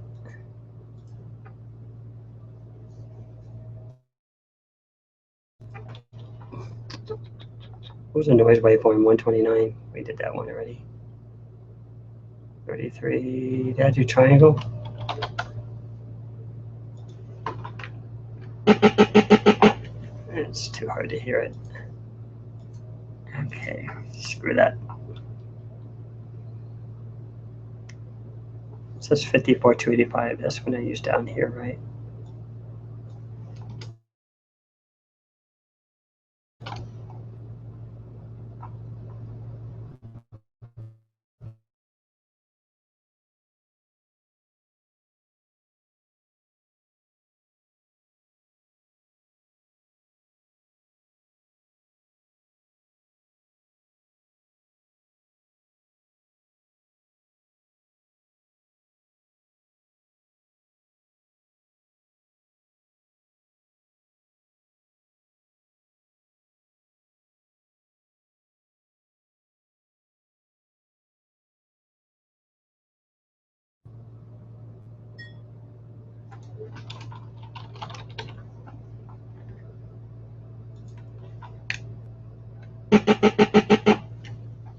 Still hard to see the difference.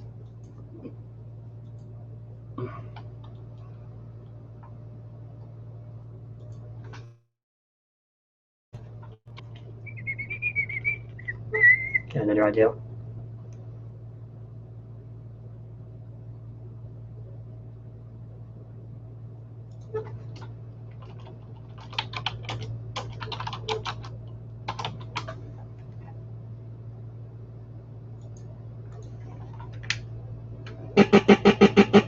I just changed it. I'm adding 32 to it now. So it's in the voice mistaken. Oh, that might set it over right there. Hard to tell. We can also shift the accumulator and multiply it. I think then we'll divide it next to get some weird sounds. Multiply it by 4. It's hardly noticeable.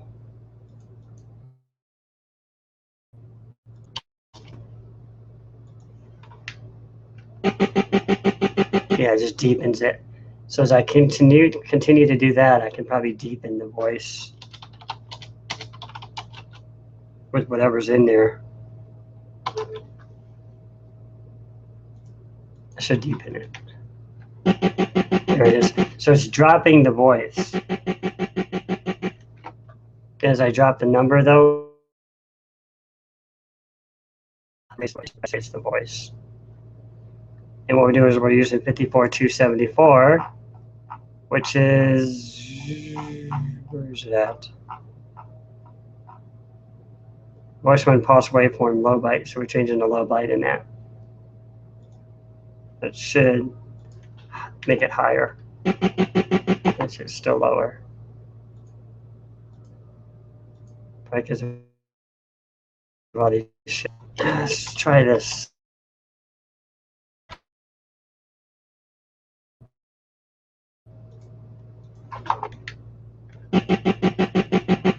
Unnoticeable. Not much of a difference because you're just dividing it. That makes. Let's see. Shift left. 255.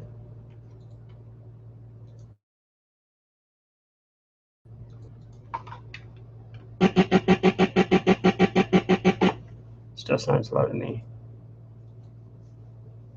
Sticking them in the high and the low bytes.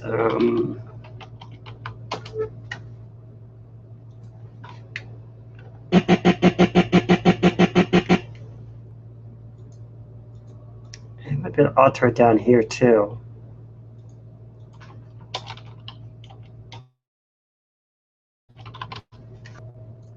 Change the voices. You can barely hear this in the center. You have to have a good tonal ear to hear that. Not that I'm the greatest as a tonal ear, but I've been play guitar for many years, so I can hear variations in sounds.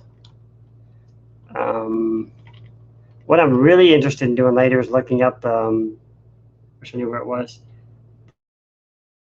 the musical music, which essentially I'll get to.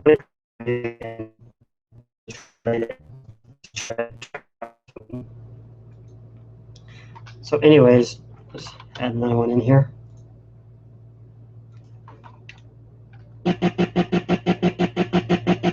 It's got like an echo in the center there. So we could probably go in and change that waveform, and I think that might shift that voice. I think I'm going to need 2 of these. See if is voice 3.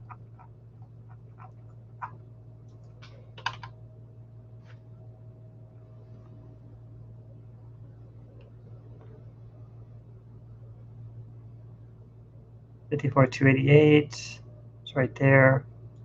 So I should be able to change it by throwing a byte in here somewhere. Which one we haven't used yet.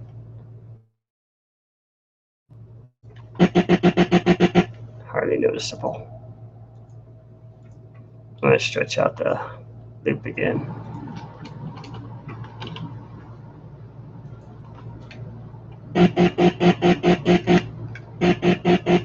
There you go, 8%. Kind of like a phone off the hook. Doesn't it? That's wicked.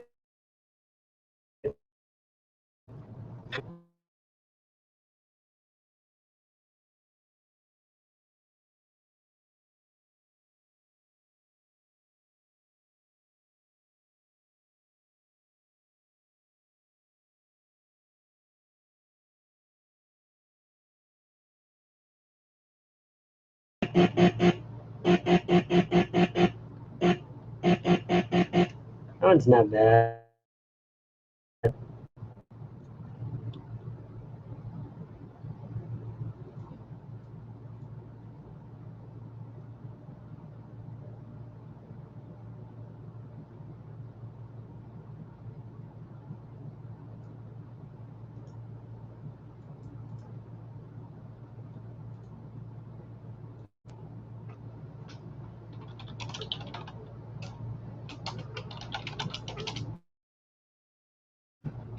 Keep saving them.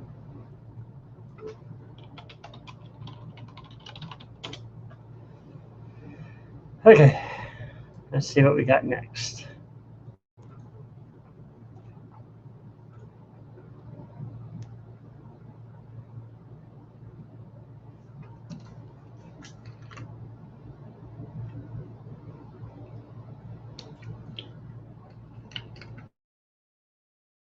Filters.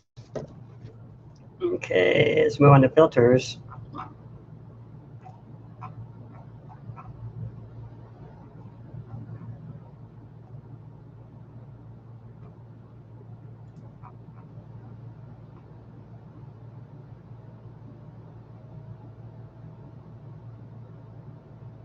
Over 294.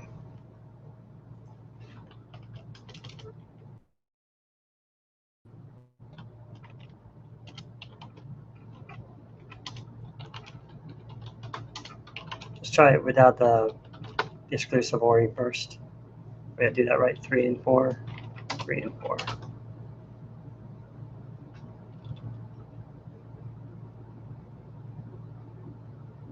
think that's right.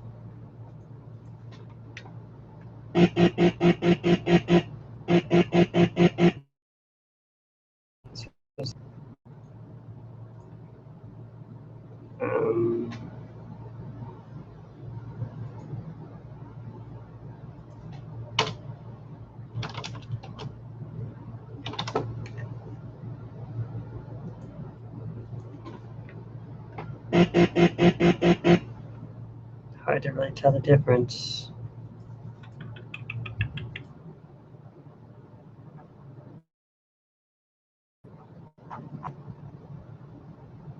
Low portion of filter cutoff frequency. Filter resonance control level. That's this one down here.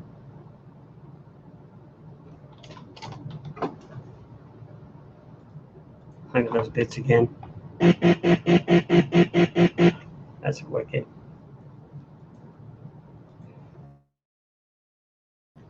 Okay, let's try something different.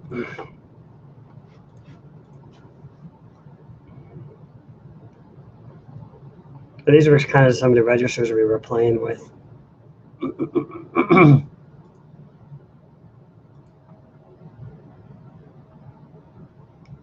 Locomotive. Let's see.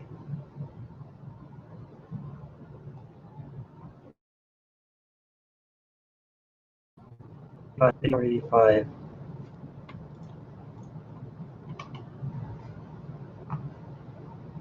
Attack decay registers.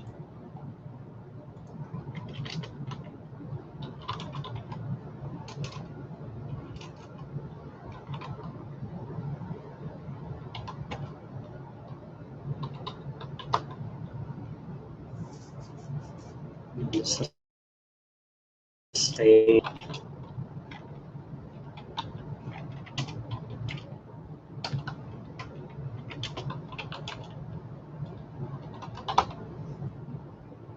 It's kind of a weird sound to get with that.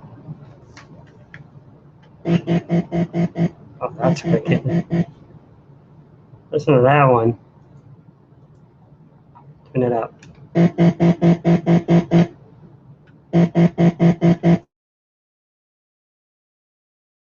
There you go.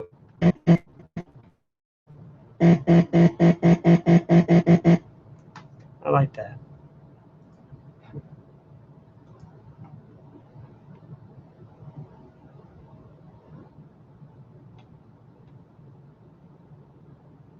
$84, $85 set bits.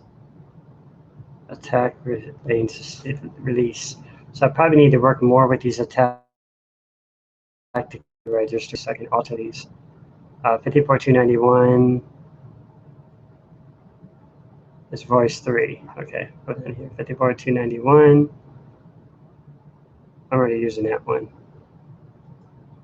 I just set it to 33. But what if I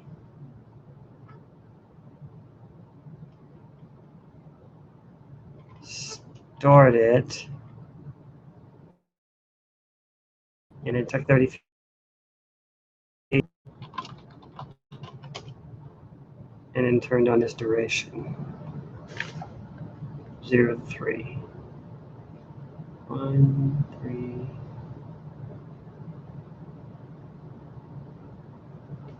Seven.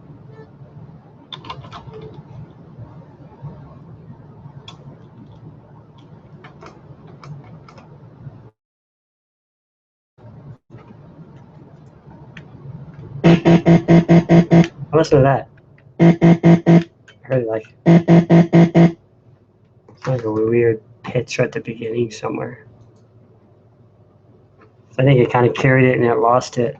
Maybe because I have to raise it again. There it was again.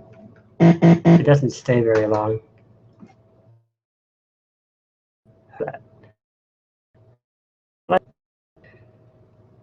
Stretch out the Y a little bit, I guess.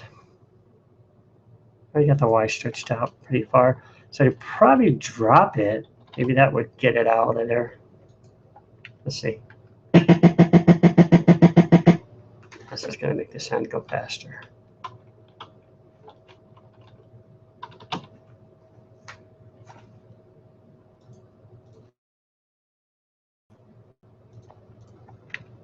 There it was. It doesn't stay. How do I keep that to stay?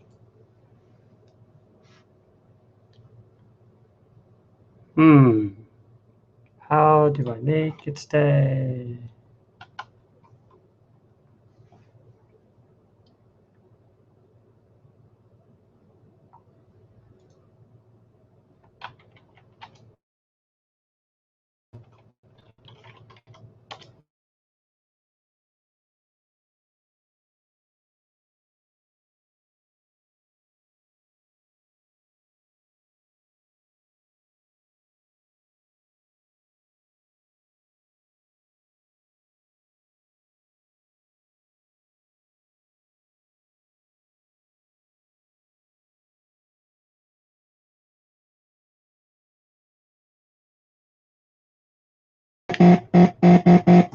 You barely hear it at the beginning, and then it drops off.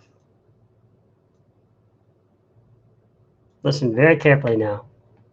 You hear my that little sound, and then it disappeared. So if I could expand that, I could probably make that sound a little bit longer. Let's see, there's a sustain and release. I'm using attack and decay, so I probably need this sustain and release.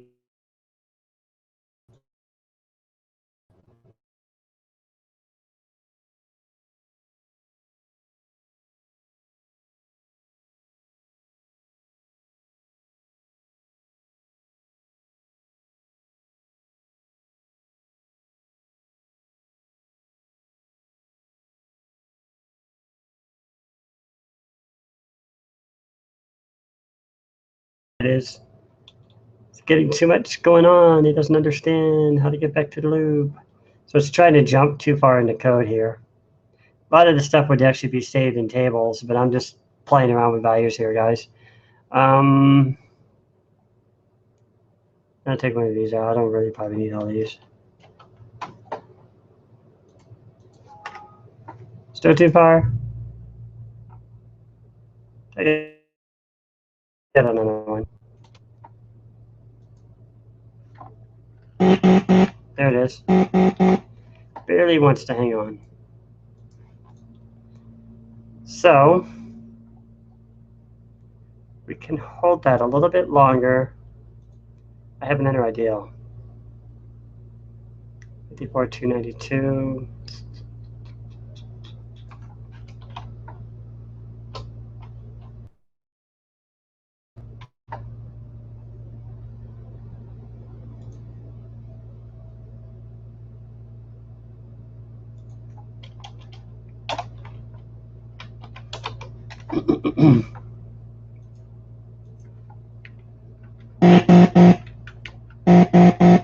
Never wants to come back. I'm going to stretch out the voice again, I think. Or the length of the loop. No, I already got that as long as I can take it. Let's drop it down again, I guess. Too fast.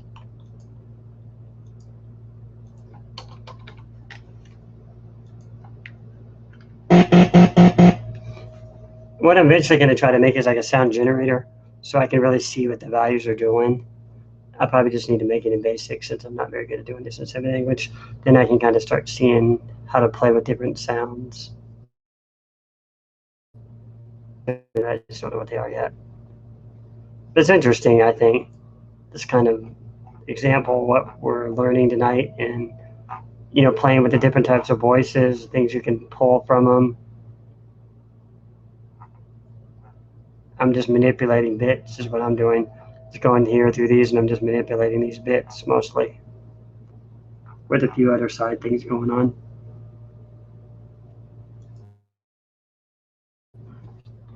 Let's see.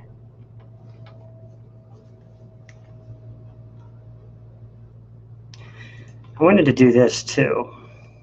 Probably going to jump out of range again with this loop, but I wanted to see if we can mess with the volume a little bit. All right, let's see. Where's my loop right there?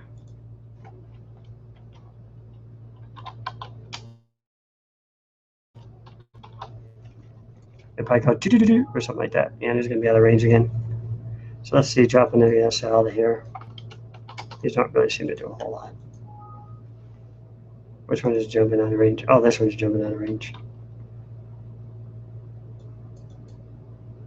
So now it's this one it doesn't like. Take out another one. Still too far? It's going all the way up here. If I can just throw these out.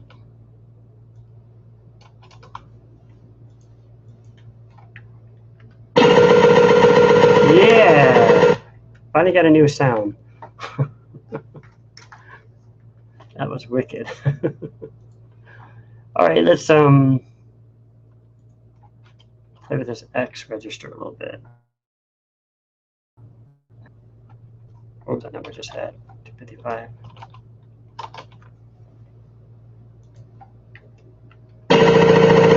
Yeah, I like that. Getting closer to our laser beam. So new sound to save.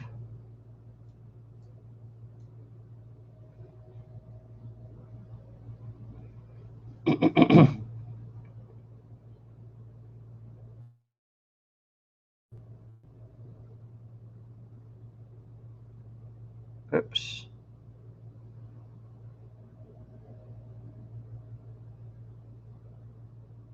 I went too far.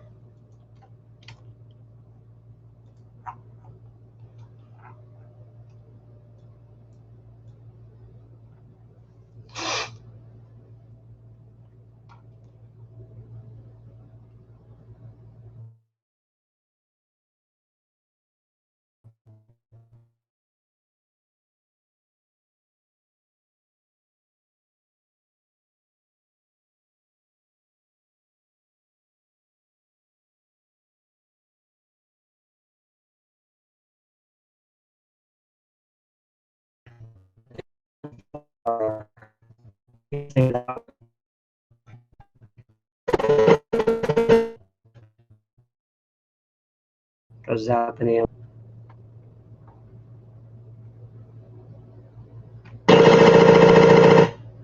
I like that one. So I think that's awesome. So it's changing the volume. As we go through it, we could switch the volume in and out again. I'm gonna run into that branch range again here, but I'll see if I can do it and play with the Y register on it. We'll probably alter the sound a little bit again in variation register. Maybe, fingers crossed, we'll see. I'm curious to see what it's gonna sound like. Yeah, I knew it was gonna do that. So these are too far to loop this thing back.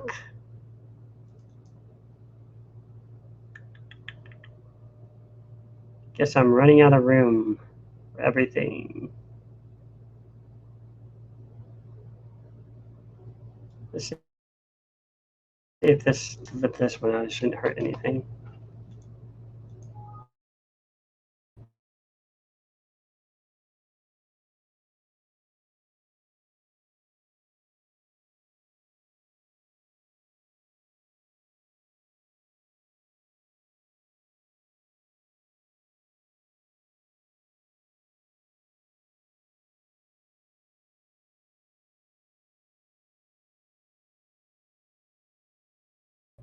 You probably normally wouldn't do all these at once like this.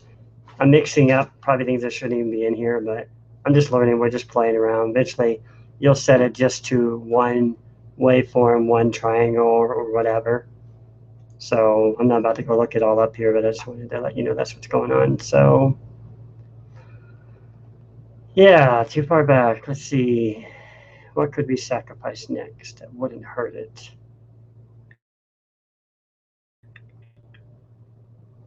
Might be able to throw one of these out. It might not change it much. Matter of fact, that's a repeat. No, it's not. It was masking. I might need that one back. I hate to sacrifice those. So pulse waveform, frequency control. Let's go look these up real quickly, and I can see which ones I should keep and which ones I should probably trash. I wasn't doing a bad one here. What you always want to document, especially when you're doing with a sound. Filter cutoff, frequency, high byte.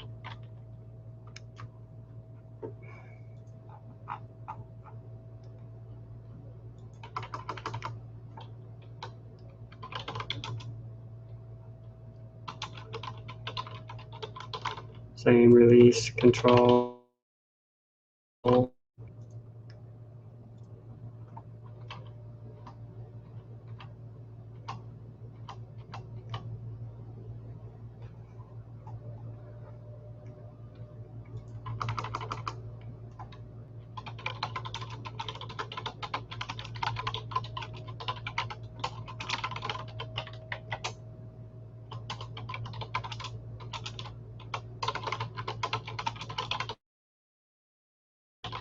Right. Okay, let's see what this puppy's doing down here.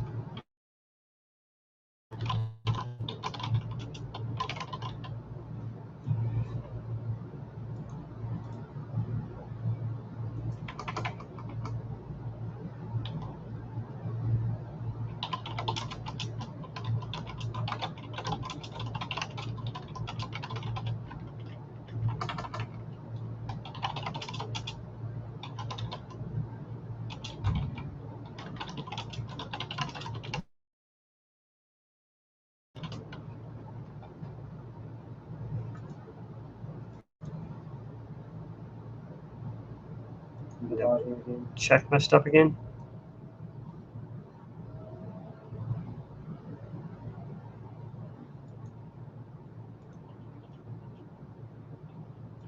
And good.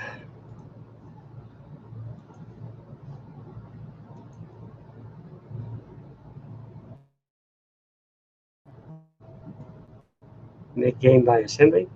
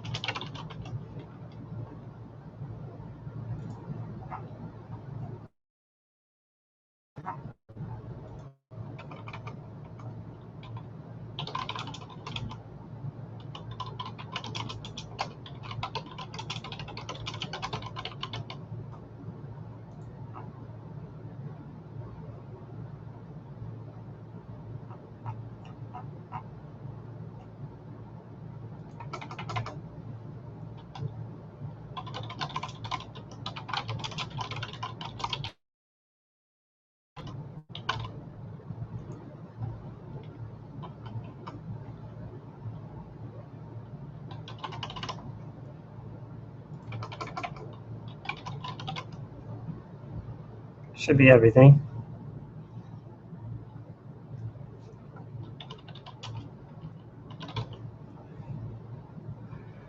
Okay, let's see what we have going on here.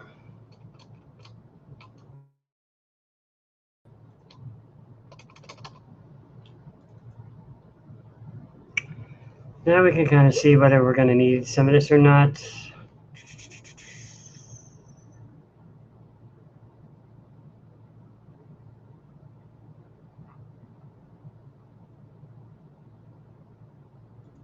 I'm just going to uncomment a few of these. See what that changes the sound.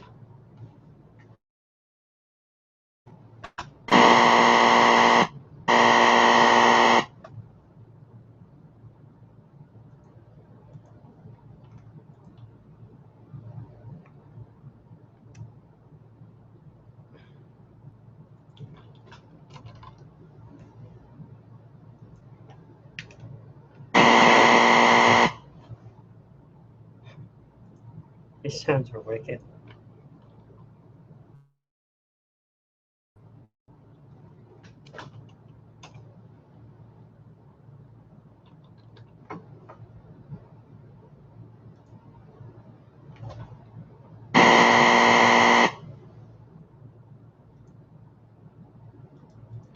Hardly noticeable. What if we did this?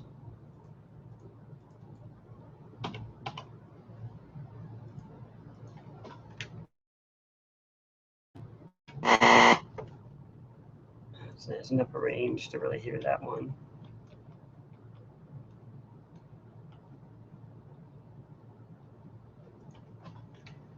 I heard it in there that time.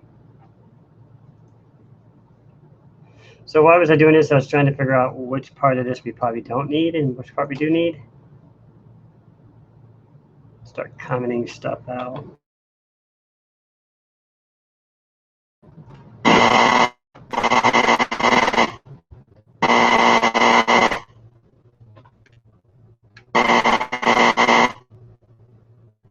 But kill some millions.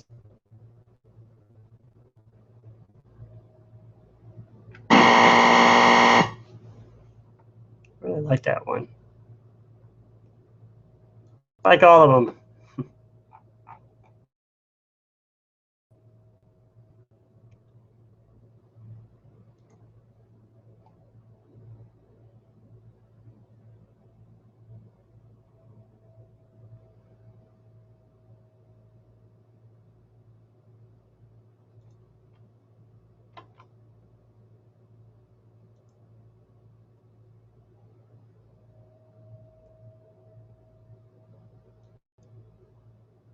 So I made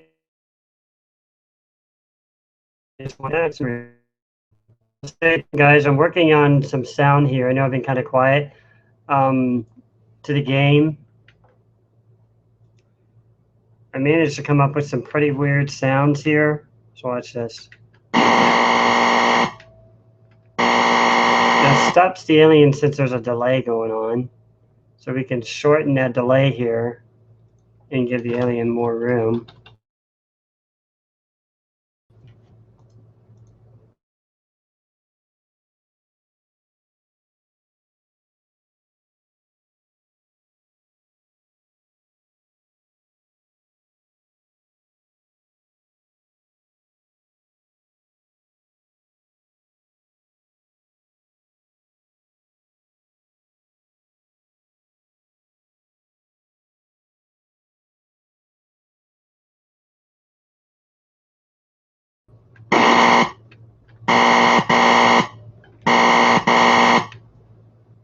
What do you guys think? I like that one. Is that when I go to a new room, it changes the sound?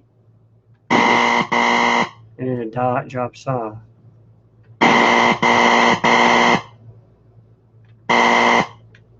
And zap this alien.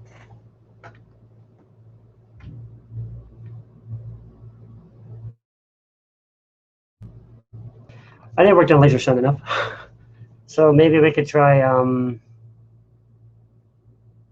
playing with the other sounds and try to let's see what kind of sound. There's a water sound.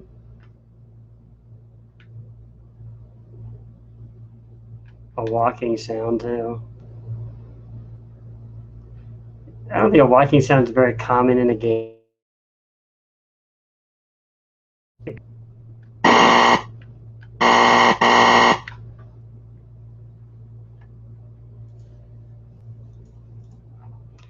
And the other thing I want to do is play with these bytes too.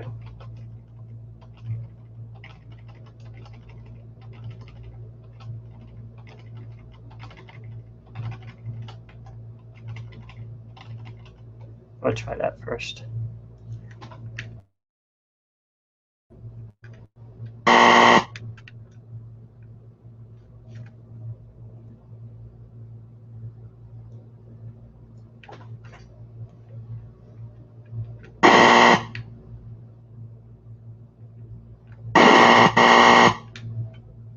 And beam me up kind of sound or something.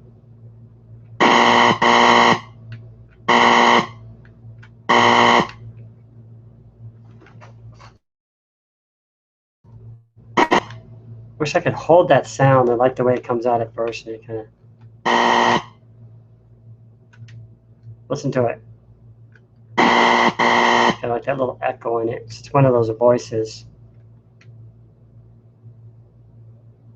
I think it looks good so far. It kind of looks like a spaceship. Fix the walking part, of course.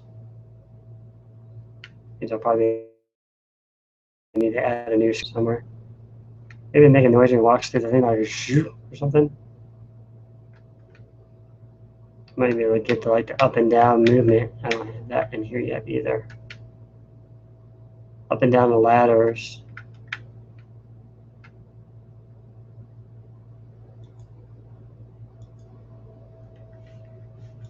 I played with the sound enough. So let's try something else here. I think I'm pretty satisfied with those sounds.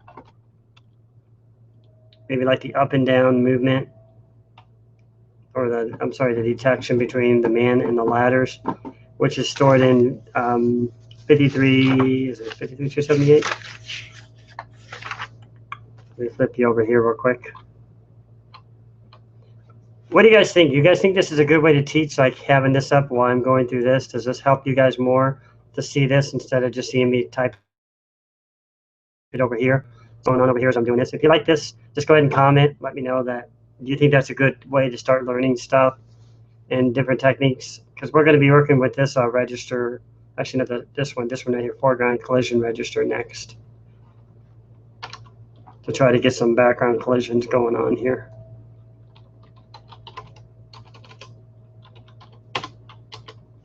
I don't have it working anywhere.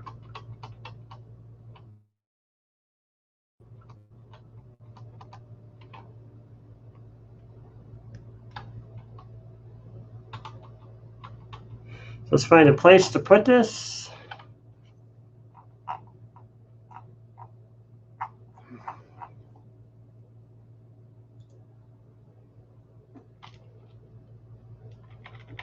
This right here is a good place. And then we'll call this player. Basically doing these colliding with something. Like up here, say player collides with ladder, collider, or something like that. Then you have to detect it by checking this register.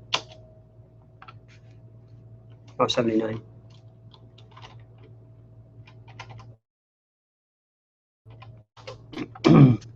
And you see over here, it just tells you which sprite's colliding with what. Now we're sprite 0, so we want to set this to 1 to let him know that he collided with the background.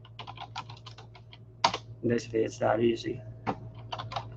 You could also set this in a table to make him collide with multiple things at one time. Instead of just checking this, I can make him collide with the ladder, or whatever's on the screen.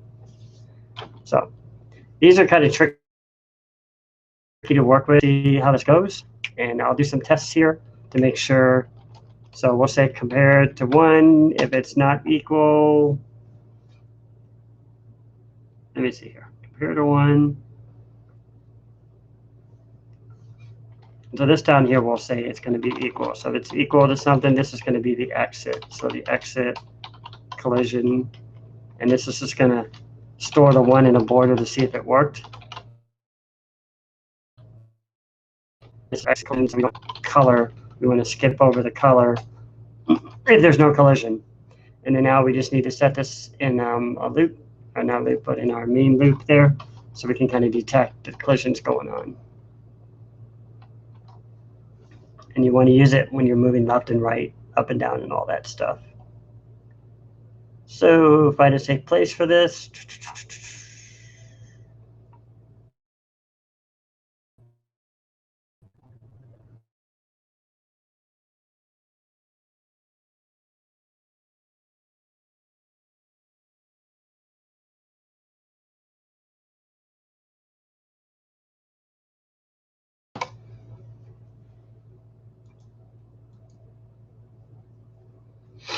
now remember, we're looking for a white when he's walking around. So far, he hasn't hit anything. Doesn't matter. Okay, so this one's already changing white, so I need to make sure I turn that one off, or it's not going to tell me which collision it is. I had an earlier check in there for something else, so.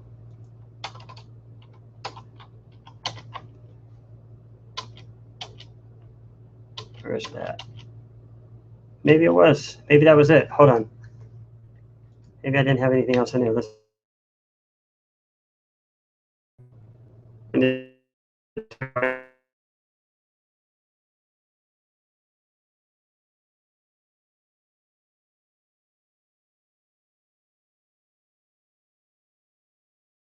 Very beginning.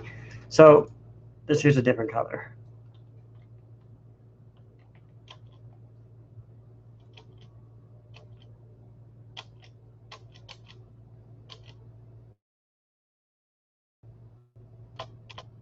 Passed it up.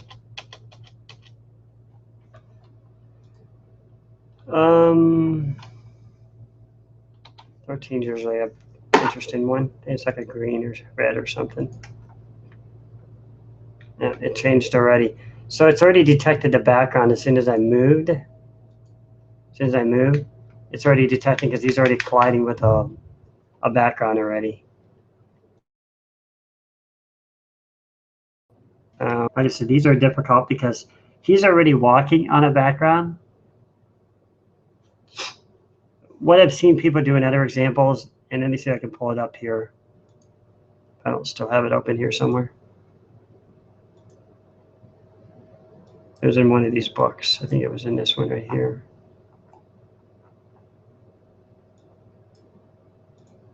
This one right here.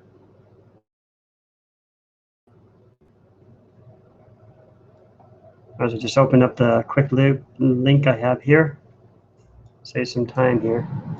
So it's this one right here. The 40 best machine language routines for the Commodore 64.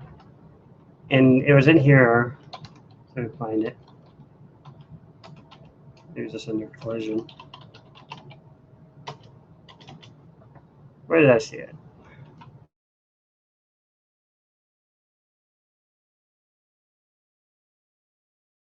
Quick.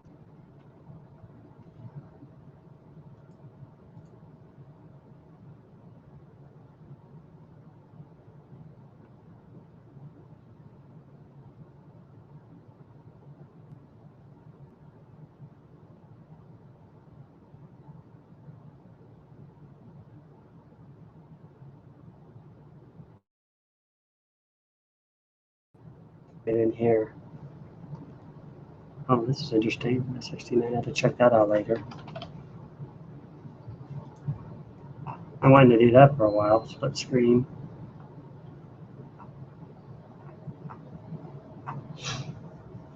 But anyways, let me go back to some of these other ones here. We'll probably call it a night. Was it this one?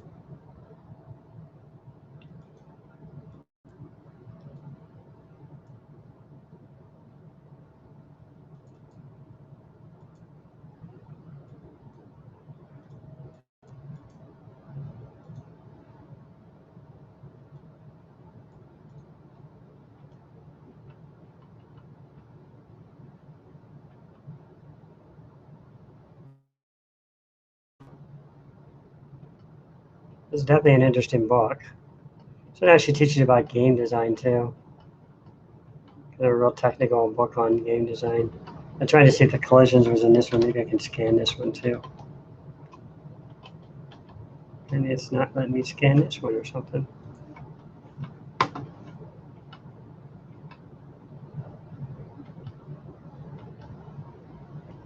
I may have to do this. Let's see. D01E, let's see. Nope.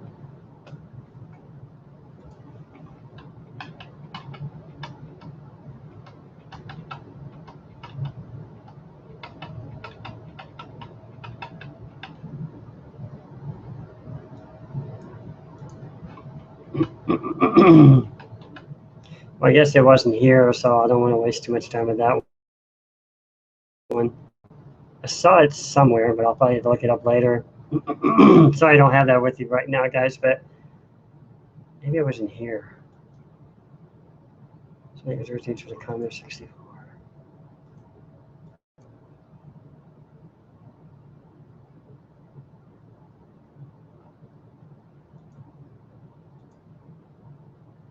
Trying to see if I had that one in here or not.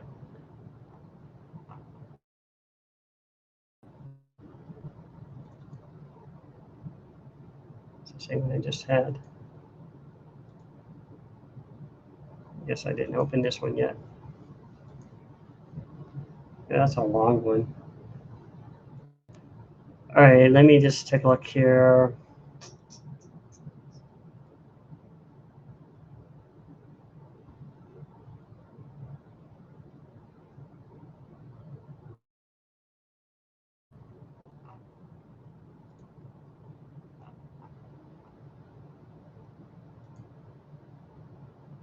Maybe I can get it quickly on Lemon here. Log in, enable search. Where are you logged in? I already logged in. I don't know why they're doing that.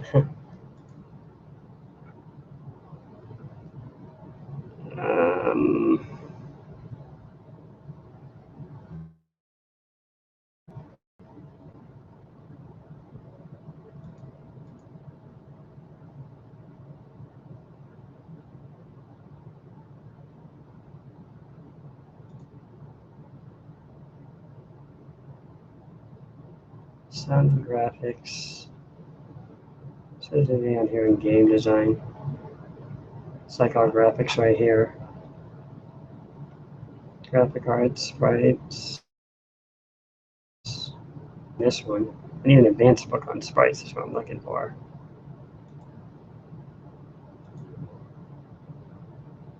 So it's a little bit shorter than that one.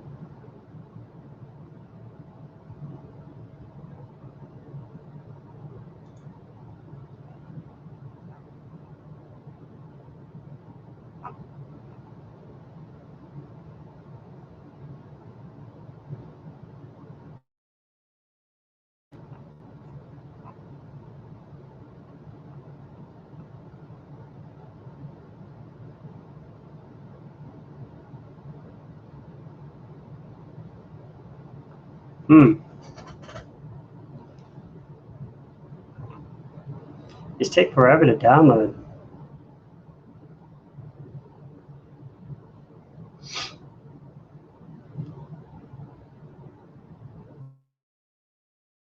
Okay, so there's a sprites one. Let's see if this has got anything that could be useful. And there's the other one.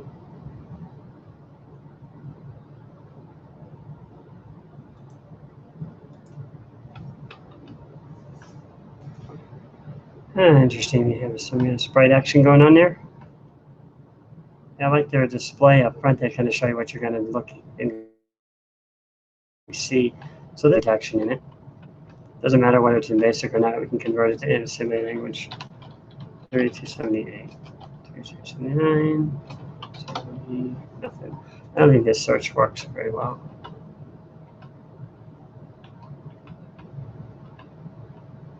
This looks like a good book.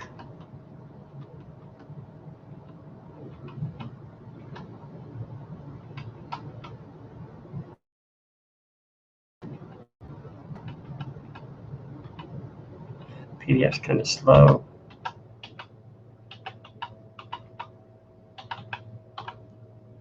about sprite collision? Choosing color your sprites. No.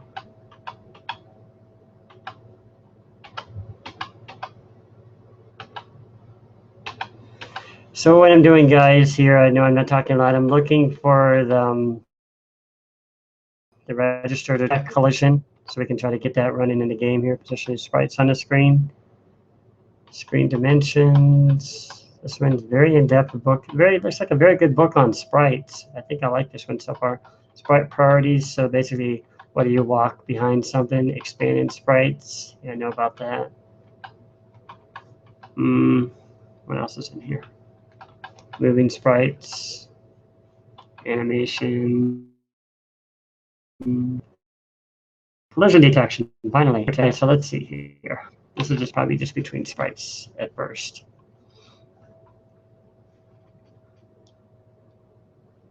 V plus 30, we need V plus 31. It looks like they're not going to collide with the background. Yeah, they're just showing that kind of collision. Let's see, multicolor mode. Yeah, I think that's about as far as they go. Let me do a quick Google search here. That'll narrow it down for us. Meantime, make sure nobody's trying to ask me a question. I'm going to keep track of that.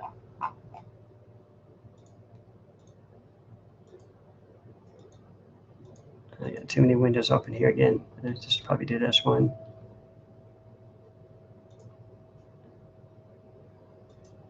Hey everyone, yes, we are live now, as I can see here. Come on, I switched it over.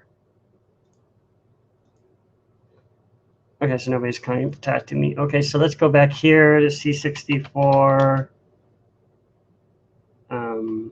Sprite. What is that? Background, foreground, collision.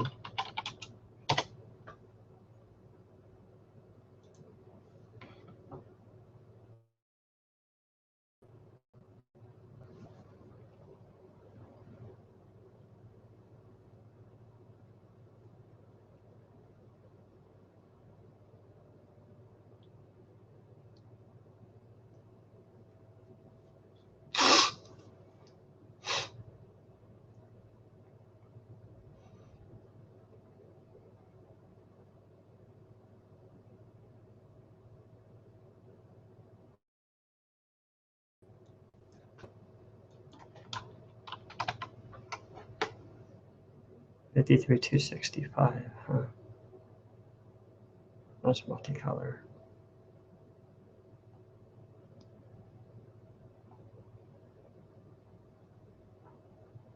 Yeah, way off topic here. What about the collision? Sprites versus background mystery.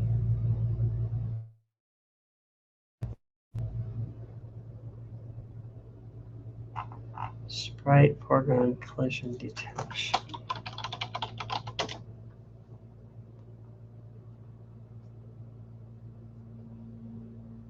Background collisions. Here we go. Maybe this is it.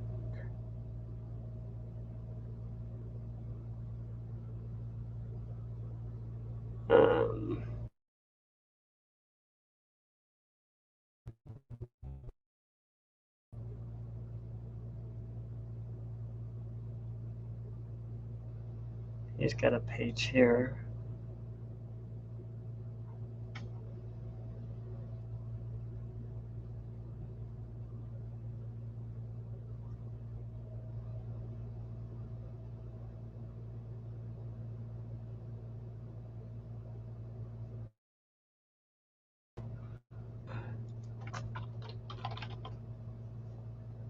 D01.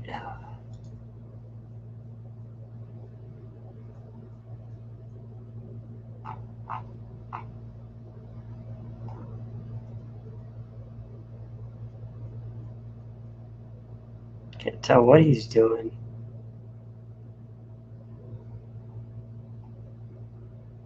So Sprite 9, empty line higher.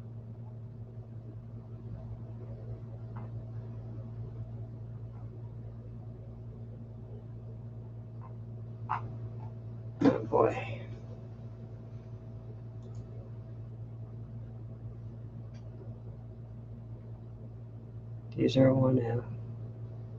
Compare it to 1, exactly what I have.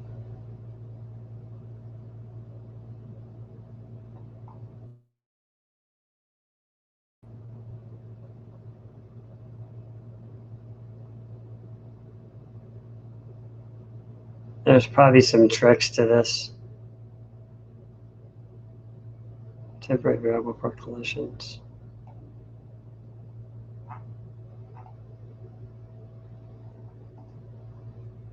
So I'll probably need to make a map overlay or something like. I read about this. I'll show you what I mean. The player's walking around the map here. This is probably a bad example here, but as he's walking around the map here, it's going to figure out what's going on in this tile, what's going on in this tile, what's going on in this tile, and so on, and map it back so that you can kind of, scan the map to figure out what he's bumping into. I think that might be how they do a lot of this stuff. I read about an article on that. So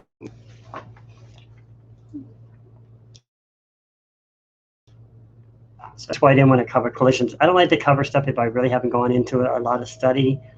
I had a little bit of background on the sounds, so I was able to get that moving a little bit, even though I didn't get it as far as I would like to have. But at least we got the initial goal was to have a laser sound, and I did accomplish that.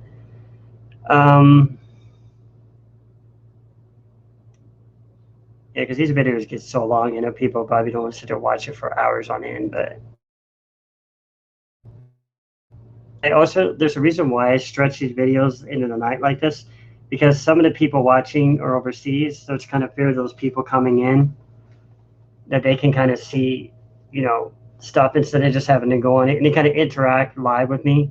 So if you're interested in joining, go ahead and send me a message or whatever, and I'll add you to the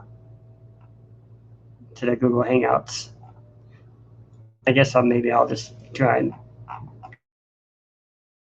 pull it out here and see what else we could accomplish.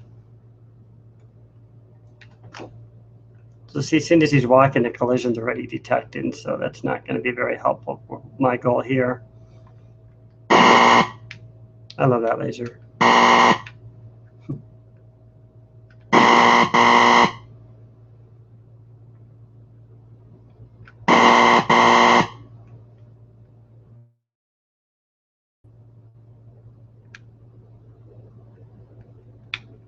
So what I wanted to do is go up and down ladders. There's another way I could do this.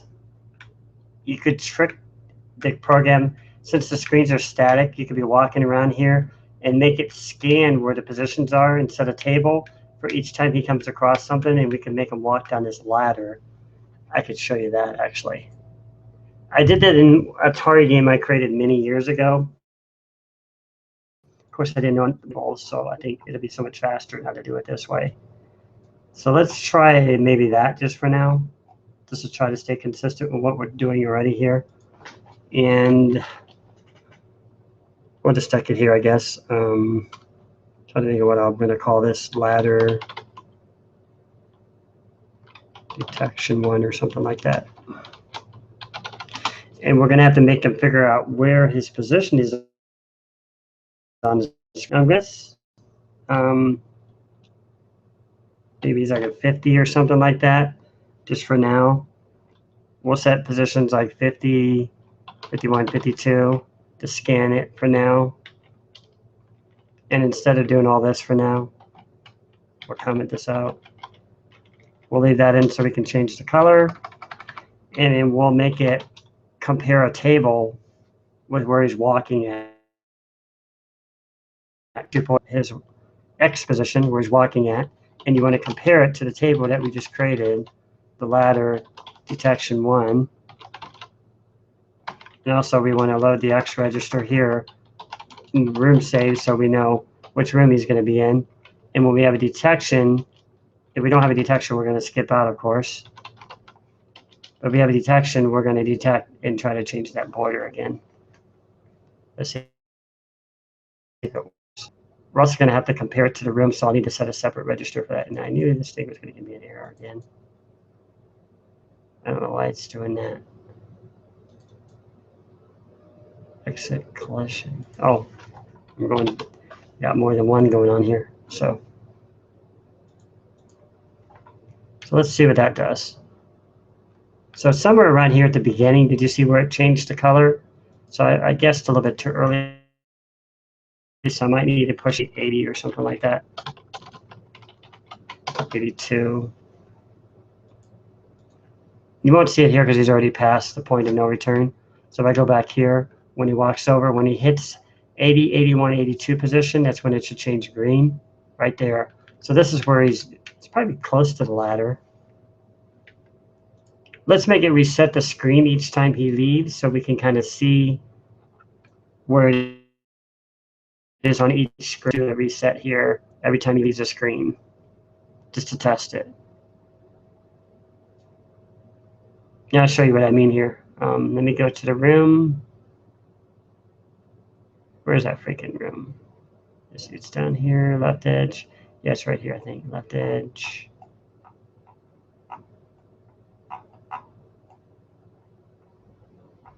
See, down level. Yeah, it's right here. Level. It should just be an up level. All you do is change it up level. I don't need to change anything else. So actually, I just change it right here. Turn the border back to black when he leaves the screen. So it should turn to black, just like that. And when he hits it, it'll turn green. Now it's green. Now when he leaves again, it'll be black again. If he hits it, it'll be green. That way we can test where that ladder is going to be at each time. I'm nowhere near it. Farther up. So see, I'm hitting at 80, so it might be like 90, 120. I think it was that far over. It might be like 105. I don't know. We'll try 105. It's another way to cheat the system. I'm sure game programmers have probably used it somewhere.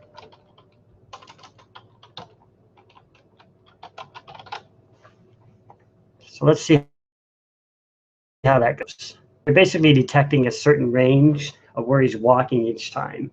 And once you hit that range, you say he can walk now up and down. But if you don't hit that range, then he can't go up and down. That's kind of close to it. Some might be like, I don't know, maybe 120.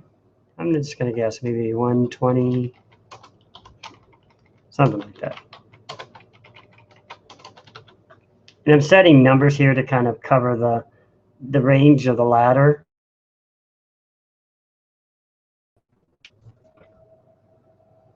Yeah, I know it's finally getting interesting after all this time. At least I hope it is. A little bit past it, so it's a little bit backward from that. So maybe it's like 115. Let's set this a little bit farther out too, like 118, 119. So now it's going to check these bytes, 1, 2, 3, 4, 5 pixel positions each time. Let's see. Kind of close. So we can use that for now. And then once he hits that, that means it's going to turn on his up and down movement. I don't think I have that programmed in yet, so I'll probably have to add that.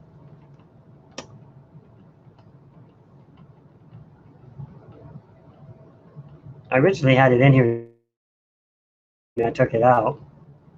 Now here's our main leap for our joystick. So all we need right now is we're just going to do the down movement. We don't need the up movement. We'll just do the down movement. And I feel I'm going to run into a branch problem here, but we'll see. Let me just check it real quick. It's probably missing. Yeah, it's missing. So up here, we'll just do it up here. Player down and jump to NVDN. We'll just change this over here to NVPDN.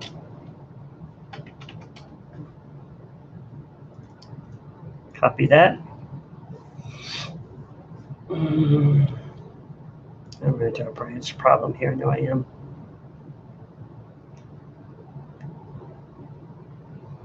Okay, so this is left routine.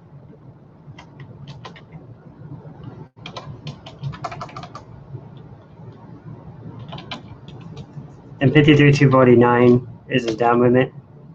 For now, we'll just test it with the down movement and we'll exit. We'll set the ranges later. I just want to get it moving up and down. Oops, now he's falling. Why is he falling? All right, why did it just trigger that? Oh, because I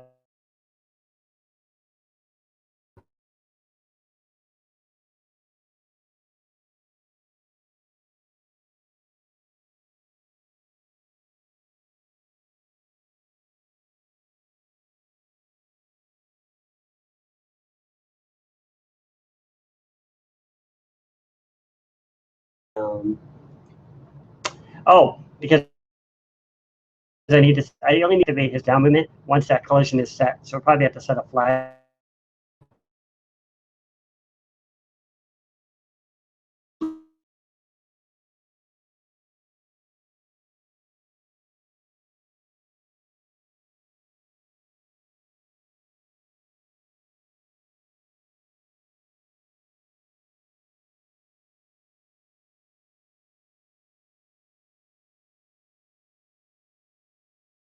So go back down to the routine here. And then once it's active, well, we need to, I almost forgot we need to do the collision thing. Player CLISS. Big mistake. So player CLISS, and then only turn on his down movement if he's able to, able to trigger the collision. It's going to go back here. It's going to check a flag, which we call down active, to see if that variable has a 1 in it. If it doesn't, it's going to exit. If it doesn't, it's going to do this. So exit down.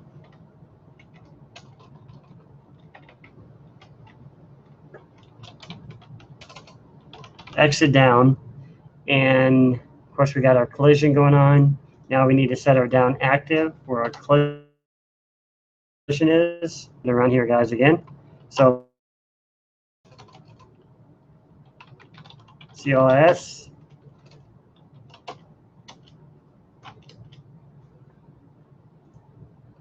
And our collision gets set here. We know when the color changes. So here's where we're going to set that flag for it and then store it. And we're also going to need to reset it down here somewhere if the loop fails. So I need 2 of these. One for entry, one for exit. So exit colliz.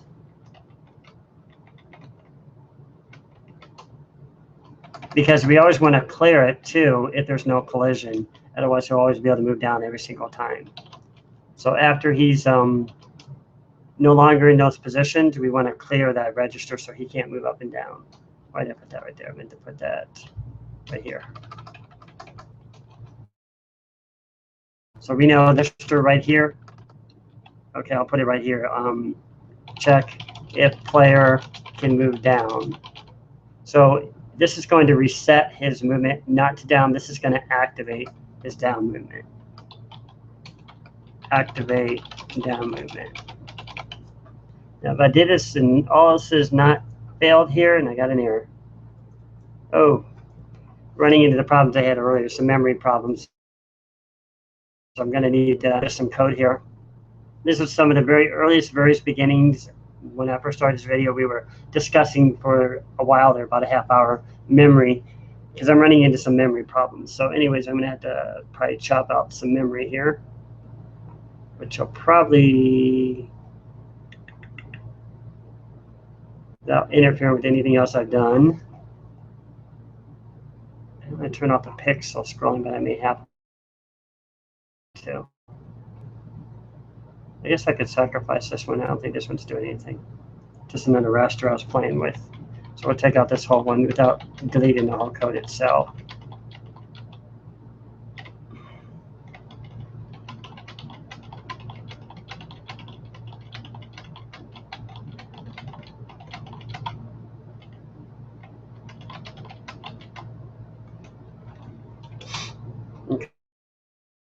Okay.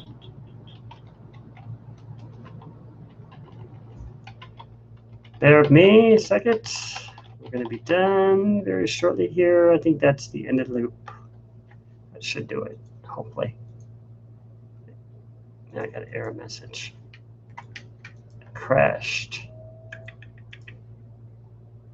Oh, because I forgot to jump out of the loop, probably. Let me see. Something in here has been activated, probably.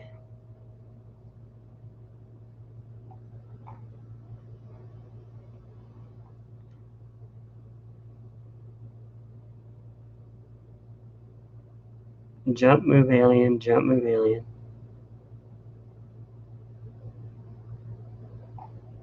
There is no move, alien. That's why. Huh. How did I get this to work? Oh, so I don't need this. Because it's jumping to a label that doesn't exist. We did that before when we was trying to jump inside the raster. And it's still crashing. What now? Alright, so we know move alien exists. No, it doesn't. I have it turned off. So I need to turn back on my interrupt.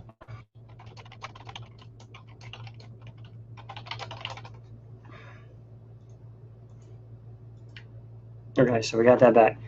Now, let's go back reset, and let's see if he can move down. So I can't move down right now. I'm pressing, you can hear that I'm pressing down.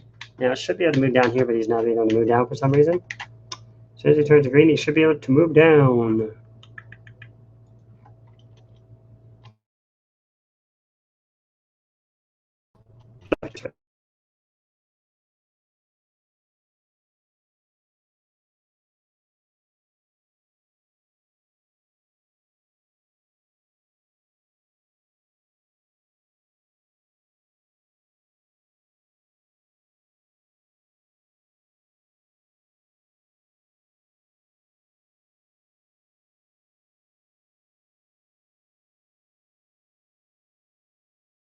First, we want to check the collision before we set the variable.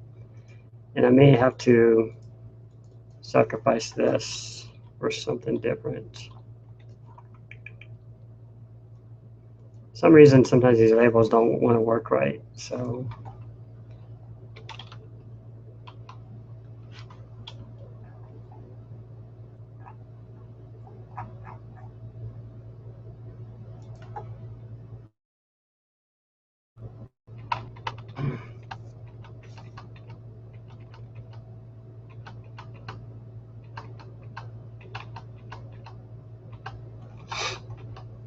okay, so back here, try 690. Compare 690, then go to player collision. We'll just use 690 being used, I think. For those who want to know, just going over here and using, might take a second to load this. I'm using register 690, which if this thing would load, doesn't want to load very quickly.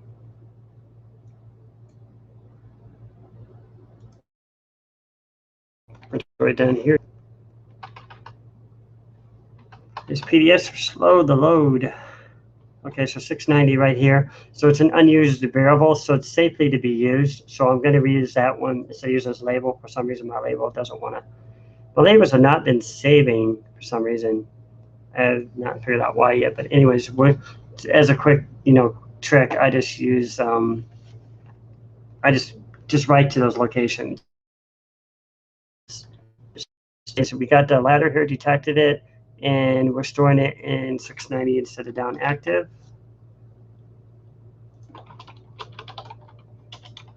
Rename that there. And same thing over here, 690. So if this works, it should work. If not, it's going to be a little trial and error here. We'll see. So right now, I can't move down. Clear the collision register. Move down. Green. Still can't move down. Why not? There he goes. He's moving down. I did it. Now if I move again, I can't move down again. So it's working exactly like I wanted it to. So let's go test it with the ladder now.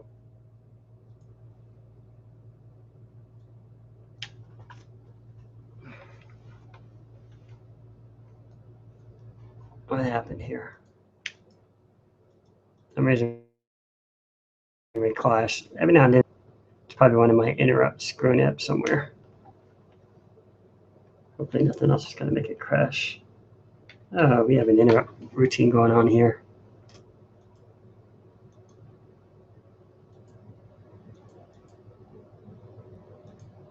Which interrupt is crashing? Let's see.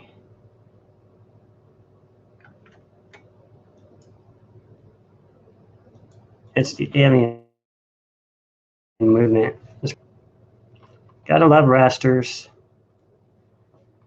Ah, man. If I only didn't run into this memory problem, I'd be fine right now. Okay, so let's see what's going on here. I already kind of know what it is. It's because I didn't reset these. I probably just didn't turn them back on. Yeah, right here. I just had to restore it. That should get it, I hope. Fingers crossed, I hope so. Don't crash my raster anymore, please. It's good. Okay, so now we can't move down. Wait to the ladder. Wait till it's green. Now I should be able to move down. It doesn't let me move down right away for some reason. Does it take a few tries? I don't know why it's waiting. I believe it's after if I leave. It worked earlier. Down. All right, let's go back here.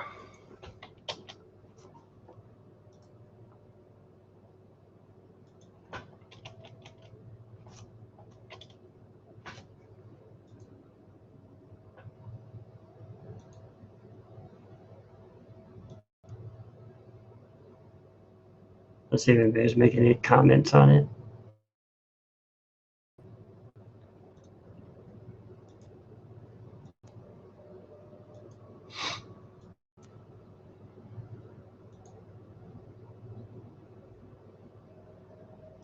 Okay, anyways, back to the game.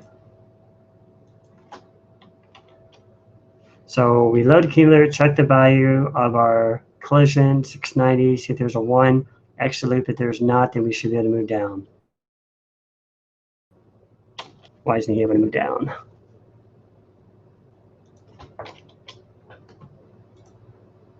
So we check the room, check what room he's in. So those who want to know, check room 0 through 6.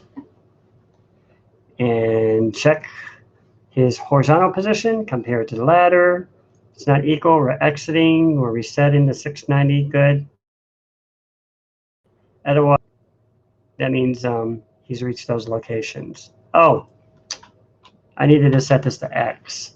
It was only checking the first register. I didn't even check that really. I don't know why I didn't catch that earlier. So now, should be able to work. Let me just test it. He should be able to move down right now, but he's not able to move down.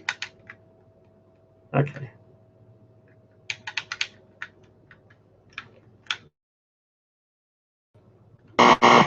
Oops. All right. It worked earlier. We saw it work earlier.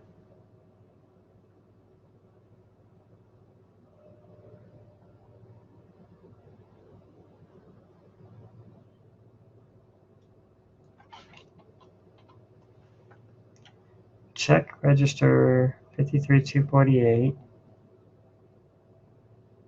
Compare it to see if the ladder is being detected by the position.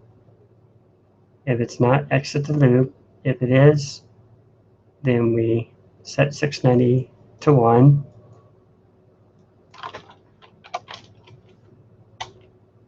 And if 690 is set to 1, I hope I didn't use this anywhere else.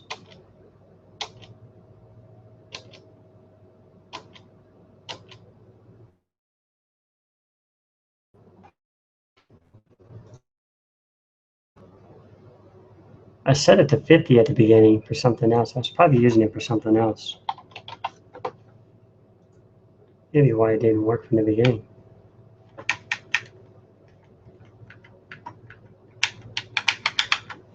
All right.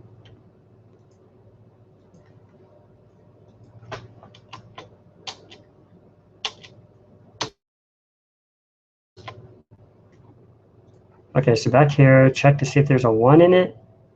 If it's not, exit the loop. If it is, increment and still exit the loop. Okay.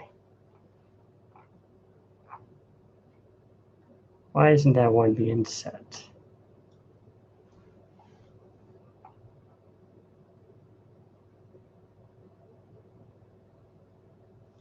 Let me just try one I'm not using yet. 89. I don't think it's going to matter, but.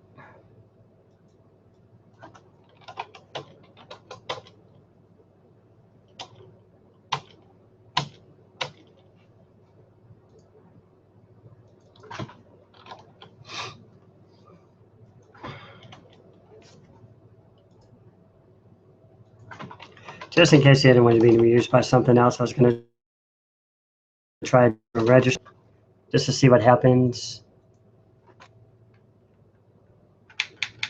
Can't move down.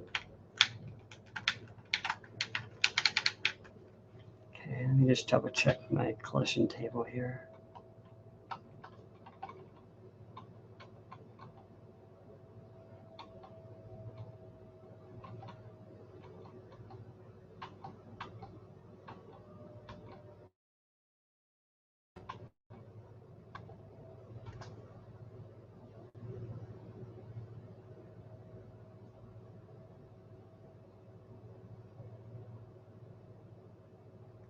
It looks good. Question is, why isn't it detecting it?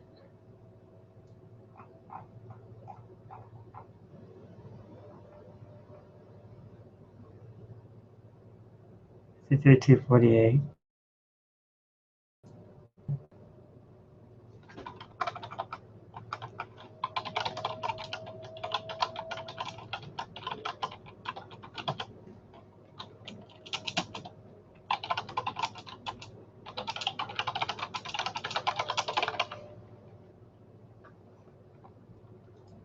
All right.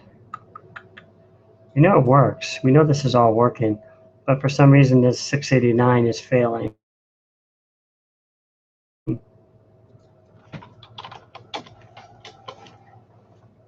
Why is it failing?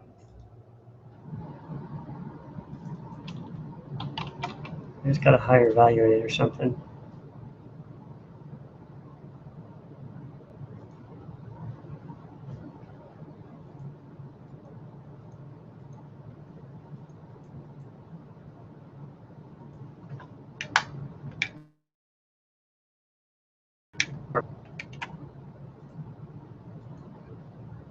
It appears to be checking it above and beyond, so I probably need to reset it to 0.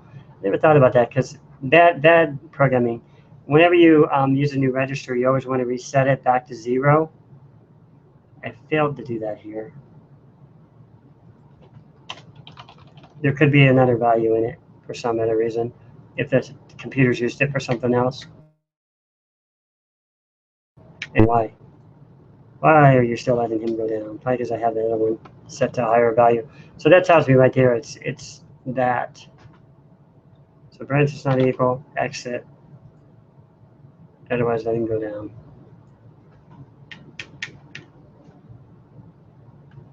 I don't know what value it was set to. It was set to another value. So it's apparently not setting it to 1 for some reason. Probably one of the other. It says it. I don't get that. 689 is unused.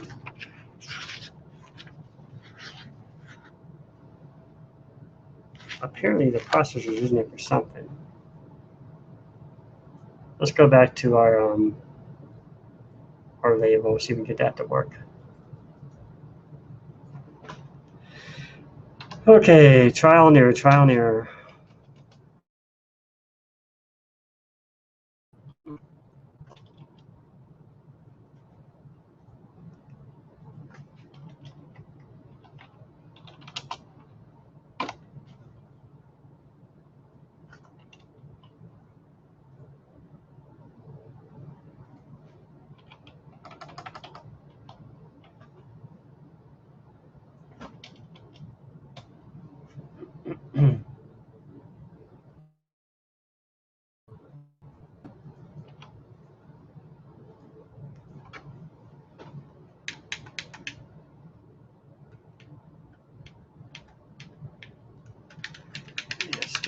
think I want to work.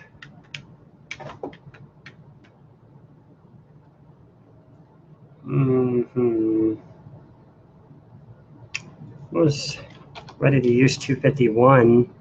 I've heard you can use 2 also, but I'm not going to.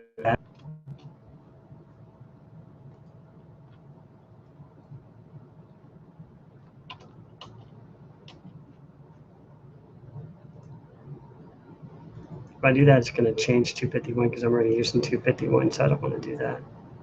Darn it. What am I doing wrong?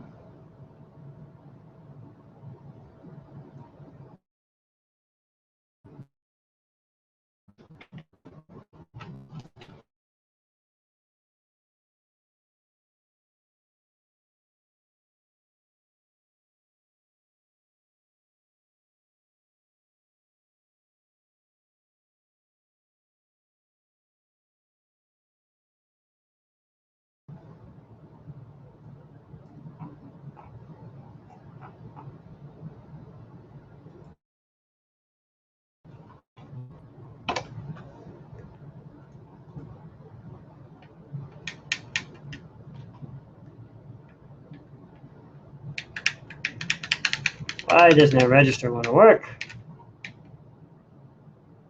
It's not letting me save 1 in it for some reason.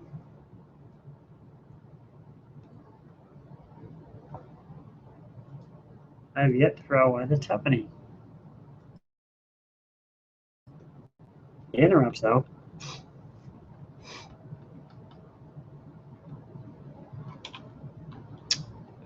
Okay.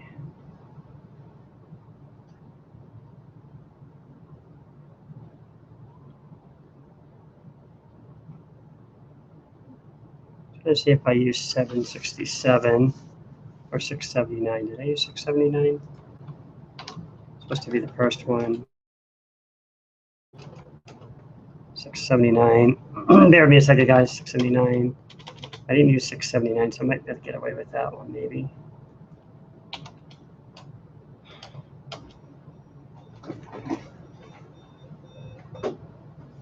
Just hit my limit too. It's 12 o'clock. All right, so let's try to move this up so I can get this thing working. Come on, work. So we set it to 0.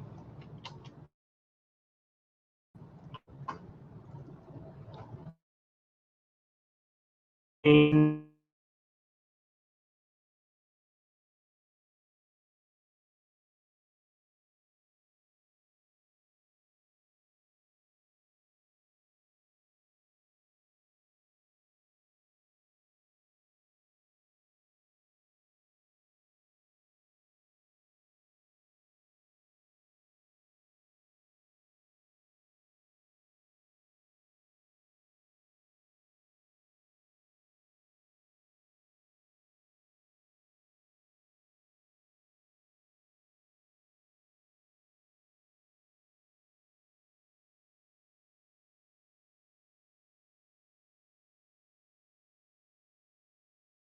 so now, as soon as you walk away from the position, it should go back to black.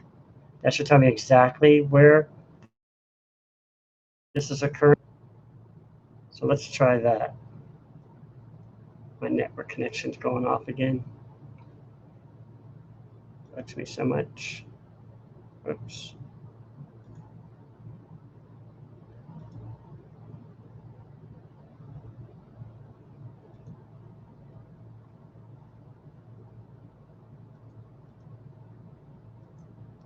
Did I have more than one of these open? I suppose I did. Maybe I didn't, I don't know.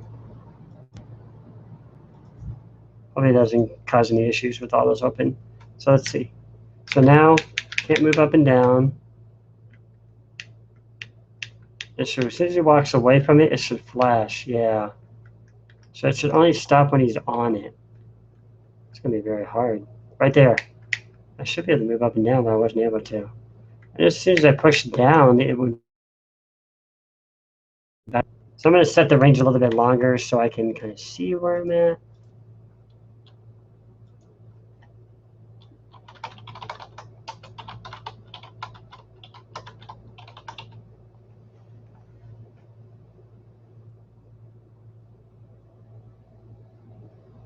wonder if this is actually working. This is only checking one X range, but I need to be able to check all of these. I might have to set a loop for it. Never thought about that.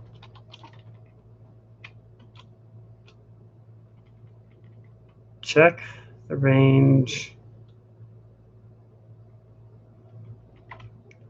This occurred to me. I might have to set a scan loop. Enters not equal, exit collision.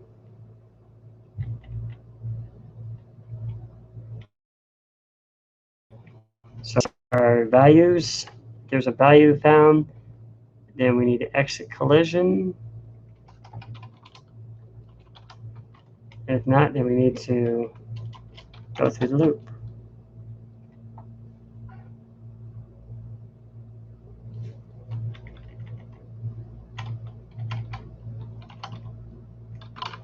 Check for the ladder.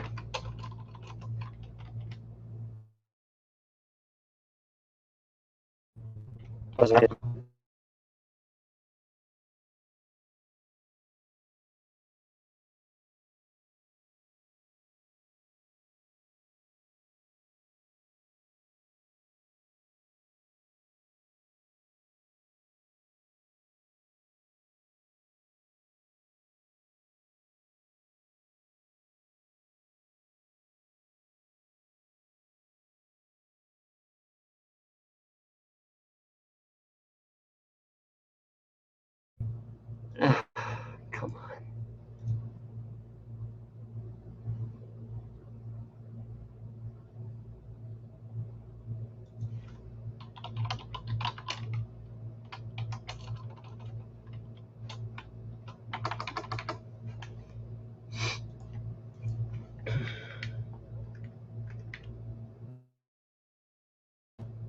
It doesn't like this.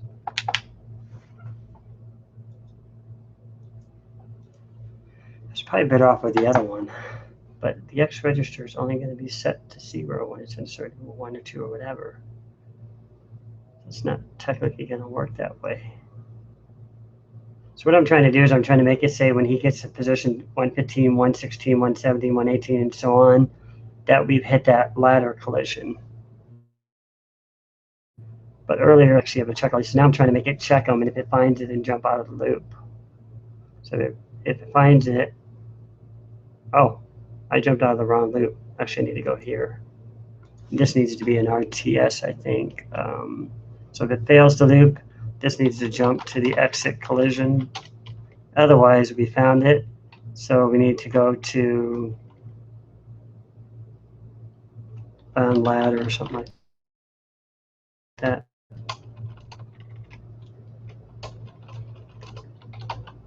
I think that might work, maybe.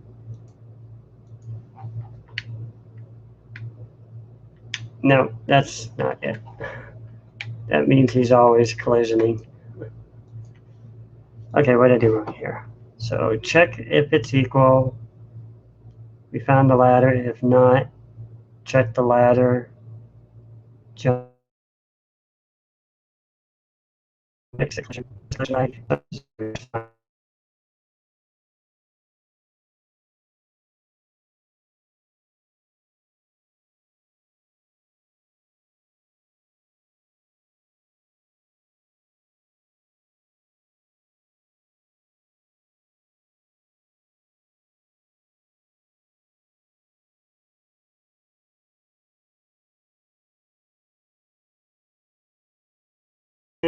Check it where he's at, collide 248, and check 10 positions. If you don't have 10, go back and keep going back and looping back here, and exit the loop if nothing is found. If it's found, it should hopefully figure out where the position is. Okay, so it went off. Let's see if it works. Yeah, it's gonna work fine now. Got it. Now if I move over, I can't move down. Ah, perfect. So happy with myself. Finalize this night now. So let's go test it with the room, which was our goal. I'll probably call it a night. So as soon as he walks away from it, he can't move down anymore because he's not near the ladder anymore. As soon as we go near it, we can now go down the ladder. Perfect. And now I can't go up. Awesome. So let's see if we go back here. I'll have to use that by just checking the up and down movement. It's working perfect. I love it. It's a lot of unnecessary coding, but it's a cheap trick way to do stuff. And I'm sure, like I said, developers have probably used this before in the past somewhere. But anyways, we'll see. So let's get the other one going in there so we can finalize this night. Right. Now we need the down movement. I set the branch for the down.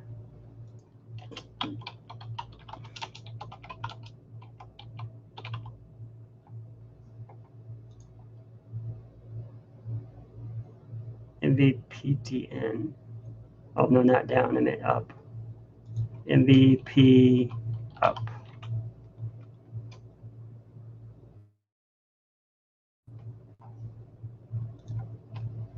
MV up. Save that or stick it right underneath the down one. This should be a pretty simple change, I hope. Hopefully it's not too complicated here. So we're going to go in here. We're going to do our collision again. Check the collision. We're going to check our register success. It almost seems like unnecessary coding, but I'll fix that in a minute. Check if there's a 1 there. And if there is, then we're going to exit up. Or if there's not, we're going to exit up. Otherwise, we're going to decrement 53249, which should send him back up the screen. And then we're going to exit up, RTS. So what this is doing is checking the collision. Again, checking to see if that collision flag is set because we checked the range, and it's still going to keep checking the range each time for that ladder. And we're moving to the up position, so as we're moving up, we crossed it. Then we should be able to move him back up the screen. If all's well, I should be able to go up and down the ladder. And I got an error. And he's going to get a branch range. Okay, so MV up. So I had to change this. So all should be well. I'm confident. I think this is going to work.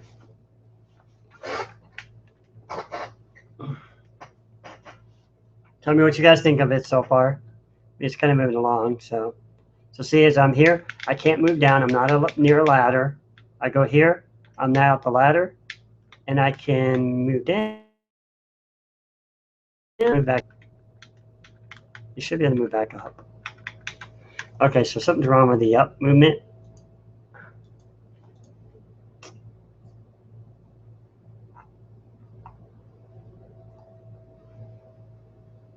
Let's see, MV up, JSR collision, 679 compared to 1 branch exit up.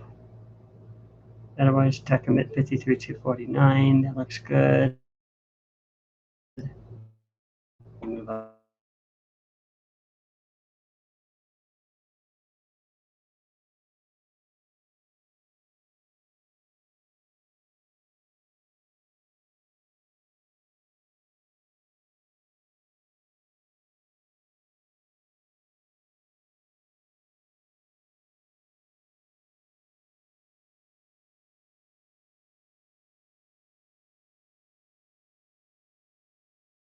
Now I can move up and down when I'm near a ladder.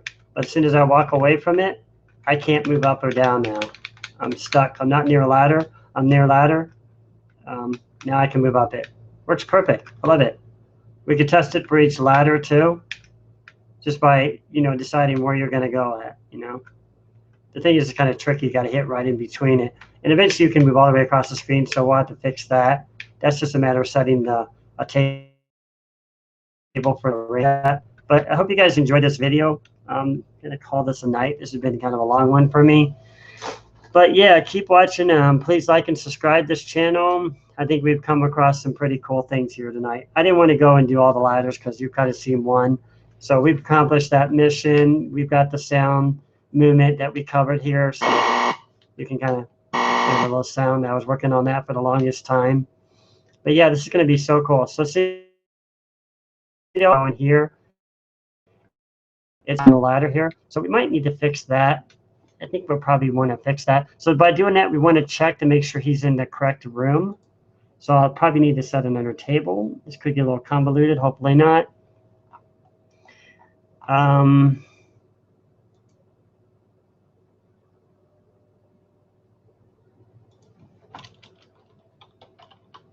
just say ladder room. Poorly named, I know, but we'll just do that for now. Ladder room, and then set the rooms for it. Now what we have to do is we actually have to check to make sure he's in that correct room where he can only move up or down. I said it can get kind of convoluted at this point, but so really it's going to need to be in here somewhere at the beginning, and we're going to exit this loop if it's not in the correct room for ladder we're choosing in. And we can always set the room down here in this new ladder room, or ladder room. I guess I'll just call it ladder room. Ladder room table. As I know it's a poor way to do it, but you know, as you come across semi language, you're going to come across problems like this. You have to kind of figure them out and tackle them for yourself. So we want to check the room he's in, compare it to see if it's equal to the ladder. So this will always check to see, is he in 0, 1, 2, and if he has a match on that, he can move up or down. If not, then that means he didn't find anything. And if it's not equal, then we want to exit the collision, just like that. Otherwise, if it is equal, we just go right into the routine that does the up and down check and movement. So hopefully that'll work. Let me see. Let me just do a little bit of logic here. So check room, check 0, 1, 2, 3, 4, 5, 6. So we're going to check the right room. This is just going to check the room, and then we want to compare it. See if you can move up, down, there. No, exit the routine. So that's my goal right there, is to make sure he's in the correct room. So as I go in room, whatever room that is, let me count the rooms real quick here. I got another result too large. I have Darko on it. I had to turn on the pixel scrolling or something that's getting very massive, and it doesn't like the size of my program anymore.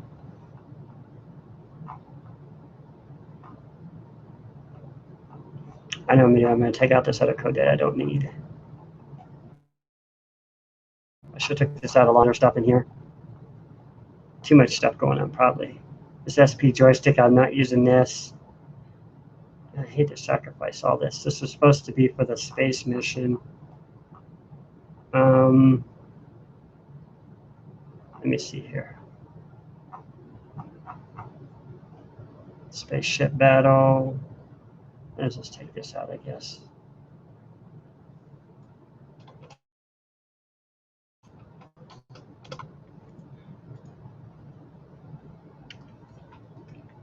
Let's try it. So I go here. Can I move up or down? Yeah, because it's still reaching that room.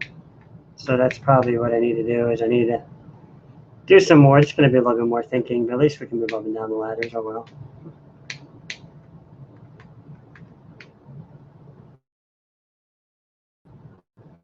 It's always going to, when you get there, it's always going to let you move up and down, but we need to make it say if you're in only certain room that you can only move up or down. For now, I could really set this really simple, and I'll do a quick fix on it here. I'll show you what I'll do.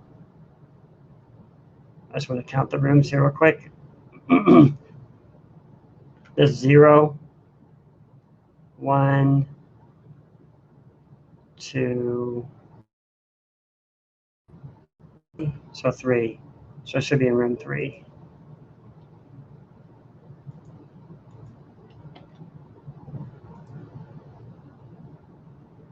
Room saved, compare ladder room. Is it a 3? If it's not, then exit the loop. But if it is, then he should be able to move up or down. So if he's not in that room, just for now, it shouldn't let him move up or down. Hopefully not. It's not even appearing. So that tells me it's working because he's not in the right room right now. Notice it's not flashing anymore, so he's not in the correct room yet. He has to be in the correct room to be able to move down, which is right here. Now he can move up or down. So I think he's working fine. I'll just need to set it in the table for later. So if I go in here, he can't move down anymore because he's not in the right room for that ladder. But if you go back here again, he'll be able to move down again. So it's pushed. So, yep, that's it for tonight, guys. Thanks for watching. Please tune in next week. I'll try to get Google Hangouts going again. And, yeah, I appreciate all your feedback. You know, leave me any comments, questions you have about this or, you know, that you're learning. I'd like to see any projects you guys are working on. I don't care how small they are. I'd just like to see, you know, questions you guys have or if your interests or what you're wanting to do with the Commodore 64. You guys have a great night. Thanks.